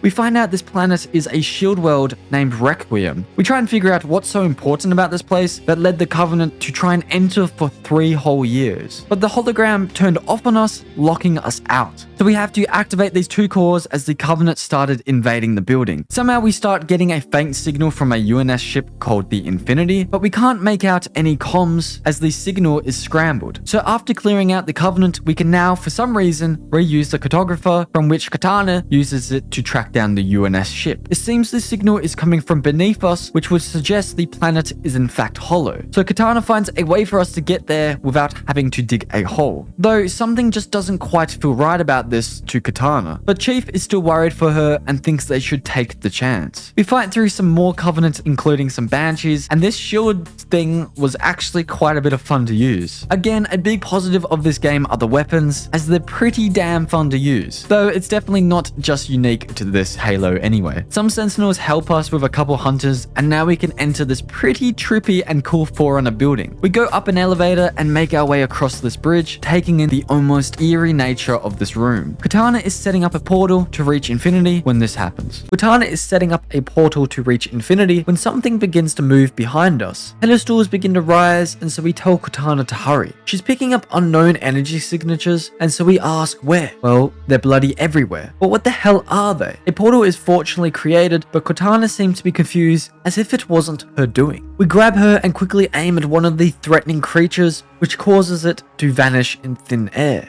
What the hell are we dealing with? Fortunately, Chief is smart, and so we escape through the portal. Katana has sent us to where Infinity's signal was located, but it appears the ship isn't here. We are at the planet's core, and it seems Infinity's signal is actually coming from the core itself, and the beams attached to it are causing the signal's interference. Our plan is to remove the beams, hoping that it will give us clear comms to the UNSC ship. Katana creates a portal, and we teleport to the first pylon. This is where we run into some weird creatures. They were made by the Forerunners to combat the Flood, and they're the equivalent of the Covenant's grunts in terms of the role they play. So yeah, these Promethean crawlers are only the start of the Forerunner army that was created long ago to stop the Flood. Look out!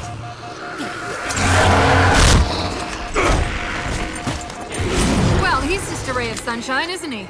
The Promethean Knights continued to haunt us as we make our way to turn off the pylon, until they finally blocked us off and we had to fight our way past them. Now, the gameplay of fighting the Promethean army is not my favorite at all. The crawlers' movements are annoying and the Knights are very, very tanky. But in saying this, I soon learned the best ways to fight the Promethean army and things got a bit more fun. But for now, it was kind of frustrating. In terms of the Prometheans, by far the best thing about them are their Forerunner weapons. They're really fun to use and definitely way stronger than human and Covenant weapons, which makes sense considering their Forerunner tech and we're always chasing the shadow of the Forerunners. I specifically enjoyed the suppressor, light rifle, the shotgun, the sniper, and also the rocket launcher. We take out 3 shield power cores whilst the Prometheans continue to try and kill us. At this stage, there's a lot of mystery within the start of Halo 4. We've landed on another Forerunner structure, ran into a Forerunner-made army, only for them to attack us, which is certainly interesting as at this stage, we don't know their motive. As we make our way to shut off the beam array, we get some more scrambled comms, and we can vaguely hear that a ship has tracked us down and making their way to our last known location. Katana is desperately trying to contact them to stop, otherwise they're going to get pulled into the planet and the result will likely be the same as the Covenant fleet. But she's still unable to contact them, so we destroy the beam array and the comms become less scrambled, but unfortunately it's not enough. We need to destroy the second beam. And on the way, we see some Covenant ships which have slip space traveled to the core of the shield world. They seem to be heading for the second pylon also. We have to fight through copious amounts of the Prometheans and Covenant whilst they have at each other as well, hoping all the while the massive UNSC ship that's tracking us doesn't get trapped into the gravity well. I did quite like this mission, as watching the battle from afar was a lot of fun and at times quite cinematic. Coming across the second pylon, the Covenant seemed to be protecting it, and so we have a lot of work cut out for us. I did steal a Banshee and had a bit of fun with it, allowing me to easily take out the last 3 shield power cores. The Forerunner shotgun absolutely annihilated the last guarding elites, and finally we were able to destroy the last beam array, but it's still not enough. We still can't get contact to Infinity. So Cortana teleports us to the satellite relay, but before we enter the portal, we see the Covenant are also heading to the satellite relay. Things really are quite ominous and murky. I feel like it's at this stage that maybe we should have thought a bit more about what we're doing, as it seems we're helping unintentionally the Covenant do whatever dumb thing they've been trying to do for the past 3 years. It's only until a Reclaimer came that the shield world was unlocked, and possibly these Prometheans are just trying to stop whatever evil thing the Covenant are trying to unlock. But again, we are being pushed because if we don't remove this beam array, a massive UNSC ship will be drawn in and destroyed. So yeah, the situation is just terrible on every angle. This large object seems to be the signal relay, which will allow us to comm with Infinity, so Chief tries to reach them, but it doesn't work. Instead, this structure called the cryptum rises and releases a beam of energy, and at the bottom of the cryptum, something is released. A Forerunner? He turns the Prometheans red, and the Covenant bow to him. He then claims us stupid, which is kind of fair enough, and declares us not worthy of the mantle of responsibility. This is the Didact, and he was imprisoned inside the domain by the Librarian, his Forerunner wife, for turning humans into Prometheans to fight the Flood. Only a Reclaimer could have unlocked the shield world and then unlocked the Didact, so we really have screwed up on a monumental scale. This dude's been imprisoned with only his thoughts as company for hundreds and thousands of years, so it's safe to say he lost some sanity and he's not bloody happy. The Didact had manipulated Infinity's signal to trick us to release him. He claims the Forerunners have returned. We are flung into a wall, causing us to fall from quite a height. He could have easily killed us at this very moment, but I suppose he underestimated our ability to survive. As we get up, the cryptum begins to create a slipspace rupture, and as it erupts, we dive with the wishful thought of surviving. We awake, and Cortana tells us to hurry as the Didact has destabilized the core and is escaping himself. We need to find a portal to escape, so Cortana uses our shield to overdrive the ghost boost, which is actually pretty damn cool. In fact, this entire escape was really intense and a lot of fun. Fortunately, after a while of the planet collapsing on top of us, we reached a portal.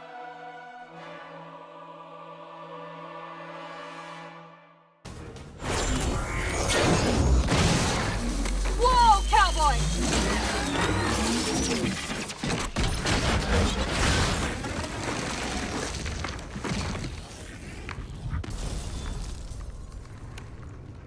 Chief, there! The UNSC ship Infinity then appears from the clouds, claiming an unknown entity has seized control of the ship. They've lost power and about to crash land onto the Forerunner planet. We're about to track them down to help, but the cryptum controlled by the Didact rises up and races towards the Infinity ship. We have to get there before the Didact can do whatever the hell he wants to do. On arrival to the crash-landed ship, some Covenant fly in and the cryptum scans Infinity. Chief notes that if he wanted to destroy the ship, he would have done so already. The Didact continues to scan the ship as we travel through this very pleasant-looking jungle until we come across some dead troopers. I do really like the scenery of this jungle, and I think it fits really well with fighting the Prometheans. But god, there are still some annoying moments like how these Promethean drones can revive the knights, and remember Jackal snipers? Well, imagine Promethean snipers. The Forerunner sniper is way more overpowered than the beam rifle, but at least there isn't as many of them. We can also collect Promethean vision, which is really cool, especially in such foggy conditions. Finally, after close to 5 years, we are reacquainted with humanity. 3 Spartans walk straight past us, and this is where we meet my boy Lasky, who I really like, but it always makes me laugh when he talks for some reason. First officer of the Infinity. Never thought I'd see you again. The female Spartan Palmer greets Chief with a slightly unusual comment. I thought you'd be taller. Immediately, Lasky wants us to help the recon teams to return back to Infinity as they're currently suffering large casualties. Marines are very surprised to see us, as everyone believed us to be dead these past 4 years. We fight through copious amounts of the Prometheans with all sorts of different weapons, whilst Cortana works on opening a door that will lead to a potential landing zone for evacuation. On coming through the door, we learn the Covenant are working with the Prometheans, which shouldn't be a surprise as the Prometheans are now under the control of the Didact, and the Covenant worship the Forerunners. This part was definitely pretty easy.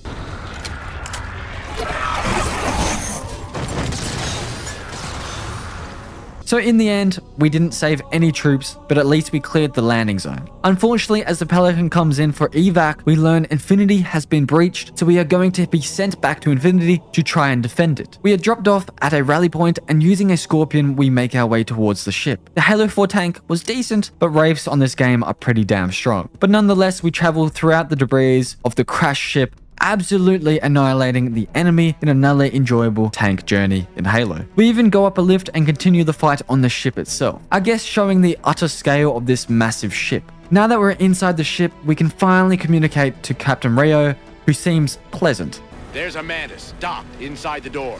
Take it. Apparently, the Cryptum is stealing the ship's data, so Captain Rio orders us to try and break the connection through the use of a Mantis, which was an absolute blast. At least for now, 343 Industries has done a good job with the vehicle aspects of the missions. I especially like this Mantis though. The Covenant have placed jammers on top of the ship, which have disabled Infinity's defenses. So using the Mantis, we destroyed the defending Covenant and the jammers themselves, allowing for the ship's turrets to help us in defending the ship, blowing up Phantoms in the process. Even the massive battle cruisers begin to slowly deteriorate, showing the full scope of how strong Infinity is. We then manually initiate the malfunctioning Mac gun and focus all fire on the Didact until he can no longer take it and has to speed off out of sight. We've won today, and so Infinity is able to regain power and take off from the planet. But there's an issue. The gravity well is still intact, and so we can't quite get off the planet yet. Chief thinks we should stay anyway to fight the Didact whilst he's weak. But Captain Rio is a real piece of work and a bit of an arsehole, to be frank. You know, I think you, of all people, would appreciate the benefit of living to fight another day.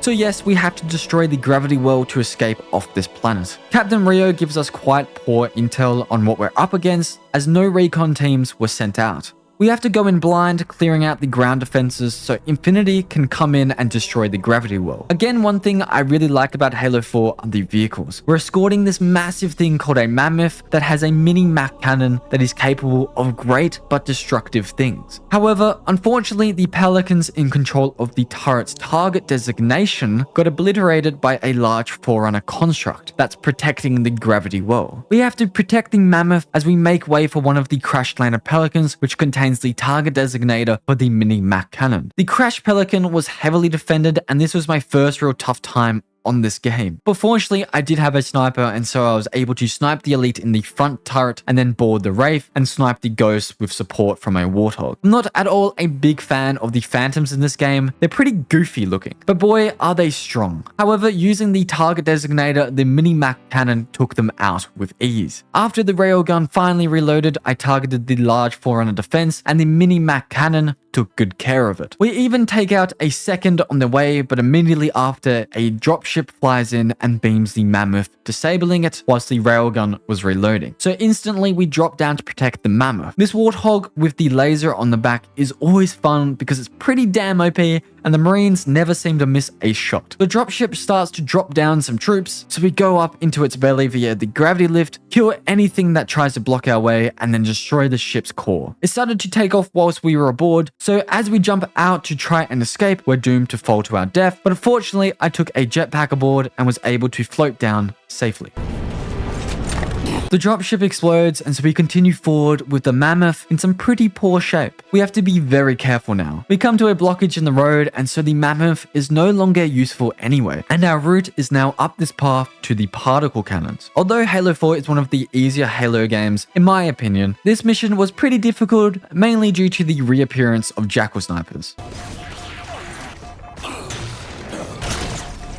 But eventually we made it to the Forerunner structure, where Sentinels led us through a couple doors. Butana and ourselves begin to wonder if we've just fallen into a trap. Captain Rio, whilst his voice was scrambled, has sent us coordinates inside the structure, and they lead to this location. Katana turns off the particle cannons, but something seems to be off. Suddenly, Katana states something is in there with her and then disappears. This is extremely worrying, so we have to find her. However the hell we're gonna do that? Well, it seems these Sentinels are actually going to help us as they activate a bridge and open a door where we find Katana. Walking onto the platform that we saw her on briefly, we are teleported into a kind of dream. Remember, I mentioned the Didact's wife, the librarian, who actually imprisoned the Didact for his evil plans? Well, her memories have been retained to assist humanity reach the mantle of responsibility. Since the Didact is threatening humanity's position, she gives us some important information. Apparently, the Didact is heading for the Composer, a device that will lead him to dominance over humanity. It should be noted, I have no idea how she knows this, considering these are her retained memories. How the hell does she know what the Didact is up to currently? But hey, we will take any help we can get. She then tells us about the war between ancient humans and the Forerunners. Ancient humans were very advanced, and after humanity lost the war, the Didact devolved them to a primitive society. The Forerunners were quite weak after the war, which was terrible considering humanity weren't attacking them, but rather running away from something.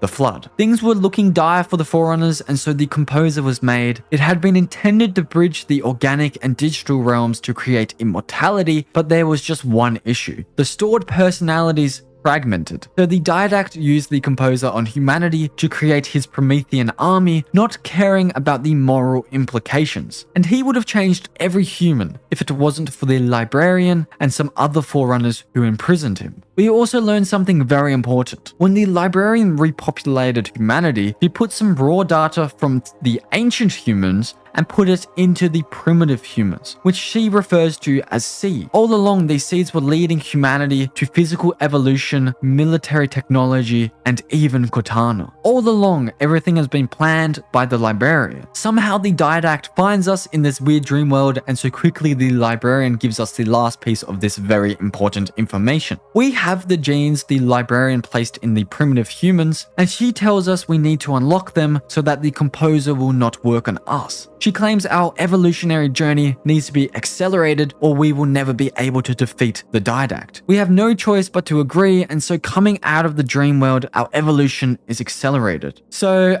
yeah, Halo 4 is quite different to every other game so far. This is definitely the most out there game so far in the journey. And like I said, I like how Halo 3 ended the story, so I kind of look at Halo as having two separate stories. The full story with all Bungie and 343 games, and then just the Bungie games. So it was actually the Librarian who took Katana from the system, and now she's wondering what she's done with us as something has been changed. We take a portal back to the battle. We still need to get the gravity well off, and it turns out the battle is not going in our favor. Infinity is taking a lot of damage, and so we need to use the tank to defend the massive ship so the gravity well can be destroyed and we can get off the planet. Apparently Infinity can't lock onto the gravity well because there's so much air traffic, which is kind of just dumb, I don't know. So we travel to the coordinates of a laser designator to target the well for the Infinity and to finally destroy it. Aboard the ship, we continue our argument with the utter piece of work, Captain Rio, who still wants to return home. We of course want to fight the Didact before he reaches the Composer, turning humanity into a Promethean army. Rio says, with all due respect, he doesn't want to risk his ship due to an aging Spartan and his malfunctioning AI. Lasky stands up for us, however, and asks, what if Chief is right? Rio, however, is having absolutely none of it. He wants to leave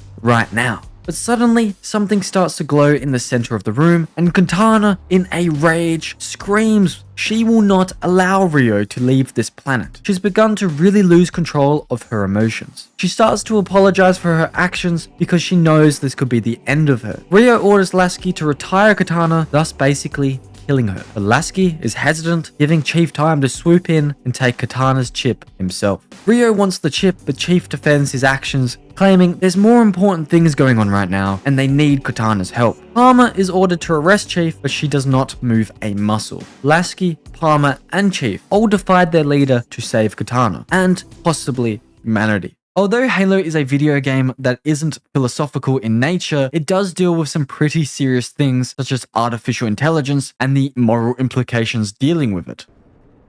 I can give you over 40,000 reasons why I know that sun isn't real. But for all that, I'll never actually know if it looks real. if it feels real. Lasky has been sent to make sure we don't leave the ship, but he is an absolute legend and clearly realizes how much of a wanker Rio is. Instead, he sets us up with a pelican and wishes both of us good luck. Katana, whilst worried about her own demise, revels in the joy of Chief taking her on possibly her last ride. So this is our first time in Halo that we get to drive a pelican. On exiting Infinity, we can see the Didact has yet to leave Requiem to find the composer. I love the scenery of this battle as we laser phantoms with the pelican in an attempt to lower the Cryptum's shield. This mission reminds me a lot of New Alexandria on Halo Reach, except it's a lot lighter of a setting and we are fighting Promethean instead of Covenant. We ride gondolas as Prometheans try and stop us, till finally we reach the carrier wave generator where Cortana activates our shield, using it as an EMP to turn off the generator to hopefully lower the Didact's shield. We have to fly to another tower and destroy 3 attenuators. And now the shield has been lowered, we enter another tower and the Didact begins to actually alter its interior. I really enjoyed using the Forerunner rocket launcher and using Forerunner weapons on 2 Covenant hunters. I had to use a Banshee to traverse the next level of the tower. I'm not the biggest fan of this version of the Banshee, but it did the trick. Finally, we've reached the tower control room and place Katana inside. To prevent the Didact leaving, she's pushing some structures to block the Cryptum, but unfortunately, her rampancy gets the better of her. We quickly think on our feet, however, and decide to jump across multiple dropships to the Didact, which sounds incredibly dumb. We only just scrape our way onto the first dropship when the Cryptum flies down into a structure. It's actually a massive Forerunner ship that is leaving the shield world, probably towards the Composer. The Seraph we are holding onto for dear life follows the Forerunner ship, and together we go through a slipspace rupture. It does seem pretty damn obvious where the Didact would want to go, but a second Halo ring? Well, it turns out this is Installation 3, and I really wish we were traveling onto it, but instead it seems the Composer was moved from the ring to this human station. So we take over the Seraph and comm the station, warning them to protect the Forerunner artifact they're studying. But Cortana gets in the way as she's beginning to really act up, and as a result, we crash into the station. She has genuinely become a threat to even ourselves now. But surprise, surprise, we survive until I saw something shiny in the room. Covenant! They've already taken over the landing bays. The Covenant have already boarded the station and wreaking havoc on Marines and scientists alike. We help defend the station and eventually block the Covenant from boarding the ship by erecting a barricade over the landing bays. We continue along the ship until we run into some scientists being attacked by a couple of hunters, which is a mismatch if I've ever seen one. I had actually picked up a thruster boost at this point, and I abused it to have a blast taking out these hunters. Honestly, the thruster was pretty damn fun to use. We meet the scientist in charge of this research facility who's desperately trying to cling onto the Composer as she spent 3 years studying it. He claims it can't be moved, but we're more aware of the situation and know the Didact's Cryptum will be able to move it. So the only option now is to destroy the station and the Composer, to the utter dismay of the scientists. Her reaction is seriously ridiculously long.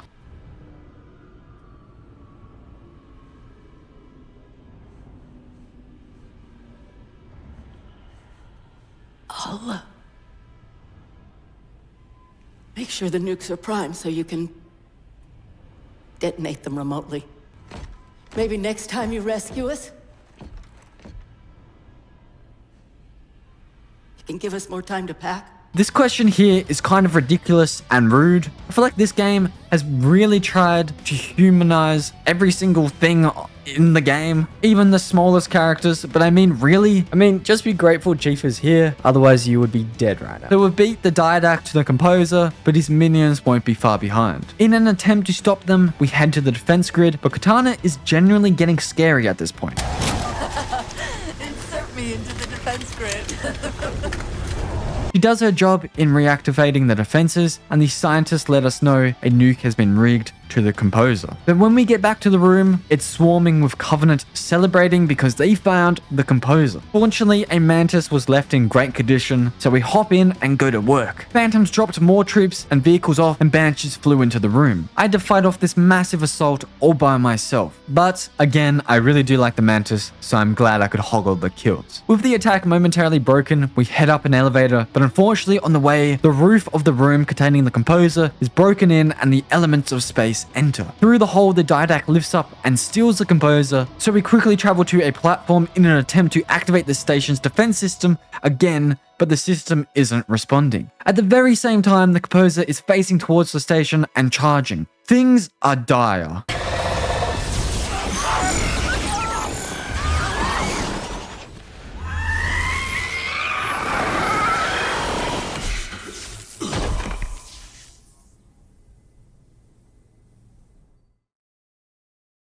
Everyone aboard the station was vaporized except ourselves, because the librarian made it so.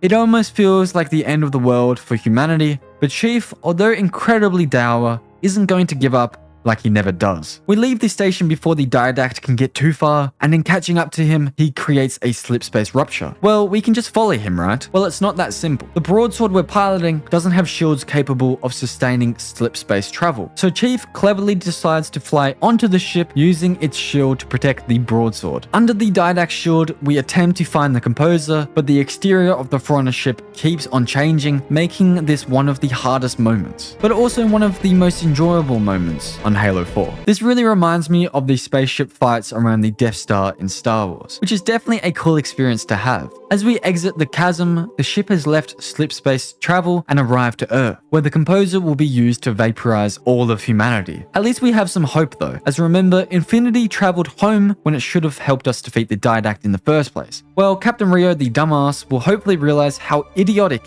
and ignorant and arrogant his decisions have been now. But anyway, we neutralize some cannons using the broadsword, so Infinity are clear to attack the ship. It's a clean shot, and so we enter the ship ourselves in very cool style. We speed through a burning hole as the structure continues to shift and change its arrangement until the walls shrink down and Katana begins to scream. We've crashed, but remember, Chief doesn't die from crashes. In fact, he hardly feels them when in a 343 game. When the broadsword was preparing to depart the station earlier, a missile was lifted into the ship. It survived the crash, so Chief removes the warhead. Our plan is to blow up the composer with the warhead, but Katana is incapable of helping us locate it like she normally does because of her rampancy. We move throughout the Forerunner ship, taking down the Didact's Forerunner army all by ourselves. We desperately need Katana to find the composer, and so we place her into the system to teleport us closer to it. The Didact has found her in the system, but even with her rampancy, she is strong enough to elude him. She's fighting herself and the Didact whilst helping us find the composer. We keep using the teleporters, but none of them are taking us to the composer. It seems the Didact is cloaking the composer from Katana. However, after quite some time of trial and error, Katana's portal sends us close enough to the composer. We go up a lift and can finally see it. The only way to get close enough to deal enough damage with the warhead is to run onto this conveyor, propelling us into an area of low gravity. The roof completely opens up and Katana notes a significant slip-space event is building underneath the composer, dignifying its charging, and it seems it's aimed right at Earth. As we enter the composer, the Didact is positioned inside of it, protected by shields. Even if we activate the warhead, it won't do anything with those shields up. So we put Katana back into the system, from which she does something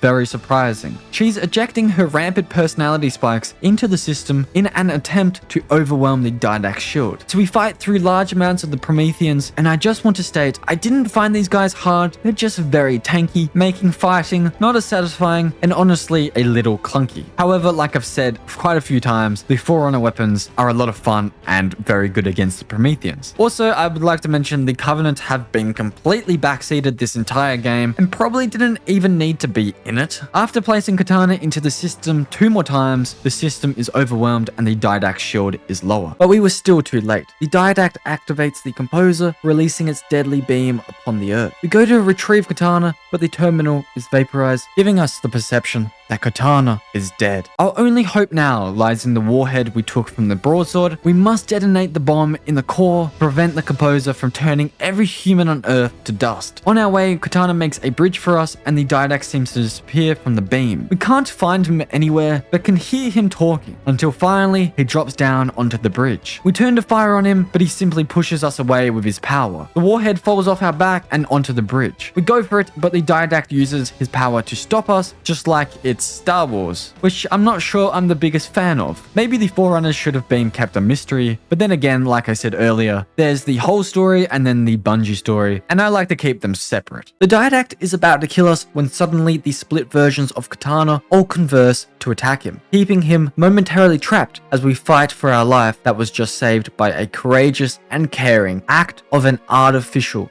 intelligence. We witness the composer beaming Earth, making us realize the great importance of us holding onto this bridge. Every moment we waste, more and more humans are perishing. We pull ourselves up with great determination. Now that we're free from all constraints, we must attack the Didact quick. We plant a Forerunner grenade onto his body just before he escapes Katana's grip and slams us away. We're then picked up and choked. I do feel like this game took a lot of inspiration from Star Wars, and just before we suffocate to death, the grenade activates, concussing the Didact and making him fall from the bridge down to his own demise. But this epic battle that we started is not over yet. We must activate the warhead even with our body broken to hell. The composer is still working on withering away the human population on Earth. It is now time for the ultimate sacrifice. He's already done so much for humanity, and even the galaxy for that matter, but he's still committed to his objective of being the self-sacrificing hero. Chief activates the warhead. We awake into a bubble of hard light because yes, we are actually still alive. Katana teleported us into this bubble to protect us from the massive explosion, essentially sacrificing herself with the effort. But for some reason, we get this brief moment with her where we are now finally face to face. I've waited so long to do that. Okay, so honestly, I'm not a big fan of this moment, and it makes me feel a little uncomfortable. Firstly, the way Katana traps the Didact for us was super goofy, though I do like the idea that even though she's rampant, she's still able to conquer her demons and do good. I'm quite torn with the relationship of Katana and Chief in this game. On one hand, it makes sense as we've been through a lot together, and Katana is literally inside of Chief's head to a degree. Also, everyone who's been a friend on the journey has been killed, so she's all that's really left. However, something just feels off in this game. In earlier games, Chief clearly found Katana very important, but he wasn't a giant simp like he is in this game. They were together, committed to the mission, and it felt like a great team. Where in this game, it almost feels like a boyfriend-girlfriend relationship, which I don't like at all. I also have absolutely no idea how Chief survived this, considering he detonated a warhead directly on himself. Oh, and also the composer and a Forerunner ship blew up whilst he was at the center. Like, what? So Katana died, kind of, I guess, and we stopped the composer from killing the entirety of Earth. Because I finished the game on Legendary, I also got to see Master Chief's face just a little, which again, I don't really like. But at least they did a good job with it, not really showing anything. So yeah, I enjoyed Halo 4, I thought it was fun, but I didn't like the ending, and I found Chief specifically to be just a tad off, as in a bit different, which was quite jarring throughout the story. Halo 5 is the first game in the series I had never even touched before making this video. I had to whip out my incredibly old Xbox One just to play it, and immediately I was confused. Halsey walks over to Katana? Well, it turns out this is a flashback before the Fall of Reach where we collected her from Halsey. Halsey is actually narrating the flashback, claiming Spartan Locke will be ordered to kill Cortana in the future. We then skip forward to over a year past the ending of Halo 4. The legend Lasky is still around, and he comms Fireteam Osiris, notifying them that 5 human colonies have experienced massive destruction, all Forerunner in origin. Apparently Halsey has some very important information on these Forerunner attacks that will be vital in stopping them. However, she's currently being held captive by the Covenant. Our mission as Fireteam Osiris is to retrieve Halsey to learn the mystery behind these attacks. Our team is made up of Spartan Locke, Holly Tanaka, Olympia Vale, and Edward Buck, who you might remember from ODST. So I guess he's both a Spartan and an ODST trooper.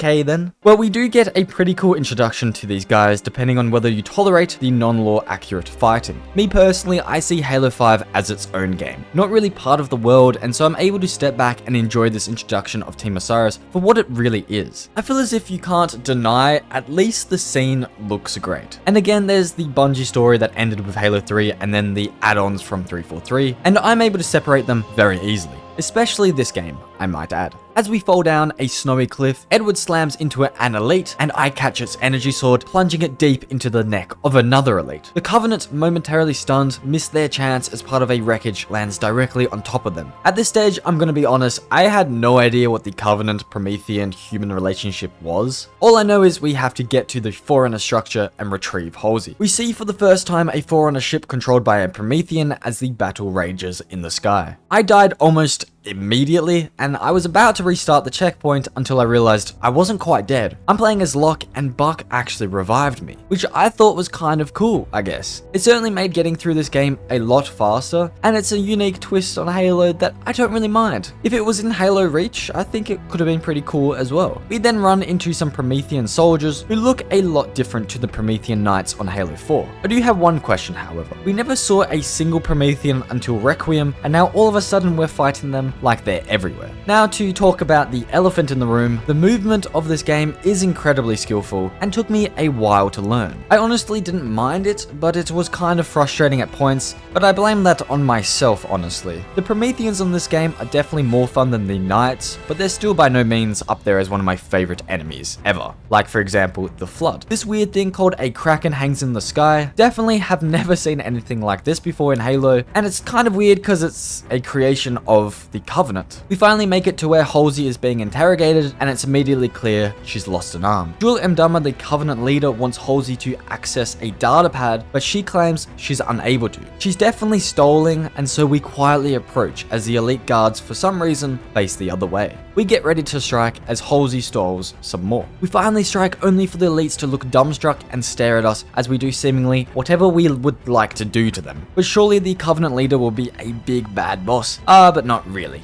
We just slide under him, slicing and stabbing whilst he doesn't really do anything. It gives Stormtrooper vibe. Nothing like the Arbiter at all. And so we saved Halsey, and she's as kind as ever. Dr. Halsey, Captain Lasky would like a word with you. It took you long enough.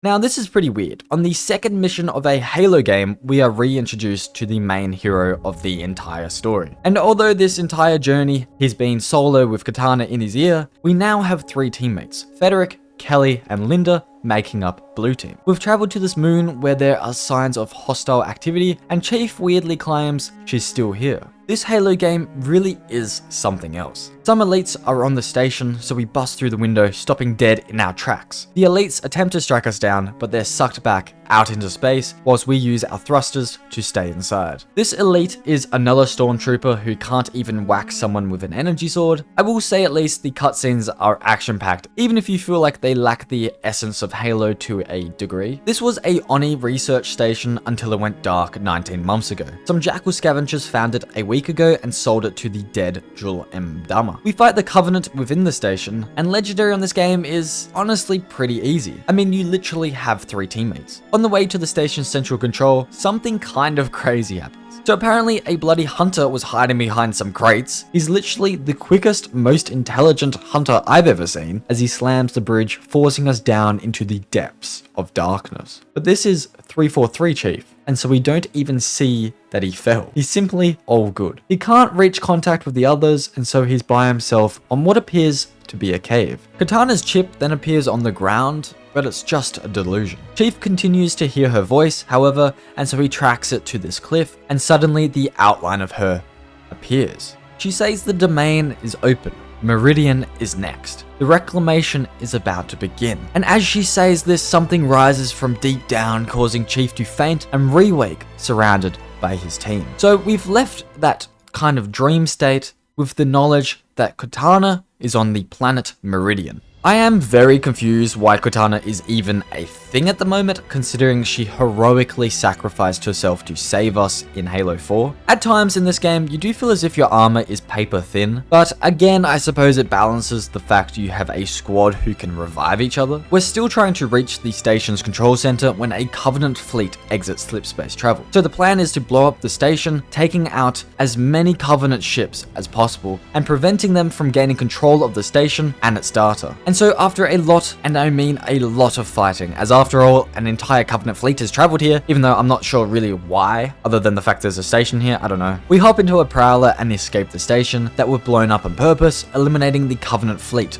in the process. The Prowler even goes invisible, which is the first time I've ever seen a ship use cloaking in Halo. Oh, and also we're heading to the planet Meridian, even though we've been ordered not to, as apparently Osiris team have been prepped to deal with Cortana. Halsey has known Cortana is still alive, but she claims she's no longer an asset, but rather a danger. She's accessed the Forerunner domain and caused the damages that Lasky was referring to at the start of the game. She warns everyone that Chief mustn't talk to her, so Team Osiris have been ordered to stop Blue Team through the use of armor restraint technology. We are literally being put on a mission to capture the Master Chief, the guy who saved the world a ridiculous amount of times. Oh, and yes, the bloody character we have played as through an incredible journey where Bungie designed him so you see yourself in him. So it's almost like you're capturing your rogue self. As Team Osiris, we travel to Meridian, a planet that was glassed by the Covenant 10 years prior when it was a UNSC colony. Now the planet's run by a private corporation. We're taking an orbital elevator to the surface so we don't spook the community. However, it likely doesn't matter as debris from some Forerunner ships slam into the elevator. So what are the Prometheans doing here? Governor Sloan then comms the orbital elevator asking who the hell is aboard. We tell him we're Spartans and he calls us thugs in return. But something seems a little off. A lot of static is interfering with the comms. We meet with a working local who tells us the station is under attack and the governor is trying to fight back. So why doesn't he want our help then? The locals are very suspicious of us, but it doesn't matter as we're here to help, and help we do. As I feel Meridian wouldn't have stood a chance to these Prometheans, as I barely did anyway. Protecting the station was genuinely quite hard, though for Legendary we've definitely faced tougher experiences before. For Halo 5 this was just difficult, mainly because it took me a long time to get used to the Xbox One, but eventually, like always, we won the battle. Though some suspicions grew within the team.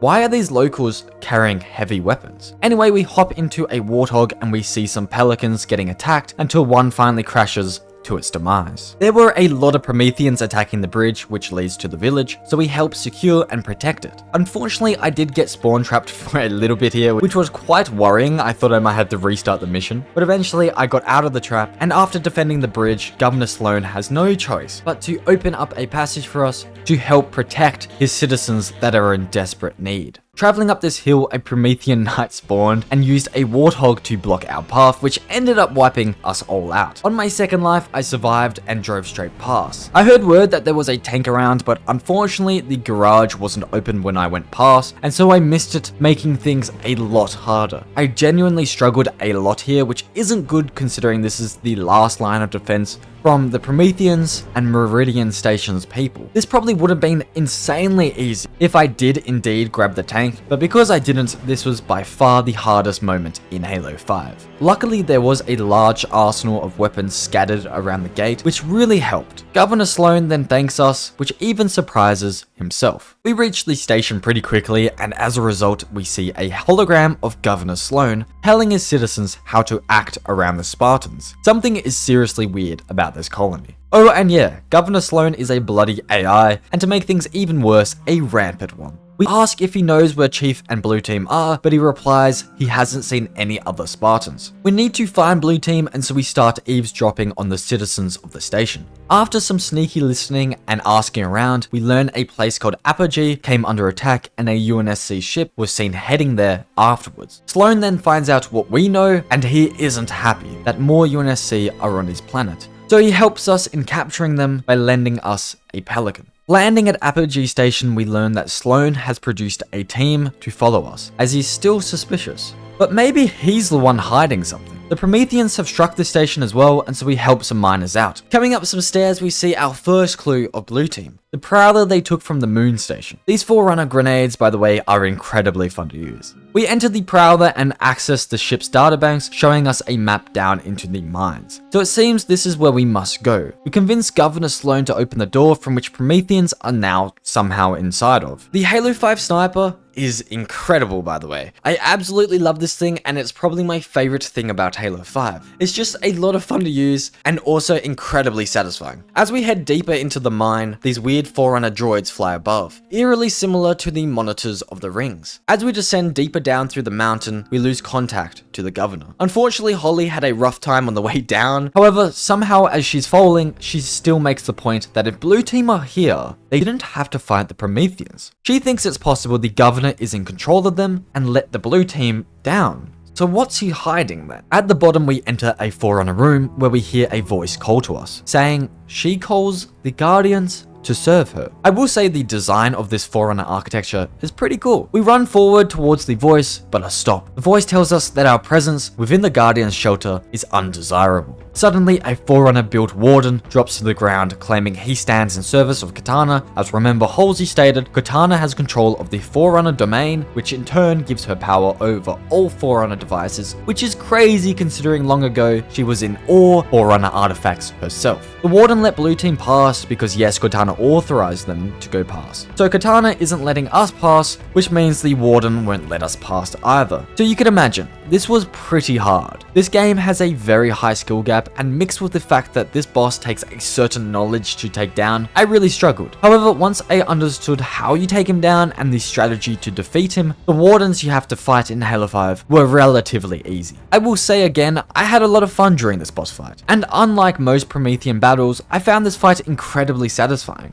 So yeah, something quite positive for Halo 5. But there are of course some things I don't like, which you will see very soon. With the warden dead, we can now pass through to the Guardian. As we begin to teleport upwards, we get sight of Chief and Blue Team, and so with no words spoken, the chase begins. Locke catches all of Blue Team except Chief, until finally he comes out of a portal and walks towards Locke. He nods for the others to go, from which they do. Chief states that he has a job to do, but Locke wants to make it clear Cortana is no longer his concern, but rather Team Osiris's. So Chief gets pissed off at this, which is not even really fair enough. I honestly think this is just cringe. This Chief in Halo 5 is not the Chief from the original trilogy. I mean, could you imagine that Chief getting pissed off at another Spartan for claiming Cortana is their concern? Like what? No way Chief is losing his temper so easily from one statement, especially coming from a Spartan. I think 343 just wanted an excuse for Locke and Chief to fight, but in doing so, they're essentially assassinating the character of who Chief was. Chief carried so much hope and positive energy in the early games to a situation that was completely dour. Now he's like an overprotective boyfriend or an angsty teen. Also, the fact Locke even stands a chance against Chief kind of pisses me off. Even his bloody helmet gets broken in by a character we've never even seen before. So I'm glad in the end, Chief absolutely destroys Locke and puts him in his rightful place. But still, this is not the Chief I played as for the first 3 games. The cavern then begins to rumble as the Guardian begins to wake. We're locked inside and the Guardian doesn't look too happy. Edward then comes up with the idea to exit where Blue Team entered. 3 of them make it, but sadly Edward missed the portal and only just hangs on for his life. The platform begins to fall towards the lava, but Locke comes back through the portal to save Edward.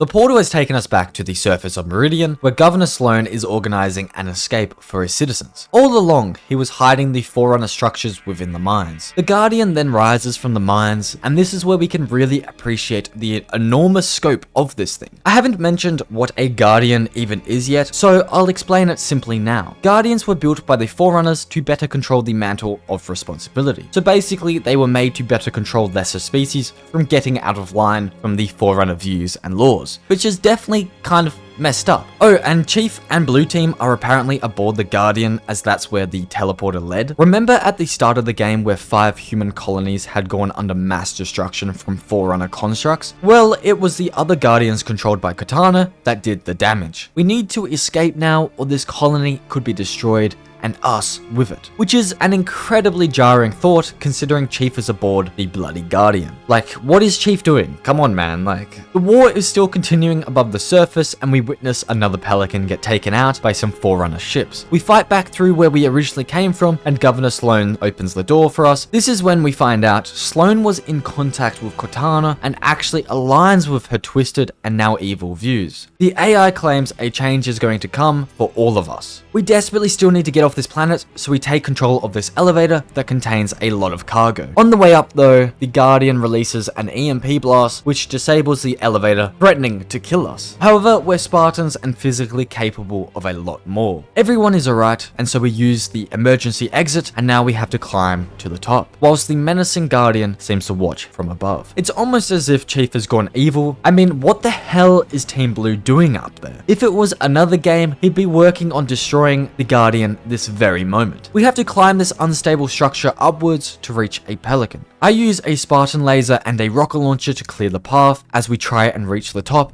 as fast as possible. At the top, just before we reach the pelican, the Guardian releases a blast, knocking us to the ground. We try and get up, but another blast strikes us. The Guardian actually looks pretty sick in this pose, but if you look too long and the Guardian uses his third blast, well, you die. So on my next life, after each blast, I made sure to make up some ground towards the pelican. We all get hit again by a blast, and as we're about to jump onto the back of the pelican, the platform snaps downwards. Rolling and stumbling, two of us make it into the back, and after a moment, Vale does as well. So only Locke is left, but he's too slow. The pelican falls off the platform in a freefall back towards the ground. He jumps as it's his last hope, and fortunately, because of the Spartan's thrusters, he controls himself onto the pelican. Vale hops into the cockpit and drives the pelican out of its fall, upwards and back around to the Guardian, who creates a slip space rupture for itself. We somehow manage to escape without the Guardian causing significant damage to the station.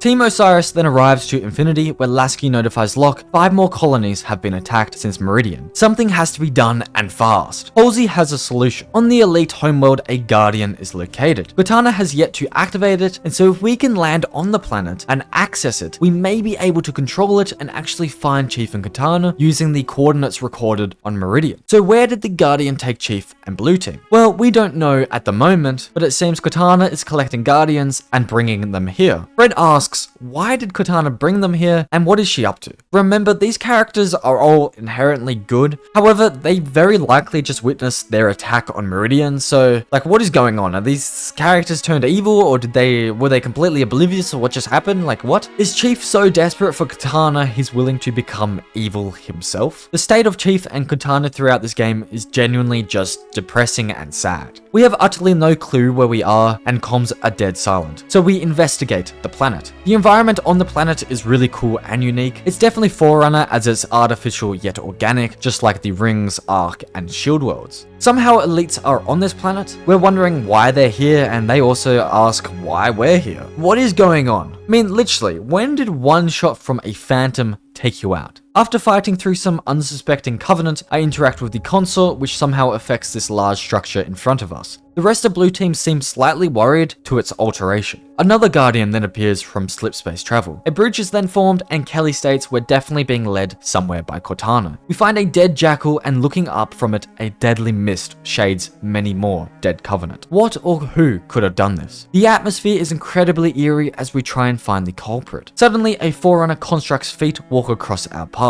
It's another Warden. He states he's standing in defense of Cortana, thus making sense of these dead bodies. But why isn't he letting us through? Especially because she called us to her and guided us towards this path. We tell him to take us to Cortana, but he creates a portal and tells us not just yet. He opens a door and lets us through temporarily. I don't know why, because after killing not too many Prometheans, we run into him again, and this time we do have to fight. He thinks we will betray Cortana, which likely we will if she is indeed evil. And so before we can betray her, the Warden wants to stop us. The Warden believes the mantle of responsibility belongs to Cortana and all other rampant AIs. Eventually, we did eliminate the Warden. Like I said before, once you learn how to take out the first one, the rest are pretty easy. With the Warden removed off our pathway, we can now hear Cortana, which is pretty insane. She tells us we're on a Forerunner shield world named Genesis, and that we must hurry to her before the Warden comes back. He has one mind, but a million bodies. So now we can finally get the answer to how Cortana is still alive. Apparently, Cortana was pulled into slip space, and that's where she found and accessed the domain. A Forerunner system that spans the known galaxy. Apparently the domain is like water to an AI. I don't know. Personally, I think she should have stayed dead, as this honestly just sounds quite far-fetched if I put it harshly. And I like the idea that she was a hero in the end. To get to her, we need to activate the gateway, which is the big structure that we were already unraveling by activating the different consoles around the planet. This is the last sequence we need to activate. Cortana then explains that if a cure for rampancy can be found, it will lead to immortality.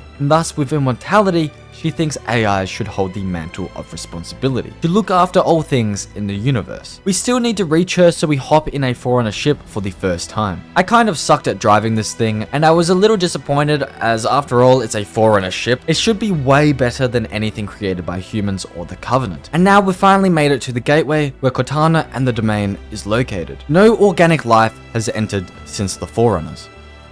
Whatever happened to the Arbiter? One of the most beloved and my personal favorite character in Halo. Well, he's located on Sanghelios, the elite homeworld, fighting a civil war against the Covenant. Why do I bring this up now? Well, remember, a Guardian is located on the elite homeworld, and we want to gain control of it before Cortana does. The Arbiter has sent one of his elites to bring us safely to the surface. I will say it's pretty cool being on this planet, as long ago the elites were so mysterious and frankly cool, and now finally we are literally on their homeworld. We need to find the Arbiter amongst this civil war. He's located within the Elder Council chambers. One of the Arbiter's dropships even transports a Mantis to the surface, from which I was able to have a lot of fun. I actually quite like this mission, but it's definitely one of the harder ones on Halo 5. Even with the Mantis, I was struggling against the defense of the Covenant, even though they're attacking the Elder Council and trying to kill the Arbiter. They were able to watch their flank and utterly destroy us. It's a good thing we came, otherwise the Arbiter and his forces would have been utterly destroyed. The Covenant had even made it as far as the Council chamber. But the Arbiter is a beast, and with him we enter a Phantom that quickly escapes the relentless attack. This is our first look at the Arbiter after 5 years, and to be honest, I kind of like how he looks. The armor he wears pays homage to the Arbiters before the Covenant was formed. He's also just older and seemingly more gruff, which I really like. When I was playing, I didn't really like how he was presented, but whilst I edit, I think it's the likely route that Thel would have taken. Thel and Locke have a bit of beef, as Locke volunteered to assassinate him 6 years ago. Thel also despises the fact that they're after Chief, as of course the Arbiter and Chief go a long way back. Cortana abruptly interrupts them, however. Halsey then hastily notifies us that Cortana knows where the Guardian is, so we need to beat her to it. Halsey has worked out a way to control the Guardian if we can reach it. We need a Forerunner constructor. Only issue is, it's located within a Forerunner facility, and a Covenant Kraken is blocking our path. We focus on the ground whilst the Arbiter and his troops handle the Kraken. I got beamed a few times, but eventually we reached the insides of a temple where our passage was blocked. Palmer notes there should be another door to exit, so we look around, eventually finding a stone icon and activating it to solve the temple's puzzle. I feel like they could have made an entire game taking place on this planet, going into the minute details and lore of the elites. We know Cortana has shifted her focus here because Promethean soldiers appear upon the temple's opening. They enter a Forerunner ship and fly upwards, only to get gunned and destroyed by the Kraken. It's now our turn to show what we can do. We fight Banshees whilst tons of turrets fire from the Kraken. This was pretty crazy until I learned you can easily just sit back and slowly chip away at the Kraken from a distance. I must admit, I'm not the biggest fan of these Forerunner ships. Like I said earlier, they should be way cooler and better because they're Forerunner tech. So once I had dealt with the Kraken's aerial defenses, I hopped aboard and dealt with its ground defenses. Finding the Kraken's generator, I mean, surely you'd armor the generator a lot more rather than leaving it out in the open like this. But anyway, we damaged the generator and quickly escape via Banshees as the core becomes unstable and explodes, destroying the Kraken. I feel like this was pretty cool and fun, but looking back at when we destroyed Scarabs, the Kraken just seems to be void of that intense excitement. I just feel like they could have done a better job with the Kraken and Guardians, though they're still cool. We have finally reached the Forerunner facility to find the constructor. Breaking the terminal releases it, and so we just have to make sure it follows us, as it's similar in nature to a monitor. Some Prometheans begin to spawn in an attempt to prevent us from leaving with the constructor. We clear the area and head back for extraction. The Arbiter sends a ship to us, and the constructor follows. We have now successfully completed our objective, but the mission has only really just begun. We're dropped back off at base camp where the Arbiter's fleet is preparing for battle. Everything is set up, and so the Arbiter calls everyone for battle, raging forth the Covenant's failures and the freedom of the planet and his people. The Arbiter is still a beast. Before Locke can depart, Halsey tells him to stop Cortana but bring Chief home.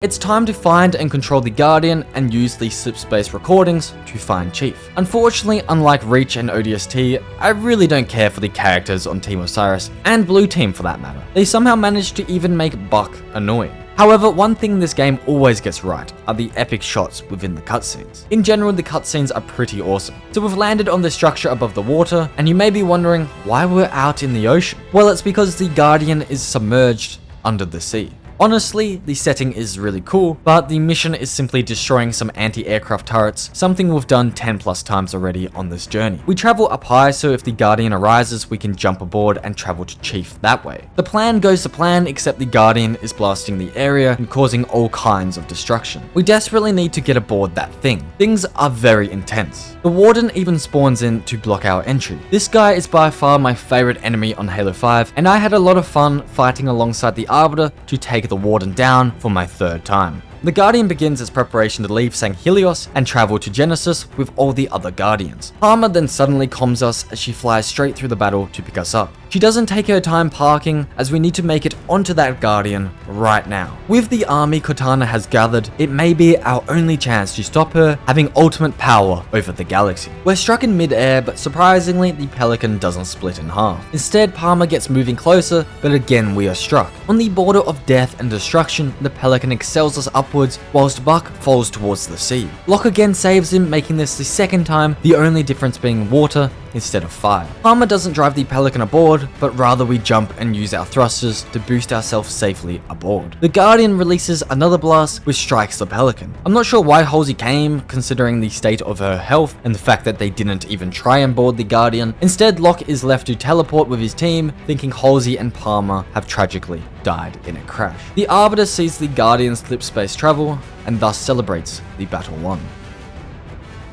The Guardian does indeed teleport to Genesis, and coming out of the slipspace rupture, we are actually facing downwards, thus gravity forces us to slip and slide down towards the planet, so the squad activates their magnetic boots, allowing them to cling to the Guardian. We then start to slowly head downwards, which was trippy to say the least. The Guardians begin to move and Prometheans begin to spawn, making our path even more convoluted. It's as if the Guardian is trying to shake us off. A blast is released and then a second stronger one shortly after, causing us to lose our grip and free fall towards the planet. Surely we're going to die, right? Well, no. In a very anticlimactic ending to a life-threatening situation, we simply use our thrusters to slow down and have a comfortable landing. We are now officially on Genesis, and remember Chief and Blue Team just entered the structure over there. We even reach comms with Chief, who's wondering what the hell we're doing here. Upon traveling closer to the structure, we run into a monitor who was tasked with managing Genesis after the Forerunners created the shield world. It appears Blue Team tried to stop Cortana, and as a result, they are trapped inside the gateway.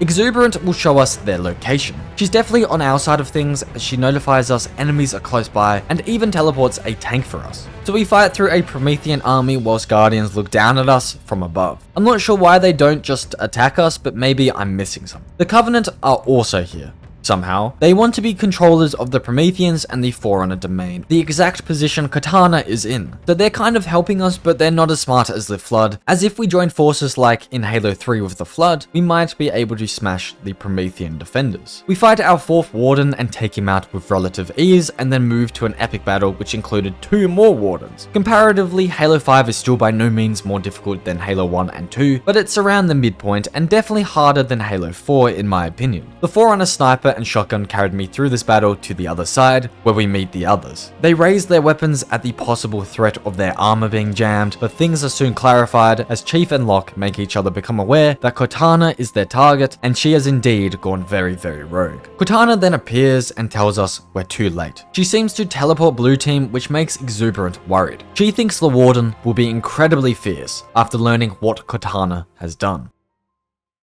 For the moment, we don't know where Cortana has sent us, but it turns out Exuberant was right. The Warden is pissed off because he thinks Cortana has made a grave error. We suddenly hear Cortana as she talks to the Warden, ordering him to leave. He won't, so she uses her incredible power that she has over him to utterly dismantle his body. Cortana apologizes to us, claiming she didn't know he could get in here, and I don't even know where we are. We have to fight more Prometheans, which honestly confuses me, as I thought Cortana has power over them, considering she is in power of the domain, but I guess the Warden does. I don't know. but we fight them nonetheless with absolute ease. Upon coming close to Katana, a large amount of Warden spawn, however only 3 actually stay to fight us. Again, I actually really enjoyed these boss battles. Yes, there isn't as much diversity as the boss fights in Halo 2, but still for a 343 game, I enjoyed it nonetheless, as the Warden is just a fun and satisfying boss to fight. Also, having a squad in the boss fight really adds a whole new vertical to the battle. With the Warden defeated, we carry on to finally find Katana.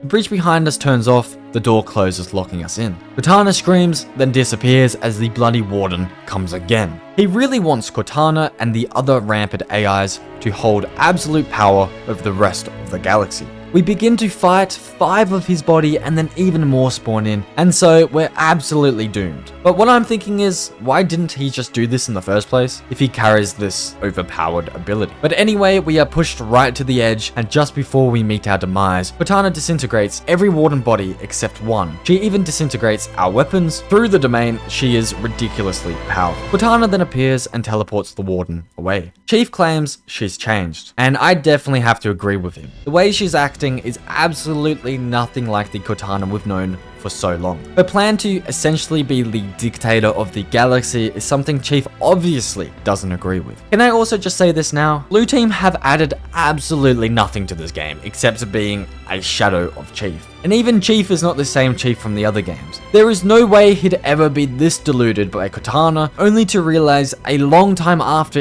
it was obvious that she is no longer good. As a result of their ignorance and stupidity, she locks us up inside the Cryptum, the same location the Didact was locked inside of for hundreds and thousands of years. I don't know why, but personally I just hate this part. Cortana.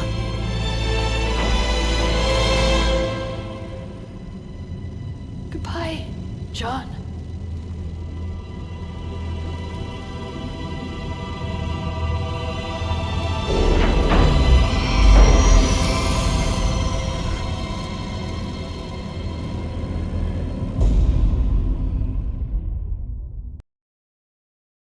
Chief, when you get to Earth, good luck.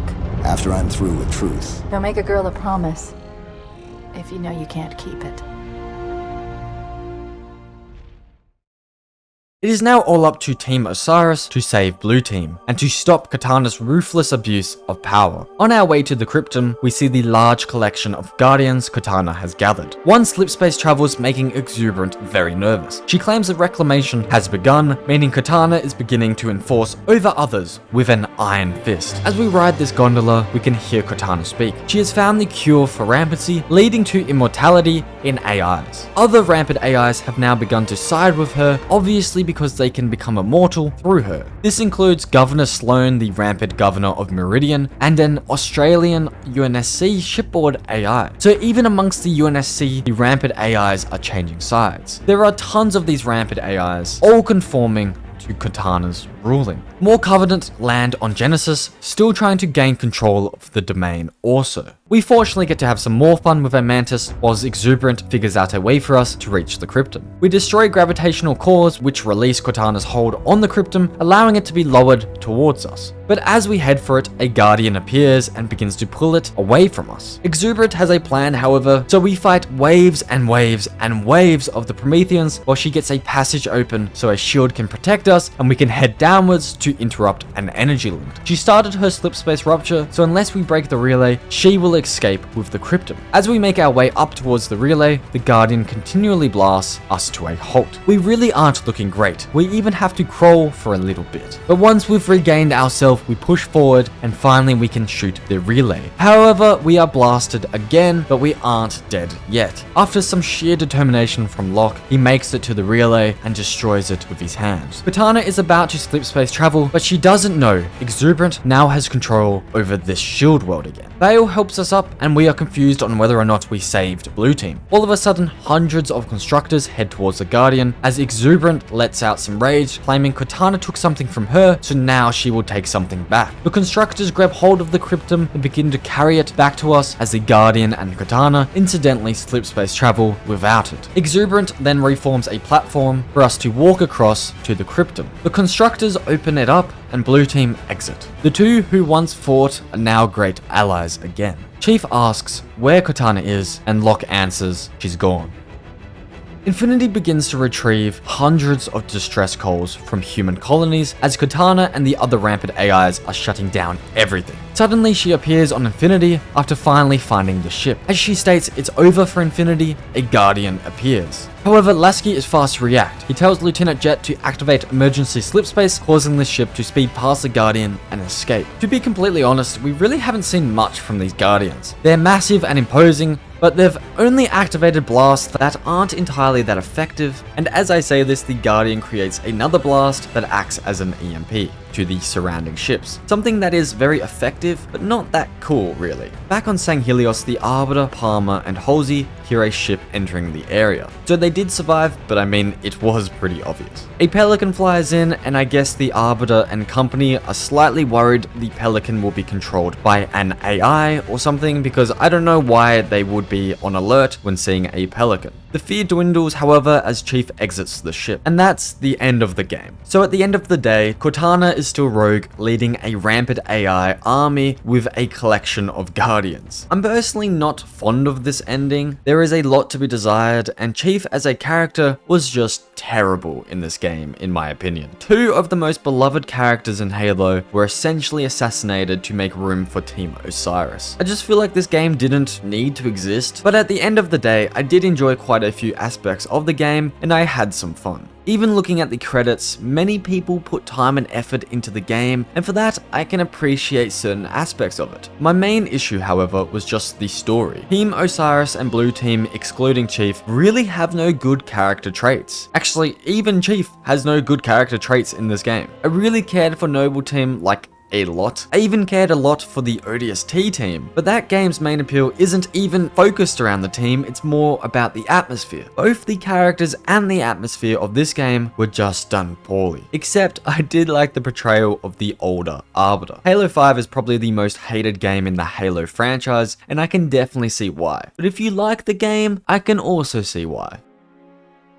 Oh, and because I finished Halo 5 on Legendary, I got a tease for the next game. It seems we're returning back to our roots with another Halo ring. 1 year after the events of Halo 5, a battle rages surrounding one of the 7 Halo rings. We see epic shots of the aerial conflict until our view is driven inside a ship. The Master Chief stands amongst the battle, annihilating all of his surrounding foe. It's safe to say this fighting is a lot more grounded and realistic than whatever was happening at the start of Halo 5. We grapple a pistol to us and continue slaying with great precision, until we hear a roar.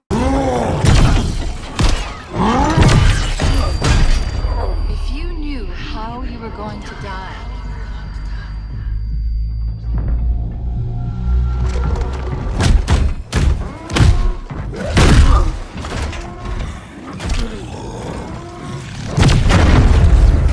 How would you live your life differently?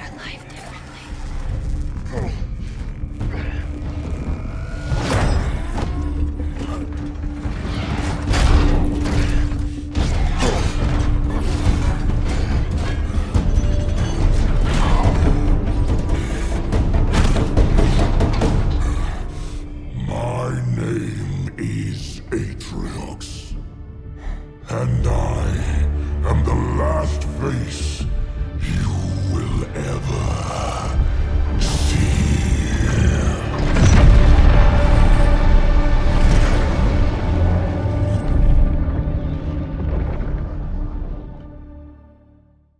You know that experience when you're having a bad dream, where you're falling, and just before you hit the ground, you wake up? Well, where we wake up in a comfortable bed, this pilot has awoken within a shuddering Pelican. He unravels his belt and stops the emergency alarm, but immediately it's restarted as a piece of flying debris strikes the Pelican. He urgently enters the rear of the ship and fixes a valve. With so much determination, he ends up falling onto his back. Fortunately, he did contain the breach, and so he's able to catch his breath and rest easy for a moment. But suddenly, a hologram is activated on its own doing. It's the pilot's wife and daughter.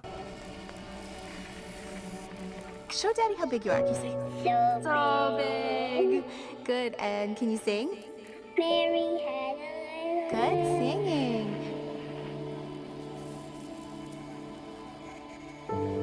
How about I miss you? I miss you. And I love you. I love you, Daddy. And Good. And can you say, I can't wait to see you again? I can't wait to see you again. Okay, now say bye-bye. This moment is incredibly sad, however it does inform us on who this pilot is and his motivations behind his actions. When the hologram started playing, he didn't have a beard, and by the time it ended, he did, showing the amount of time that has passed while he's been stranded on this Pelican, continually rewatching this hologram of his family. In his despair, something bright awakes just a little bit of hope within him. The Pelican's AI is declaring a signal has been detected. It then claims this signal's tag is friendly, which prompts our good friend here to get off his ass and run to the cockpit. He radios the signal, but nobody replies. The front window has been frosted over, so he wipes the window clear, from which he finds the Master Chief. The stranded pilot somehow gets Chief aboard the Pelican and then hooks his armor up to one of its generators. Chief's armor is currently set to survival mode, so the pilot risks killing him in order to override his armor and get Chief back up and conscious. Fortunately, the ship does have enough power, and so Chief lives another day. The pilot celebrates as well. How lucky do you have to be to find the Master Chief while stranded out in space? Finally, he will be able to go home to his wife and daughter. A whole 20 years later, we do the iconic look test for the first time again. But remember, at the end of Halo 5, Cortana was still rogue, leading a Guardian army with her rampant AI allies. You may have noticed the chip was empty, meaning Cortana has not sided back with Chief, and it's clear she's still on Chief's mind as he opens his palm. He places the chip into the back of his head with no AI within. This seems to renew some motivation within Chief as he disconnects himself from the generator and asks the pilot for a status report. Remember, he was defeated during the battle, so he's not aware of the outcome. Looking out of the cockpit, we see that we lost the battle. Even a large chunk of the ring is missing. Suddenly, the Pelican is then hit by some weird blast, from which the pilot panics and wants to run. However, Chief isn't running anywhere. He gets a gun off his savior and improvises. Opening up the back of the Pelican, he jumps out into the debris-ridden space whilst the pilot radio comms him. They can't go anywhere even if they'd like to, as the blast shut down the ship's main batteries. So, we continue through this feast for crows. You have one bullet against an entire army. What can you do on your own? I told you. It's enough. So I see.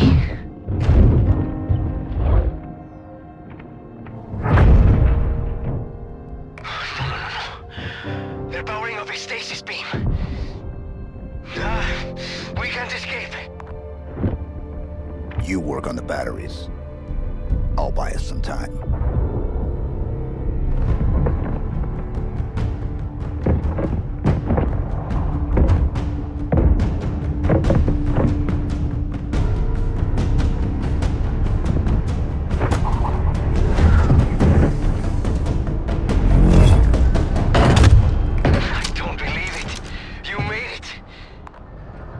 If you haven't gathered already, this game is bloody awesome. They managed to innovate the game entirely whilst keeping the core of what makes Halo good. The ship that has captured our Pelican is crawling with grunts. We deal with them, leading us to a very, very furious brute.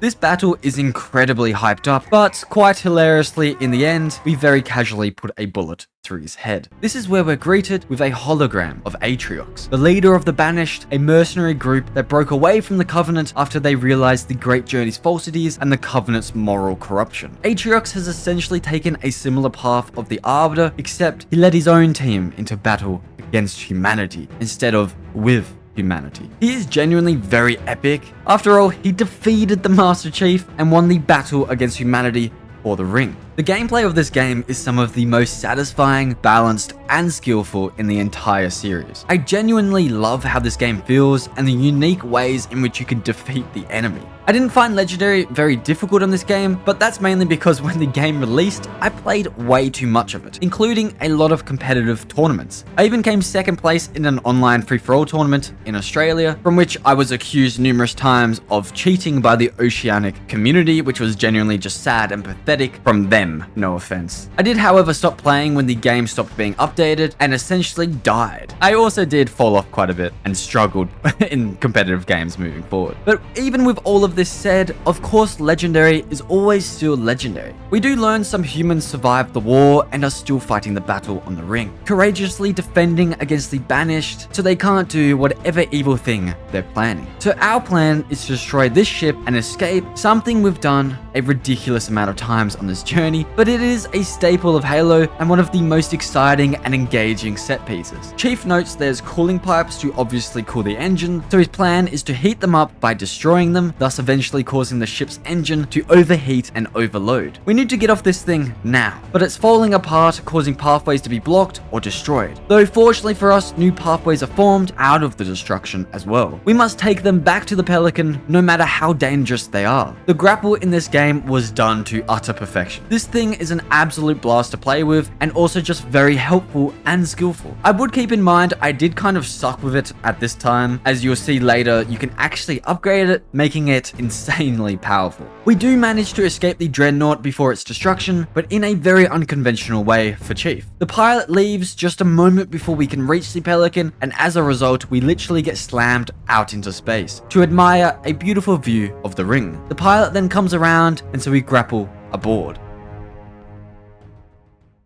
Chief asks the Pelican's AI to locate Infinity, but the AI cannot find the ship. Chief then asks the AI to scan the perimeter for any friendly tags. 1,986 were found, and 1,986 were deceased. Another thing I love about this game is it's similar to Halo 2, where we get the other side's perspective. The brutes, Tremonius and Escharum, are watching a hologram of the Dreadnought we just destroyed. I absolutely love the character of some of these brutes, such as Escharum. He is hands down a top 3 character in all of Halo for me. He isn't deterred or depressed from the ship's destruction, but rather invigorated. He seems to relish and live for the fight. Tremendous, however, is purposely very stereotypical. He worries about the threat and borders on questioning the leadership of Atriox and Escharum. As a result, something invisible grabs a hold of him and slams him down onto the table. Escharum valiantly states that the Banished will never bow down to the Covenant, the Prophets, and even her. We still have no clue of Cortana's doings and whereabouts over the last year. An invisible elite then appears with his red energy sword placed within his robotic arm. Escharum claims triumphantly that the ring will be operational. With Escherum's power displayed, the elite lets him go. He's a blade master and a very sneaky one at that. So Escharum orders him to follow Chief from a distance. Returning back to Chief as he is seemingly heading to the cockpit to leave this place behind and make the pilot's dreams come true, the ship's AI notifies Chief that an encrypted message has been found. The AI tries to decrypt the message but fails. So Chief asks the AI to locate the message's source, and whilst it does a scan, the pilot happily wonders when we are leaving. He thinks it should be soon. But of course, Chief has other plans. The AI has found where the message was sent from, and so Chief orders the AI to pilot the ship to the source, to the utter dismay of the pilot. Chief claims that the Banished are trying to wipe out all of humanity, but the pilot isn't having any of it. He's homesick to the absolute core and possibly been through quite a lot of trauma while stranded for 5 months alone. But this is what makes Chief Chief. I told you, we lost. We need help, not heroics. No, we do our duty.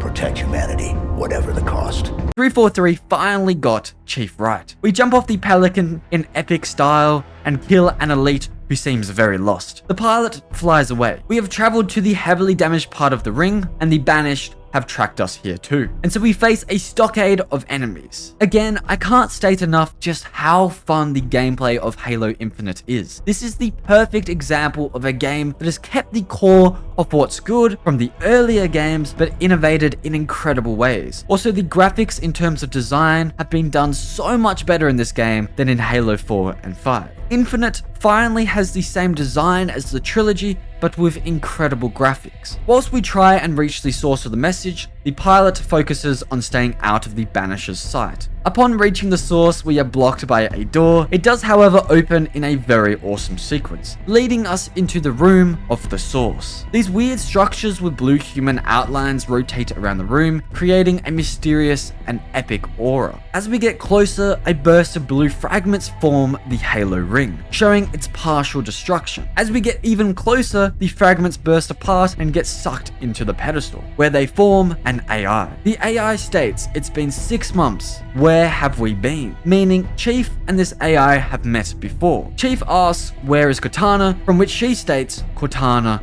is gone. She's been deleted. Chief asks, how? By you? From which the AI responds, of course not. But let me explain what's happening here. The AI entered this installation in an attempt to imitate Cortana and thus gain control and lock Cortana down, so Chief could retrieve her and delete her on Infinity. So it seems this AI successfully trapped Cortana, but Chief did not delete her, meaning someone else did. There is also something else. When this AI successfully locked Cortana down, she was meant to be deleted herself. But clearly, she's still here. She tells Chief to delete her, but Chief says no. He needs her in order to stop the Banished from firing this ring. She thinks this is kind of stupid, however, as the ring cannot be fired whilst it's damaged, and also because they need an index, and apparently Cortana has it. Chief then tries to rouse her suspicions by telling her, someone stopped your deletion, and so we need to find out who and why. She's still hesitant, but in the end, she smiles and transports into the chip, from which we insert her into our helmet. We try and leave back the way we came, but are stopped. The platform we are on then begins to ascend in response to the AI's removal, from which we hear Cortana's voice. If you knew how you were going to die, if you knew how you were going to die, how would you live your life differently? How would you live your life differently? Our new AI claims it's not actually Cortana, but just her dust and echoes. Pieces of data cycling until they run out of power. We then see and hear some memories from Dr. Halsey talking about the children she abducted and how she's okay with it, because she knows it's necessary for the oncoming war. She thinks one of these children is more special than the rest. Number 117. Our new AI friend tells us a signal is up ahead and is calling out to her. I'm not entirely sure how the Banished got into this room, but nonetheless we had to fight them to reach the signal, from which we retrieve the source's data. It's the framework from which this AI trapped Cortana, and it has fragments of the activation index as well. However, we are momentarily distracted as some of the dust and echoes of Cortana's memories form our very first meeting with Cortana. After the memory deteriorates, we take the data before the Banished can get their hands on it. Now we need to get the hell out of here. The AI helps us across a bridge from which the stalking Banished converge on us. I used all sorts of different and new weapons to rid our way of these vicious aliens. We power a gravity lift taking us to a quiet area within the building. The answer to this silence is visible inside of this room. Many of the Banished are fallen, but only one Spartan lays dead on the ground before us. We investigate a green glowing UNSC model. Apparently this Spartan was using the module for enhanced shield. We pocket it as sadly it will no longer be any use to her. Through our AI, we gathered that her name was Benito Stone and she was a recon specialist. She's been offline for nearly a month and was killed by a single strike of an energy sword. But not just some ordinary sword, but rather a much stronger one. She never even saw it coming. To see a dead Spartan in Halo is an incredibly rare sight. It prompts your imagination to create an amazing and heroic story around her demise. Personally, I can just imagine the epicness of her actions. But we can't dwell here too long. We need to get out of here. Coming upon another room crawling with the Banished, the AI notifies us an elevator leading us to the surface is just up ahead. But upon calling the elevator down, the AI notifies us it's already on its way. Tremonius then appears flanked by 2 jackals. He's been ordered by Atriox to capture Chief and bring him to him. He did not specify in how many pieces. We've already seen the Blade Master make him look a fool, and it seems this has enraged him to succeed in defeating ourselves. I died more than many a time. I was even spawn trapped to a degree. You have to really watch out for his super slam. Even the bloody jackals got me a couple times, but in the end, I took out the jackals first, casually and carefully. Then I focused my full brunt of force on Tremonius. Using a pulse carbine, I was able to drain his shield with speed, from which I follow up with the Stalker rifle. I did get very lucky as a flammable power coil got damaged and exploded right on Tremonius, dealing him a lot of pain and damage. I continued my ring around the Rosie, always keeping a safe distance from him so I could deal damage with the Stalker. His shield did recharge, so I annihilated it quickly again with the carbine rifle. He slammed on top of my head, but at this very same time I grappled away. Finally, I killed him, exploding his jetpack in the process. I pick up his weapon and ride the elevator up to the ring's surface, from which the pilot notifies us that several banished dropships are converging on our location. The only reason we can hear him now is because we resurfaced into his comm range. We tell him our location, and so he's on his way to pick us up. Remember those weird structures with the blue human outlines? Well, it seems the banished have brought one up to this outpost and opened it. However, the outline is yellow and of a different shape to our humans. What are the banished up to? We place the AI into this terminal to open the door to out of here, but she's interrupted by a hologram of Escharum. He admires Chief's qualities as a hero. It's evident the banished aren't your typical Halo villain. They thrive off the fight more than anything. They love a fierce battle, for it's what keeps them alive. Escharum introduces himself to ourself as the war chief of the banished, a legend in his own mind. And as he claims we have little time remaining in this world, the door opens, finally revealing the ring's surface. A crashed UNSC ship outlines the right of our view, giving us even more evidence for the devastating loss we took months ago. I was able to find a battle rifle in this outpost, finally bringing back the satisfaction I've been looking for since Halo 3. Like I said all the way back in Halo 2, the battle rifle is my all-time favorite weapon from any game. I think it's because as a kid, I always went out of my way to find it in multiplayer, and I always seemed to do well with it. So I'm very glad it's back to its original form with a satisfying sound and feel. It's also just bloody good like it used to be, making it easy for me to clear Tremonius' outpost so the pilot can fly in. On exiting the ship, he kisses the ground as it's his first time in 5 months on proper ground. He's also happy because now finally we're going to go home. We show him the reason why we came to the ring, and he's momentarily frightened. He calls her Cortana, claiming this is all her fault. Chief tells him that the AI isn't Cortana. The AI then supports Chief, going into detail on how she was made by Halsey to trap Cortana to be deleted. Chief states Cortana is no longer a threat. This AI here is going to help us stop the banished. Of course, the pilot isn't too fond of this information. However, at this moment, his opinion will not be heard as the AI receives a UNSC distress beacon. The AI brings up a map of the ring's terrain, showing us our whereabouts to the signal. She turns Tremonius' outpost green, signifying that we have captured it. By looking further down the map, many more UNSC bases after the war have been in turn captured by the banished. So yeah, this game is open world, which is incredible. Even Halo 1 had almost a feeling of open worldness, with its large scale and interesting layout of the ring. And I would absolutely love to go back to that first ring and be able to traverse the entire thing. So I'm very glad they ended up making this broken ring open world, though it is still limited to a degree. I could choose to run off and do whatever I'd like to, roaming the ring freely, but because I've focused on beating all these games on Legendary and I'm finally onto the last one, I hop into the Pelican to complete our mission dealing with the UNSC distress beacon. However, on the way we get an absolute wild question from out of the blue. She's wondering what Cortana did that was so wrong as she was made to trap her but never told why.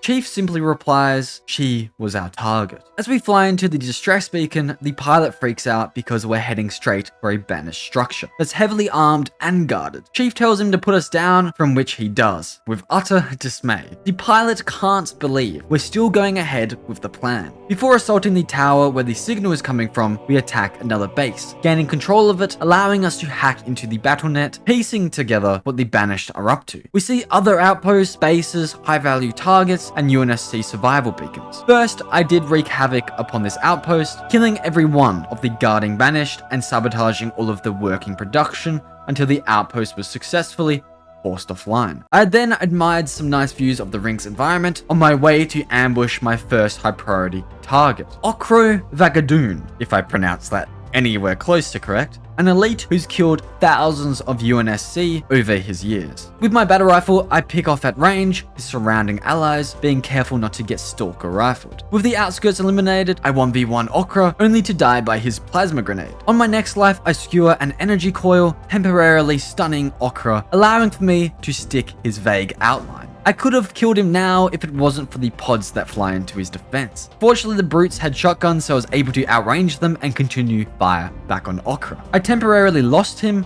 and as a consequence, I was struck by his sword. Though somehow, I still had some health left to quickly headshot him before he striked me down for good. With Okra dead, I claim my reward, his energy sword. I honestly thought it was going to be red like the Blade Masters, but it's still an upgraded energy sword, and so the AI scans it and sends the schematics back to our bases, so if I ever want to use it again, there's infinite copies at the base. Also, if I want to get the red blade, I'm gonna have to kill the Blade Master. I love how time passes in this game. As you can see, it's now evening with the beautiful sun setting, and as I make my way to the UNSC signal, it becomes night with the stars shining. The signal is coming from inside this tower. We take out the outer guarding troops and free some UNSC troopers, the first sign of survivors other than our friend, the pilot. Though I might add, we don't even know his name yet. I leave the troops, however, when I jump the door with my grapple. I fight all of the banished who was sitting sentry at the base of this tower, whilst a hologram of an elite warlord speaks directly to us during the battle. The elite's name is Chaklock, and he claims our efforts are futile as there is nothing we can do here except die. He's activated a lockdown of the tower, but our AI friend is much too clever for the inferiority of the banished technology. We free some more troops, and they help us clear the security room where we deactivate the lockdown. This is when the AI, we still don't have a name for, realizes this tower is an interrogation facility. Apparently, Chaklock has a mean reputation, which possibly implies he tortures his prisoners to get information out of them. Unfortunately, all of the soldiers we saved were killed by these enraged brutes the moment I took my eye off them. But we must continue onwards to reach the UNSC signal that is located within the tower. Unfortunately, it seems we were too late. The signal is sitting beside some Spartan armor, signifying another Spartan was killed during this war. I'm sure many others were also killed, but it's just so rare to see dead Spartans in Halo. From the Spartan's armor, we install a threat sensor to our own, which highlights any targets in range. The AI then notes the armor belonged to a Spartan named Hudson Griffin. Apparently, when this armor was removed, he was still alive. It's a long shot, but he might actually still be alive within this Inquisitor's tower. Pursuing deeper inside the Inquisitor's facility, we see multiple cells within this seemingly damp, eerie, and hostile place. As we fight through the banished, over the loudspeakers we hear Chaklock haunting us. Under the orders of Escharum, he actually activated the Spartan signal to draw Chief to the tower and trap him inside. However, he made a mistake. He should have destroyed the Spartan's threat detector technology, because after installing it, we abuse it to swiftly take down the tower's guards. As we reach the top of the tower, we pry some doors open to the sight of Spartan Griffin, who's still alive. We can't dwell on his survival too long as Chaklock appears a mere second later with all the self-indulgence you'd expect from a cruel and merciless torturer. He then vanishes into the grim atmosphere of the ship. Every moment we fight Chaklock, Griffin is being tortured. We must kill this elite and quick. However, this did prove to be very difficult.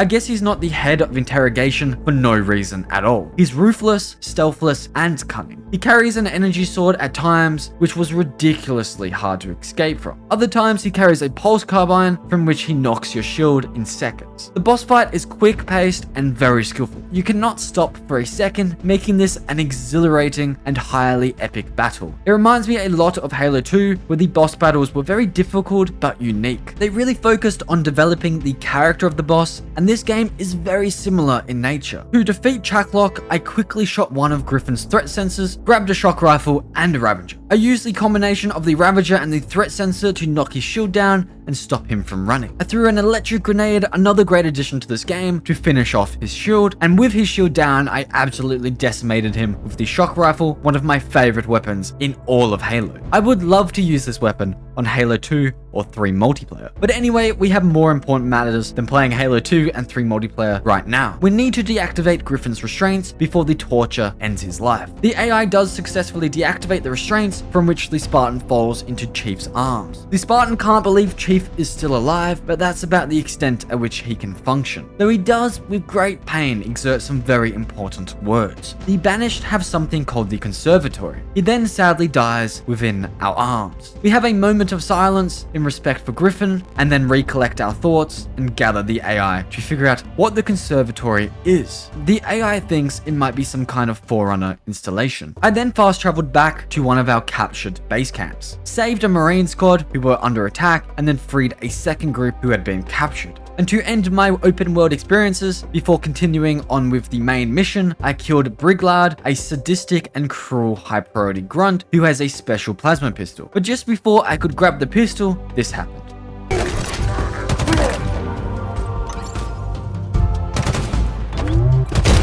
The smaller they are, the less they have to fall. I think that's how the saying goes. Anyways.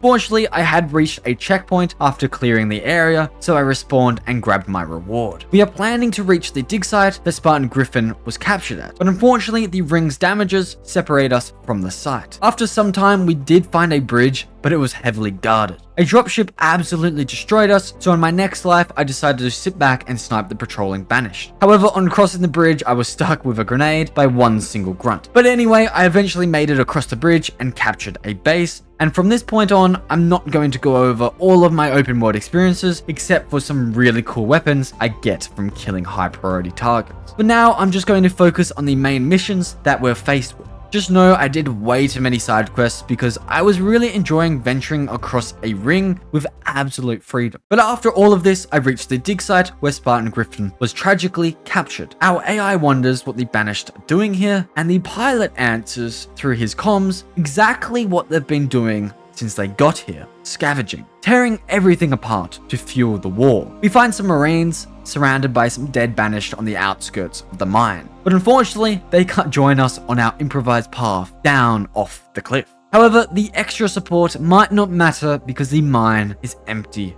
of life. The AI then spots an opening to the mine, and so we go and check it out. Things are very strange as this Forerunner alloy has been damaged, even though it's almost indestructible. The AI begins to ask Chief, what do you think caused such damages? But she's cut off as she sees the answer. We run, duck, and dive, whilst the mining laser continues its cutting. Banished pods then land surrounding us, so we destroy Atriox's forces in an attempt to turn the laser off. I then placed our AI friend onto the terminal, but something goes wrong. She can't shut down the laser, so we must destroy it. She tells us to destroy 2 power regulators, from which we achieve, thus causing a cascade effect. Now the AI should be able to shut down the lasers. But we've been bamboozled. We are choked, growled at, and thrown to the floor. He's about to slam his gravity hammer when Chief swiftly grapples something into the big brute, causing him to lose his accuracy. The effect of the hammer hitting the floor knocks Chief across the room and into a wall. We get up quickly to face Bassus, the brute chieftain in charge of this excavation site. He is seemingly quite old, so I'm sure he won't be too agile with that great big hammer. Okay, so I was wrong. His leap definitely rivals that of an ODST brute, but he can't hit you from range, that is, unless he leaps across the entire room at you. There were quite a few times I thought I got the better of him, but it turned out, well, I hadn't. I died many a time here, probably more times than when I fought Tremonius, which would probably make Bassus happy, as he always claimed he was the better fighter anyway. But at the end of the day, Bassus is missing something special that we have, the ability to respawn. I used the Ravager to ravage his shield off, then I nearly died a couple times, but using the grapple, I was able to put some distance between the two of us and finish him off with my battle rifle. I then bashed his body for good measure, and now finally, the AI can shut down the lasers, and she does so in very dramatic fashion. The AI claims that changes were made to the laser only recently to allow it to cut through the Forerunner alloy. It seems someone in or around the Banished has been upgrading Forerunner artifacts they have scavenged, which is certainly very interesting. It seems the laser actually cut through the mountain, so the Banished could find the conservatory, the Forerunner installation that Spartan Griffin told us about. The very first thing we run into within the installation is another dead Spartan. She died 13 days ago, and in the same fashion as Benito Stone. An enhanced energy blade. We are starting to recognize a pattern.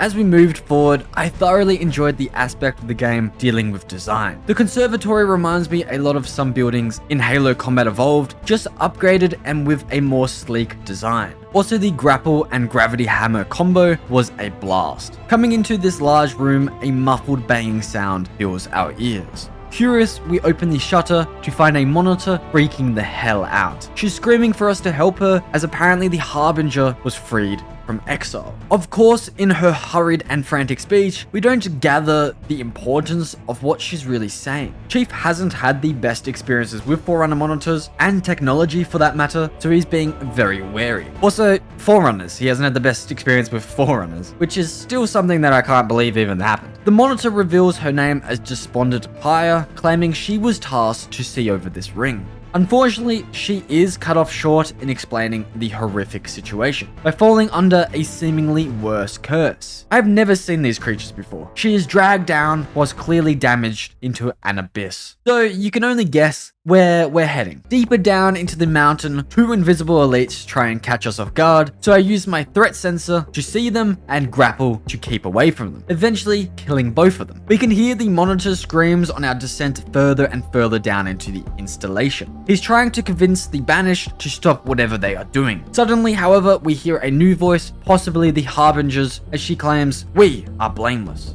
The monitor screams in retaliation. She will not relinquish the location. The Endless can never return. Who are the Endless? The conversation ends with a terrifying scream from the monitor. Soon after, we enter this room where immediately we see the monitor has been destroyed. The AI wants to try and figure out what happened. In focusing on the destroyed fragments of Forerunner tech, a memory of the monitor's forms, telling us a story. Remember, Cortana had power over the Forerunner domain, and all Forerunner life believed rampant AIs to hold the mantle of responsibility. The monitor was happy to supply Cortana with the ring's weapons, but didn't want to disclose the deepest and darkest secrets withheld within. She particularly will not allow access to the containment facility. Cortana then states worryingly that there are worse things on this ring than the Flood. Imagine saying there is something worse than the Flood. With our minds focused on this extremely worrying memory, the weird flying creatures circle us from above, dropping down in an attempt to kill us. The AI considers calling these things flying octopus monkeys sarcastically,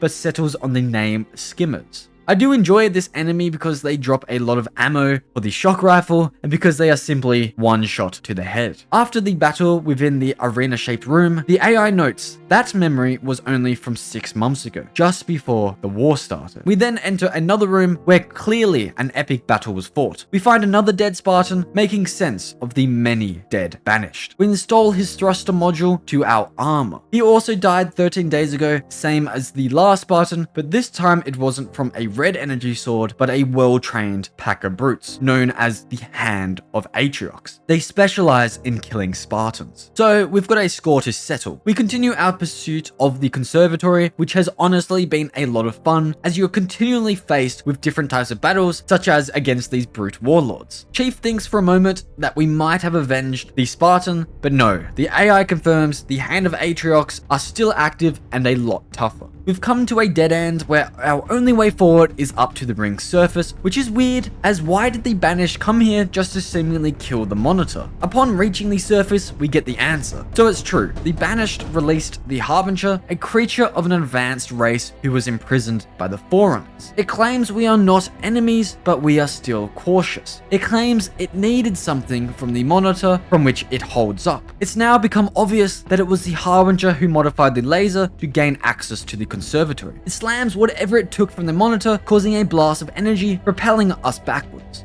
Our armor is locked, and whilst we cannot strike back, it tells us it knows us and that we are not the future. It claims the Endless will be found and they will ascend.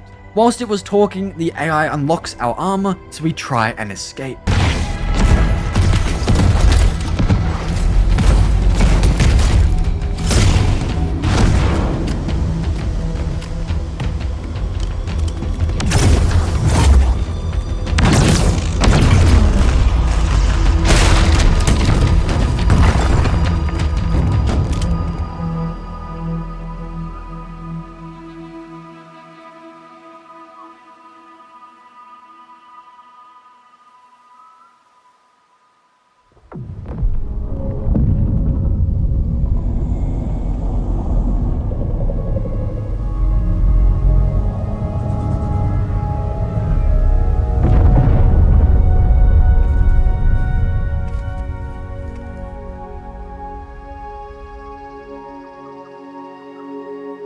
took too long. You could have been killed. It's okay. You saved us both.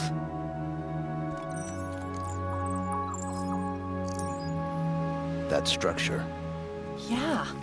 Do you know what it is?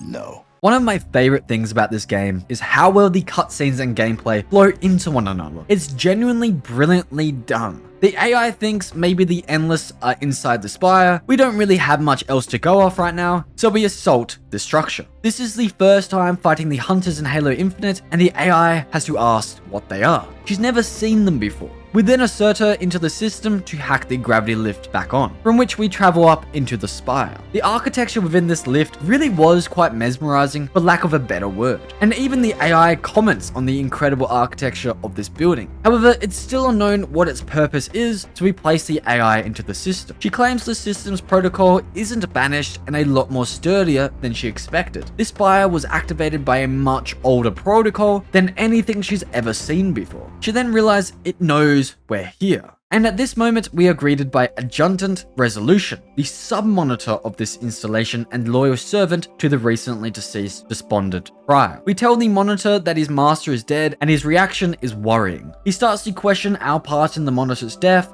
and so we try and quell the situation. It does work, though this monitor is just very odd. He suspects we activated the spire and want to see the observation platform. So we follow him whilst he unlocks doors, activates portals, and creates bridges, until finally we go up an elevator and reach the observation platform. He tells us they are ready to progress as soon as He stopped mid-sentence and teleports away. Our curious selves push on without him, and the AI learns that the spire's purpose is to rebuild the ring. We can guess whoever activated the structure wants to in turn activate the ring. We tell the AI to shut the spire down immediately, but at this very moment, the monitor comes back angry. We collect the AI whilst the now furious monitor lifts up some war armor and hops inside. Obviously, the monitors were made to look after the rings, so of course this guy wants to fix the damages that have been done. We of course don't want this because the ring becomes a threat again. So yeah, we've already destroyed 3-4 Guilty Spark, who was pretty bloody easy, but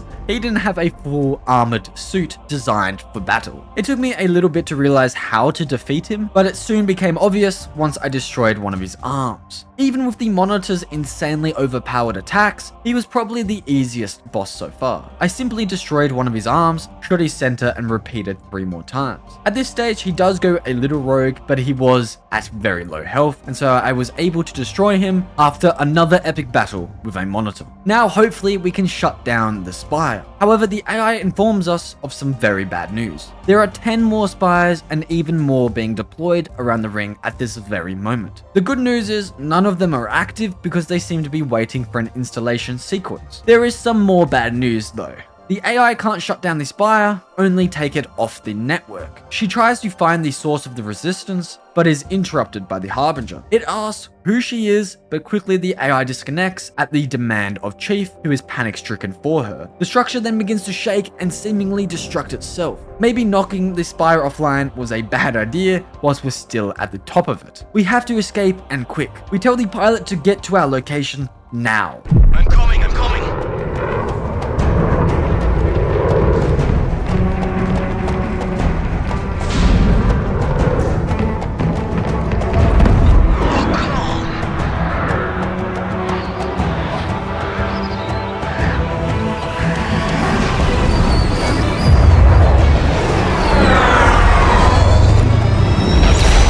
Open up. Go.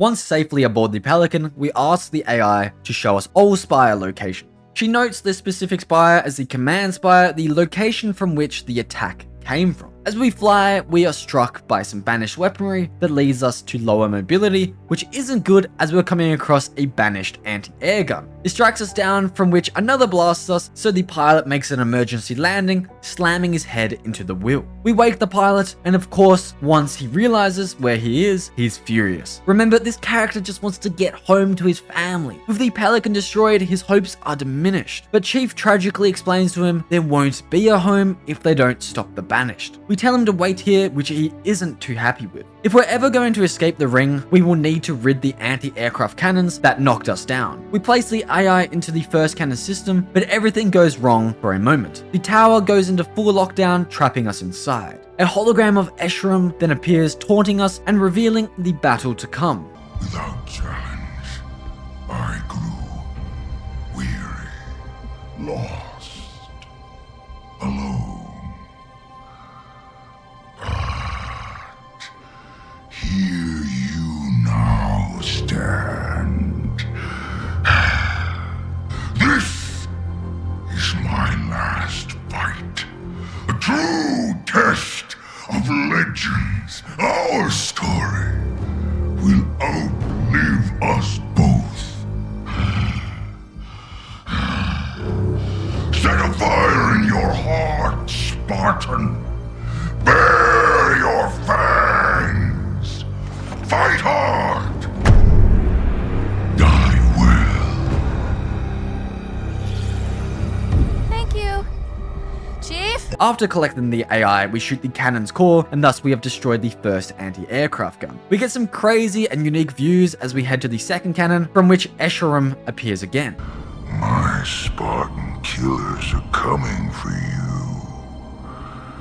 It is your time to rise. But with his threat goes another one of his cannons. Finally, we take out the third cannon with absolute ease, as no lockdown or hologram even occurs. We simply destroy the core, blowing up the cannon. At this stage, the AI picks up a repeating message across all banished frequencies. It reads, "Hands of Atriox, deploy." Escharum wasn't lying, the Spartan killers are coming after us. On returning back to the crash-landed pilot and Pelican, we are ambushed by two of Atriox's hand. Hyperius in his chopper, and Tovarus raining hell down upon us with his scrap cannon. They're actually brothers, and so it's the first time we have to fight two bosses at once. I mean, a boss riding a chopper is just insanely awesome to me. I was struggling a lot, so I decided to depart momentarily to grab a rocket launcher. However, my heroic return didn't go quite to plan, so I left again to find a better weapon, from which I found a shock rifle. I hopped on top of this crashed UNSC ship and quite lamely sniped Hyperius, but even this failed. So I returned to a crash-landed Pelican, using it as cover. I was still failing, but finally I was making some progress towards defeating these guys. My strategy started with Hyperius. I would try and shock his shield down as much as possible, using a shield wall for better protection before he arrived to my camping spot. Then I rocketed him, making sure the chopper got the full brunt of the explosion, killing Hyperius in the process. Pretty epic death, if I can say so myself.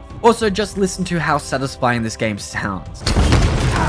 Now it's Tovarus's turn. He's not at all happy we just killed his brother. Even with his brother's death, Tovarus continues to cower away on the high ground, keeping his distance from us. So I stayed undercover until I knocked his shield, from which I advanced on him through my grapple, to eventually finish him off with the Sentinel Beam. You might say we have now defeated two fingers from Atriox's hand. We find the pilot hiding inside the wreckage of an UNSC ship. He's pissed off beyond belief, because instead of staying with the Pelican like Chief ordered, he left in search for a slip drive to go home. He found 3, but all were broken and destroyed by the banished. I probably would have lost my temper and a little sanity if I'd gone through his same isolation and fear for the last 6 months. To make things worse, he's had hope multiple times of leaving to go back home, but every time he was placed in further danger. But this is not all the depth there is to this character. There is more hanging heavily across his shoulders, weighing him down. You see, he's a fraud. He isn't a pilot, he's not even a soldier. He stole the Pelican because he was scared. Ashamed of himself, he gets on his knees and looks away from Chief, declaring himself as worthless. I'm worthless.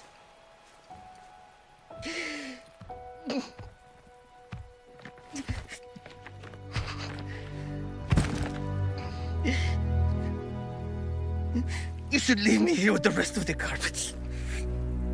We all fail. We all make mistakes. It's what makes us human. I'm sorry, Chief, but how have you ever failed? I should have protected Cortana. Stopped everything from going wrong. I failed her. I will not fail you. Chief. Wait. We're going to make it. We have to. This is all I've got. It's all we need. Our only way home is straight through the heart of the Banished. We need you. We can fix this. Together.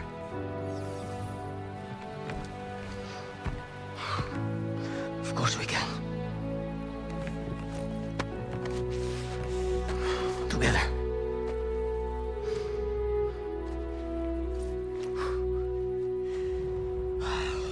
So, what's the plan? Let me guess. It's dangerous and it's probably going to get us killed.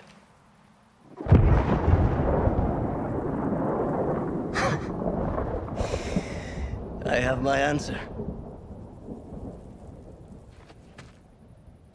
Let's do this.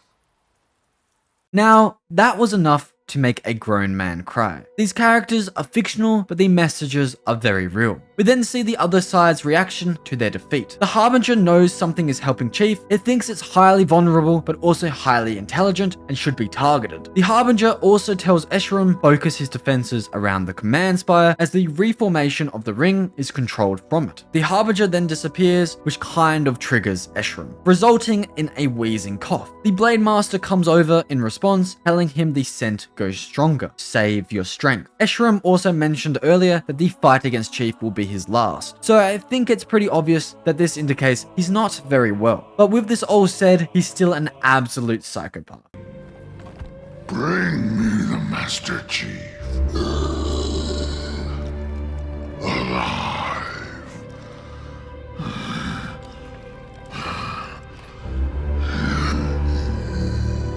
We've got the Pelican back up and running, and because we destroyed the anti-air cannons earlier, we're able to freely travel to the command spire, the heart of the ring's reformation. There's just one issue. The AI can't open the door. She tries multiple times, signified by her clicking, but still the door stays still. The AI thinks it's possible the Harbinger has modified the sequence needed to unlock the spire. We need another way in. At the same time of our realization, a beacon is released from a Forerunner structure. The AI thinks if we can get her inside of that tower, we might be able to reconstruct a pure version of this sequence, which is probably the most confusing quest in the entirety of Halo. But after all, the AI is way smarter than a human when it comes to this stuff, so we will just have to trust her and follow her lead. Essentially, we just have to assault a heavily defended beacon to retrieve the sequence data to unlock the command spire. However, there's an issue. Only part of the data can be collected at this beacon, so we have to do this another 3 more times until this AI has collected all the data we need to open the door.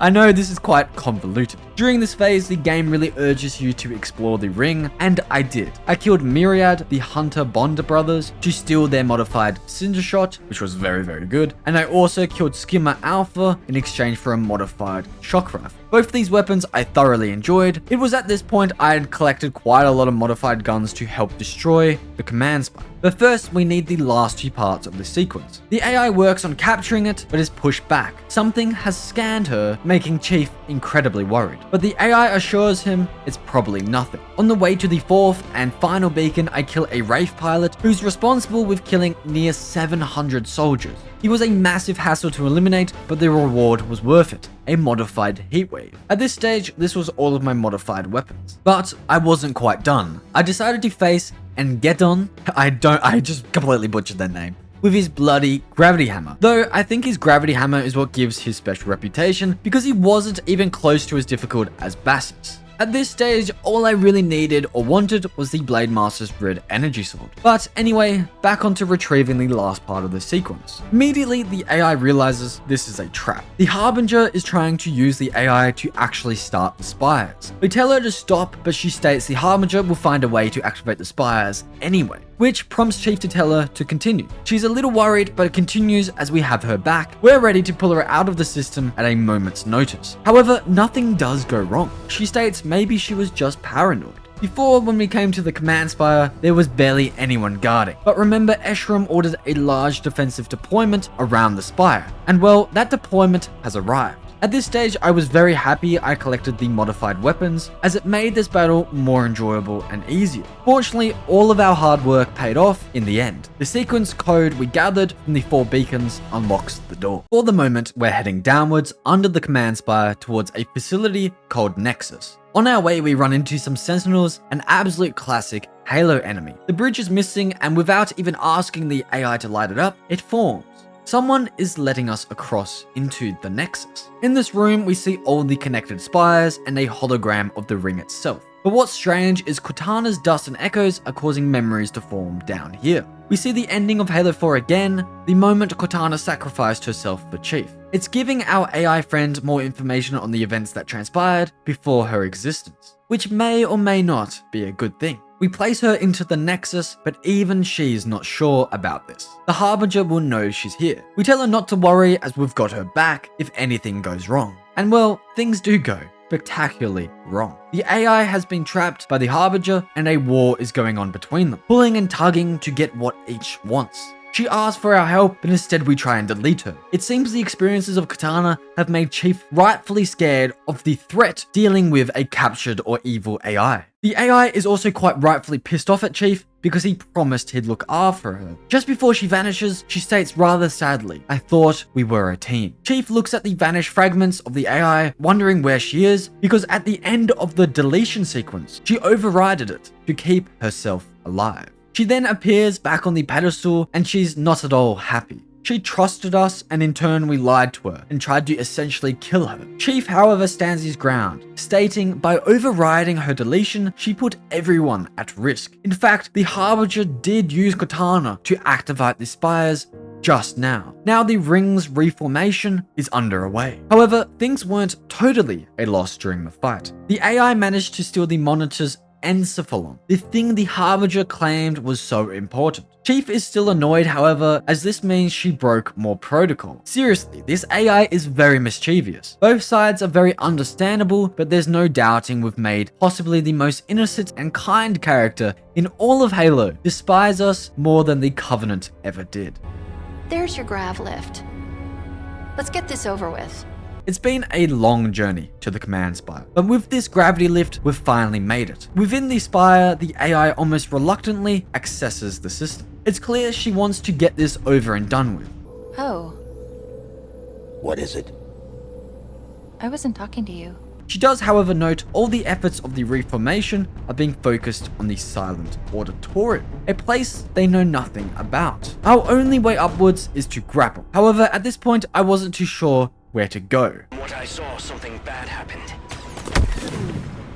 This game does remind me a lot of Halo 2, which is arguably the best story structure and most interesting designs out of all the games. They've just done an excellent job innovating the game, like for example these new weapons, which are so much fun to use. I didn't think I was going to like the grapple going into this campaign, but it turned out to be simply awesome. We're fighting through the command spire, whilst it's hard at work creating raw materials and sending them out to reform the ring. Or in this case, the silent auditorium. We're about to reach the observation platform, but the elevator is blocked off and Adjutant Resolution reappears. We've defeated him before, and this fight was very similar. The only difference were these sniping sentinels who were helping their master, and the monitor's armor has undergone an upgrade.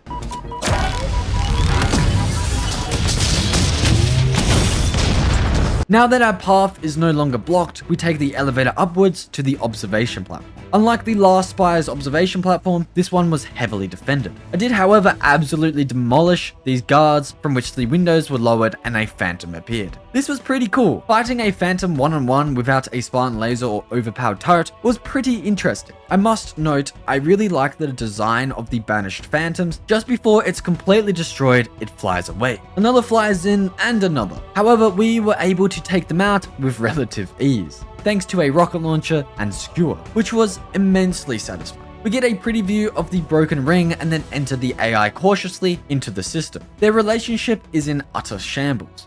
Or you'll delete me, right? Good luck with that. She successfully deactivates the command spire, which will deactivate all other spires. She begins her continued ridicule of Chief's actions before, and states rightfully that without her, Chief wouldn't have made it past the first locked door. She asks, why can't you trust me like she trusts him? Of course, we know why, but Chief can't convey it to the AI. The pilot flies in, ready to pick us up, joyously claiming all these spires are shutting down. But sadly, the AI wants to stay here. You can leave me here. I can't do that. I'm not giving you a choice. Try not to get him killed, too. Okay, let's get out. Chief? Chief?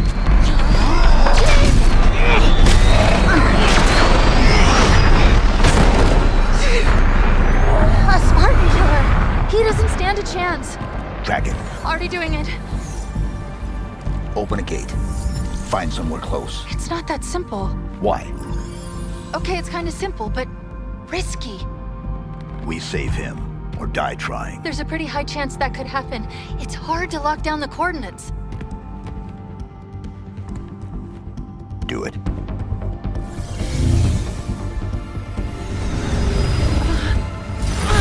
Portal's open! We then see Escherum's response to the shutting down of the spires. He talks to the Harbinger, furious with her, as after all, these are her plans that have been spoiled. The Harbinger states the silent auditorium was partially reformed, meaning there might still be hope for her grand plan to work. Escherum is still furious, however, so he asks the Blade Master how his mission has gone, hoping for some good news, from which the Elite delivers. We see the Elite smack the captured pilot across the face. The pilot has now become the bait that Escherum hopes to end Chief with. During our teleportation to save the pilot, we pass through a data cluster showing the origins of Katana and her demonic rise to evilness. Just like in Halo Combat Evolved, we have a pretty rough time on exiting the portal. Unfortunately or fortunately, the AI also saw the memories of Katana, stating they did seem kind of real, actually, in fact, very real. But we can't dwell on it too much, as our pilot friend is likely getting tortured by the Blade Master. We need to figure out where we are. We witness death and destruction and have to fight the Banished until we find a terminal. The AI states we're close, but grimly notes a massive Banished structure is right above us. She then finds a message. With reluctance, she opens it, showing us the pilot being tortured. A hologram of Escherum then appears, taunting us and luring us into battle with him. After Escherum disappears, the AI reveals coordinates were embedded within the message. He wants us to come to him. On our way, we hear whispers from Cortana.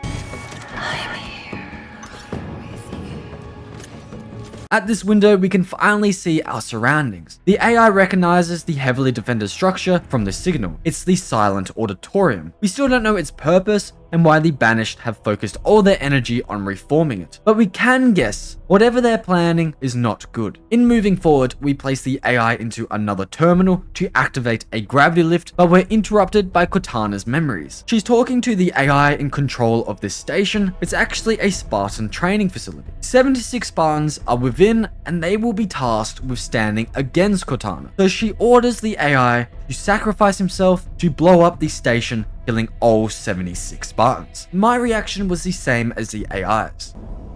She took out the training facility? Those Spartans... All gone. All of them? Why would she... It seems she's starting to realize why we tried to delete her earlier. This campaign is the longest in the series, and at this point it felt like I'd killed an entire army of the Banished all by myself. In attempting to power up a gravity lift for the 100th time in this game, another memory of Cortana appears. Remember, Cortana wanted to destroy anyone who opposed her dominion, and it just so happens humanity wasn't going to just let her terrorize the galaxy. So Cortana, using her Guardian army, attacked Earth. This is of course absolutely insane and very sad. We are then locked inside a room. We have no choice but to enter the AI into the system. But again, another memory plays. We see Atriox, the leader of the Banished, and the brute who defeated Master Chief. This memory is very important to understand the Banished. And you understand the consequences of defiance. I do. Do you? The intricacies of any action are complex. The reactions numerous, yet mostly predictable.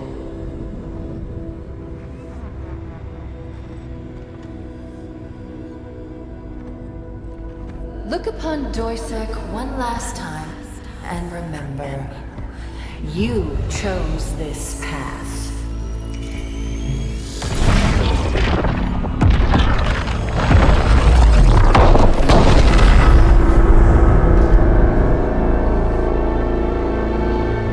As did you, Cortana. She destroyed their home? Escherum's? Atriox's? An entire planet? How could she do that? It's my fault. How? I should have stopped it. I could have reasoned with her. Could you? It was her choice, her programming. Was it? I don't know anymore. There's something you're not telling me. The only way to access the ring, to reach Cortana, was to make a copy. I'll get this open. Reconsider. The consequences of your... Back to your conservatory, monitor. There's your grav lift. Let's get this over with. And remember, you chose this path. I'm her? Yes. An exact copy. It was the only option we had left. My routines, systems. All copies. Halsey removed any information that could compromise you. You're her. If we'd never met. Will I do what she did? Become what she became? Am I that already? My mission was to ensure that doesn't happen. It still is. I'm sorry. I'm so sorry. That wasn't me. It can't be.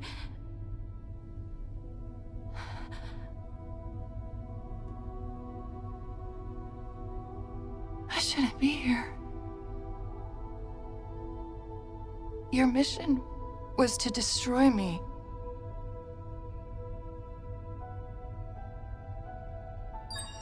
I've restored the deletion protocols. I'm ready. It has been an honor. Just promise me one thing.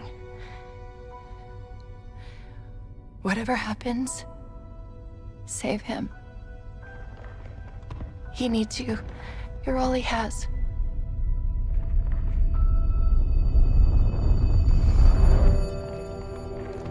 We do it together. How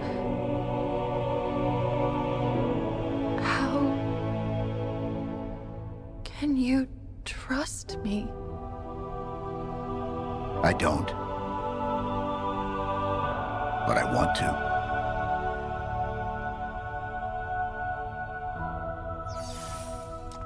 Okay, so yeah, this game is amazing. From the way the cutscenes were created and to the story itself. The AI all along was a copy of Katana, making all the more sense on why we tried to delete her. I love how in this game they no longer feel like a girlfriend-boyfriend relationship like in Halo 4, but rather a friendship, a team, focused on stopping the banished and saving humanity. It isn't self-centered, but rather self-sacrificing. After all, I agree with Chief keeping her alive because, well, let's be honest, we need her right now. I love how everything is so incredibly motivational at this point, and then this happened.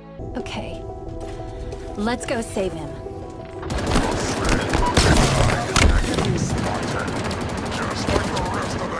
I do enjoy how grunts carry sniper rifles, even though they never snipe. Thank you very much. A beautiful sky greets us on our return back to the surface. It seems the pilot isn't located within the reforming silent auditorium, but rather inside the House of Interrogations, the place the Inquisitor Chuck Locke shipped his victims. We will need a grand entrance if we hope to even reach Escherum's coordinates. Well, fortunately, the Banished hadn't got around to destroying or scavenging these stolen UNSC vehicles, allowing me to steal a new and fully functioning tank, and even rescue a Marine. It doesn't matter how many times I've hopped into a tank already on this journey, I will never not have a blast. With the music booming and these aliens dying, it felt as if I've come full circle on this massive 8-game experience. 20 years later, Halo is back to where it started, and I can't be happier. This game has really taken the essence of what made Halo great and added onto its legacy. Now we're coming to the epic culmination of our journey together through the story of Halo. As we arrive to the gate, it opens, inviting us inside. No more enemies are inside the courtyard,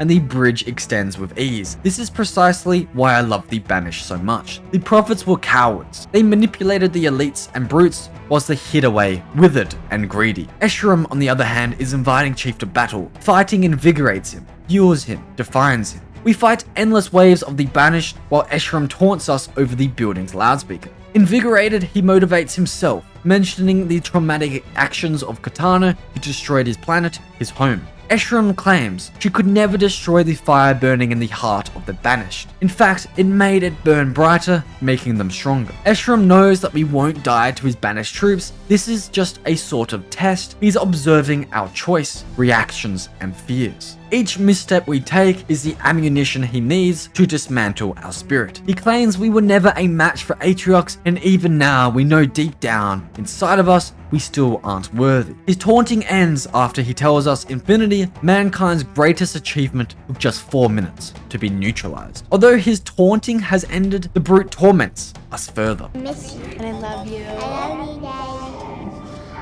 So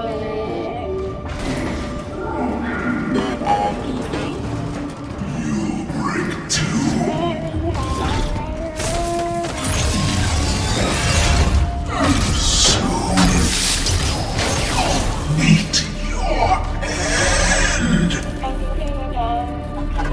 Say goodbye.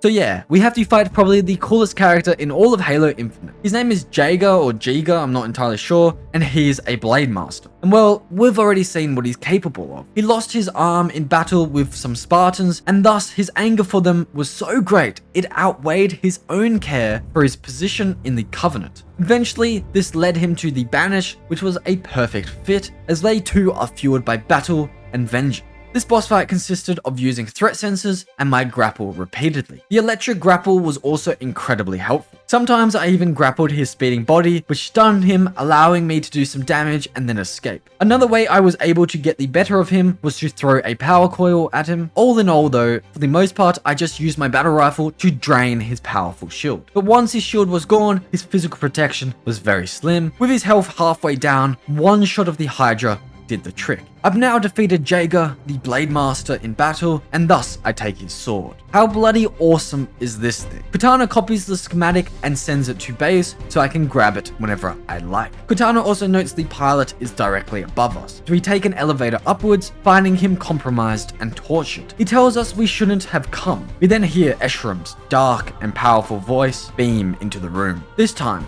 it's not over a loudspeaker. This time, it's close by. The pilot, in pain, selflessly tells us to leave, but Chief isn't going anywhere without him. This was never a trap, but rather a test of mettle, a fair battle for the intrinsic pleasure of battle. Cortana works on freeing the pilot, whilst Escharum jumps down from a height. And well, it almost seems this is the greatest moment of the brute's entire existence. I tried slicing him off the rip, but it didn't work whatsoever. He doesn't start with shield, which is very deceiving as the technology built within the room shields him whenever a quarter of his health is removed. But that's not the worst of it. Whenever we damage the shield, it's transferred to the pilot. So if we're not careful, we may kill him. Our only option to remove the shield is to destroy these relays. At first, this boss fight is actually very easy. That is, however, until he brings out his gravity hammer. Fortunately, what made this boss fight a lot easier was, unlike when we fought Tartarus, there are checkpoints. So I didn't have to restart the entire fight all over again every time I failed,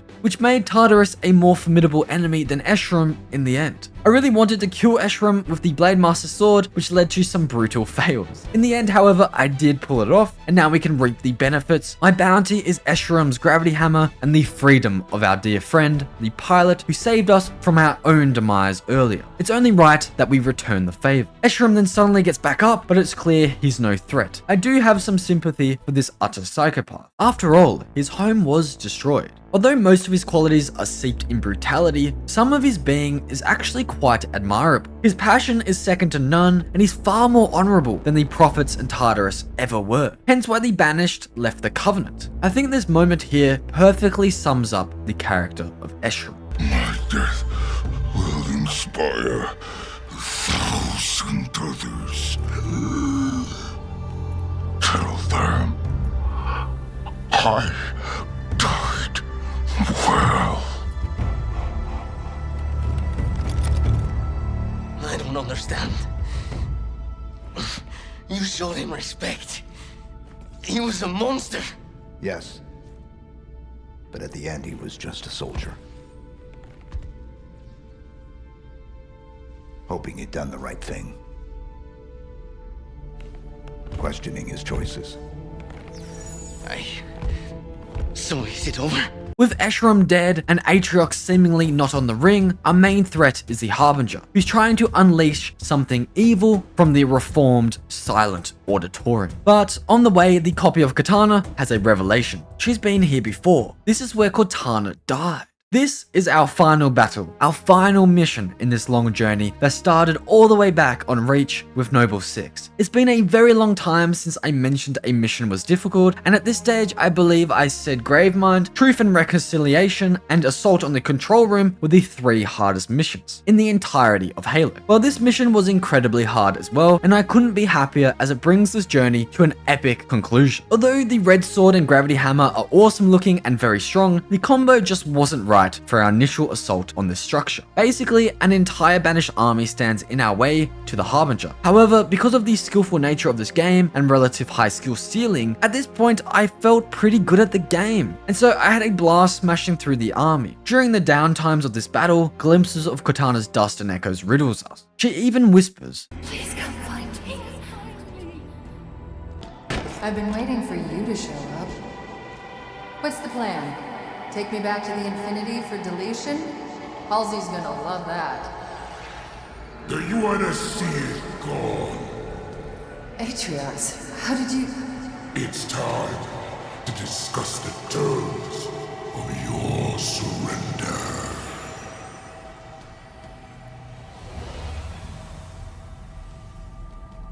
So it seems Cortana was expecting Chief after she was trapped by her copy, but Chief didn't show up. He was defeated by Atriox. When Cortana turns around, Atriox appears. This guy really is an awesome character. He's genuinely the biggest and baddest boss in Halo, and yet he's been kept so mysterious from us. The Didact is probably more powerful, but I'm just not going to count it. Atriox is the one character, excluding the Didact, who is stronger and better than Chief. And to make things even worse for Chief, Atriox beat him to Cortana. Speaking of difficult bosses, I then had to face these 2 hunters who utterly destroyed me over and over and over again. I could barely make up ground against them as I was being continually torn apart. With this fight, there wasn't so much skill to it, but luck. If you play enough, something does tend to go your way, and thus I conquered the massive beings. And for the last time, I might add. As we get close to where Cortana died, the memories seem more complete, almost as if she's trying to tell us something. I thought I was owning this elite, but it turns out it was actually the other way around. We then run into our good friend Adjutant Resolution, who I could have sworn we killed twice already. Well, he wants us to accept his apology, as now he realizes that the Banished were trying to reform the ring, not for the sake of reforming it, but rather for another devious, more evil reason. He states the seal is nearly broken and that the Endless mustn't be released. As we ride an elevator upwards and deeper into the silent auditorium, we witness perhaps the most important memory of Cortana. How could I have been so stupid? Halsey made a copy. It was the only way. There's not much time. If Atriox takes control, he has the ring. A weapon pointed into the universe. Nothing left to lose. My fault. My stupid fault. Not much time. Will this work? There's a moment. John will make it work. He needs help. Of course. Was this your plan all along, Halsey? Or is it mine? It doesn't matter now. Nothing else matters. This has got to work. He can't do it on his own. He needs me. He needs her.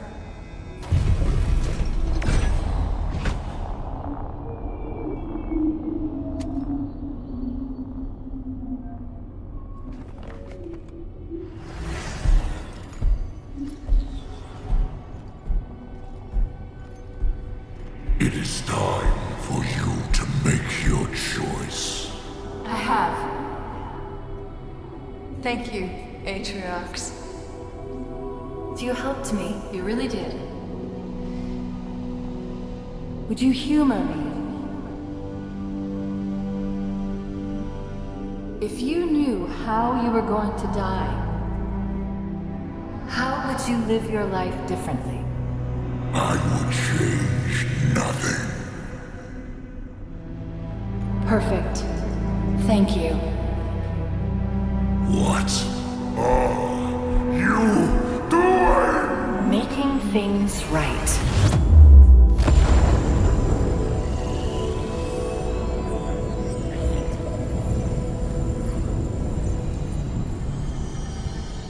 It was her. She destroyed the ring, stopped my deletion. Why?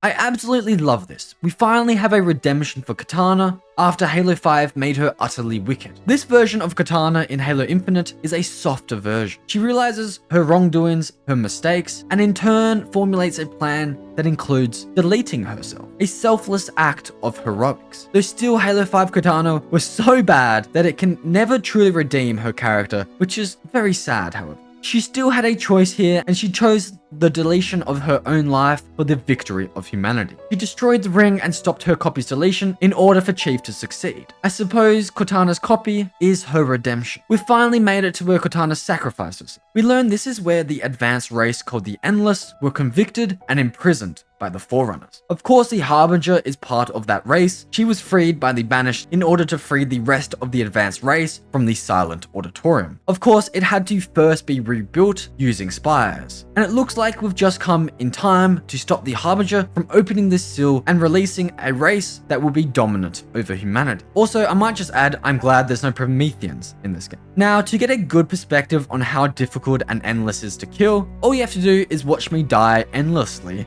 to the Harbinger. I also died a ridiculous amount of times to the Banished who kept entering the silent auditorium from all angles. This is the ultimate boss fight in Halo. It took me a whole hour to complete, as it's probably the hardest moment in the entirety of Halo on Legendary. For me, anyway. The Harbinger shields itself as it tries to make a connection to another part of the ring, which I think means she's trying to free the Endless or maybe make a connection to Atriox. But with the Banished dead, she comes out herself in an attempt to kill us. If we do enough damage, she goes back into her shield and more Banished come, and so this repeats itself whilst getting harder and harder until finally we kill an Endless, the Harbinger. She's talking to someone else via an ancient signal that's unknown to Cortana. She takes her helmet off, revealing her very cool looking alien face, from which she delivers a bone-chilling line. My time is ended.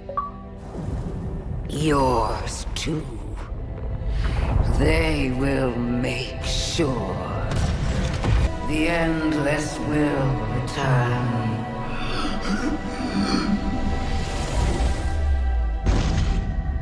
We then see Cortana, who messes with us just a little.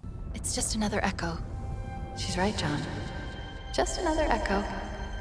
Sorry, I'm messing with you. I just had a feeling that's what she would say. In her final moments, she's realized her last final mission. She needs us to make sure we learn from her mistakes, become stronger because of them. A message not directly pointed at Chief, but also at her copy. She then vanishes, she's dead, gone. But the game did a brilliant job at basically resetting Chief and Cortana's relationship, something they never should have destroyed in my opinion. The silent auditorium then begins to shake abruptly. We try and escape the conventional way, but we're blocked. Suddenly a portal spawns, but we're hesitant to jump into it because Cortana didn't make it. Its origin is unknown. However, we have no choice. We jump inside of it, and in return, we find ourselves rumbling down a craggy hillside. We do survive, of course, and the pilot picks up our beacon, celebrating to see us alive. We ask Cortana where we are, and she answers, maybe it would be best to focus on when we are. We've been gone for 3 days.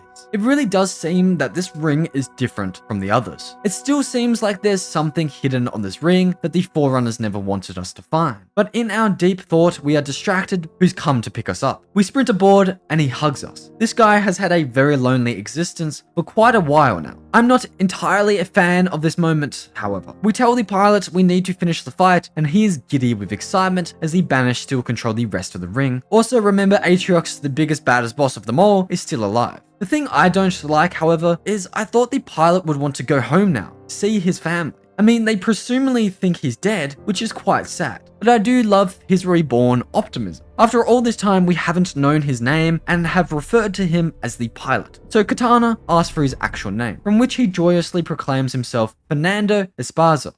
And what about you? What about me? What do I call you?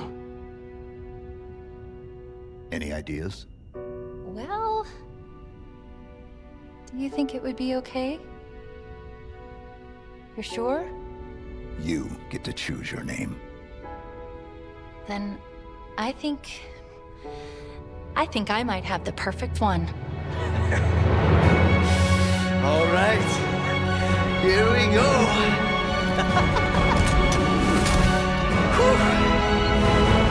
Get ready.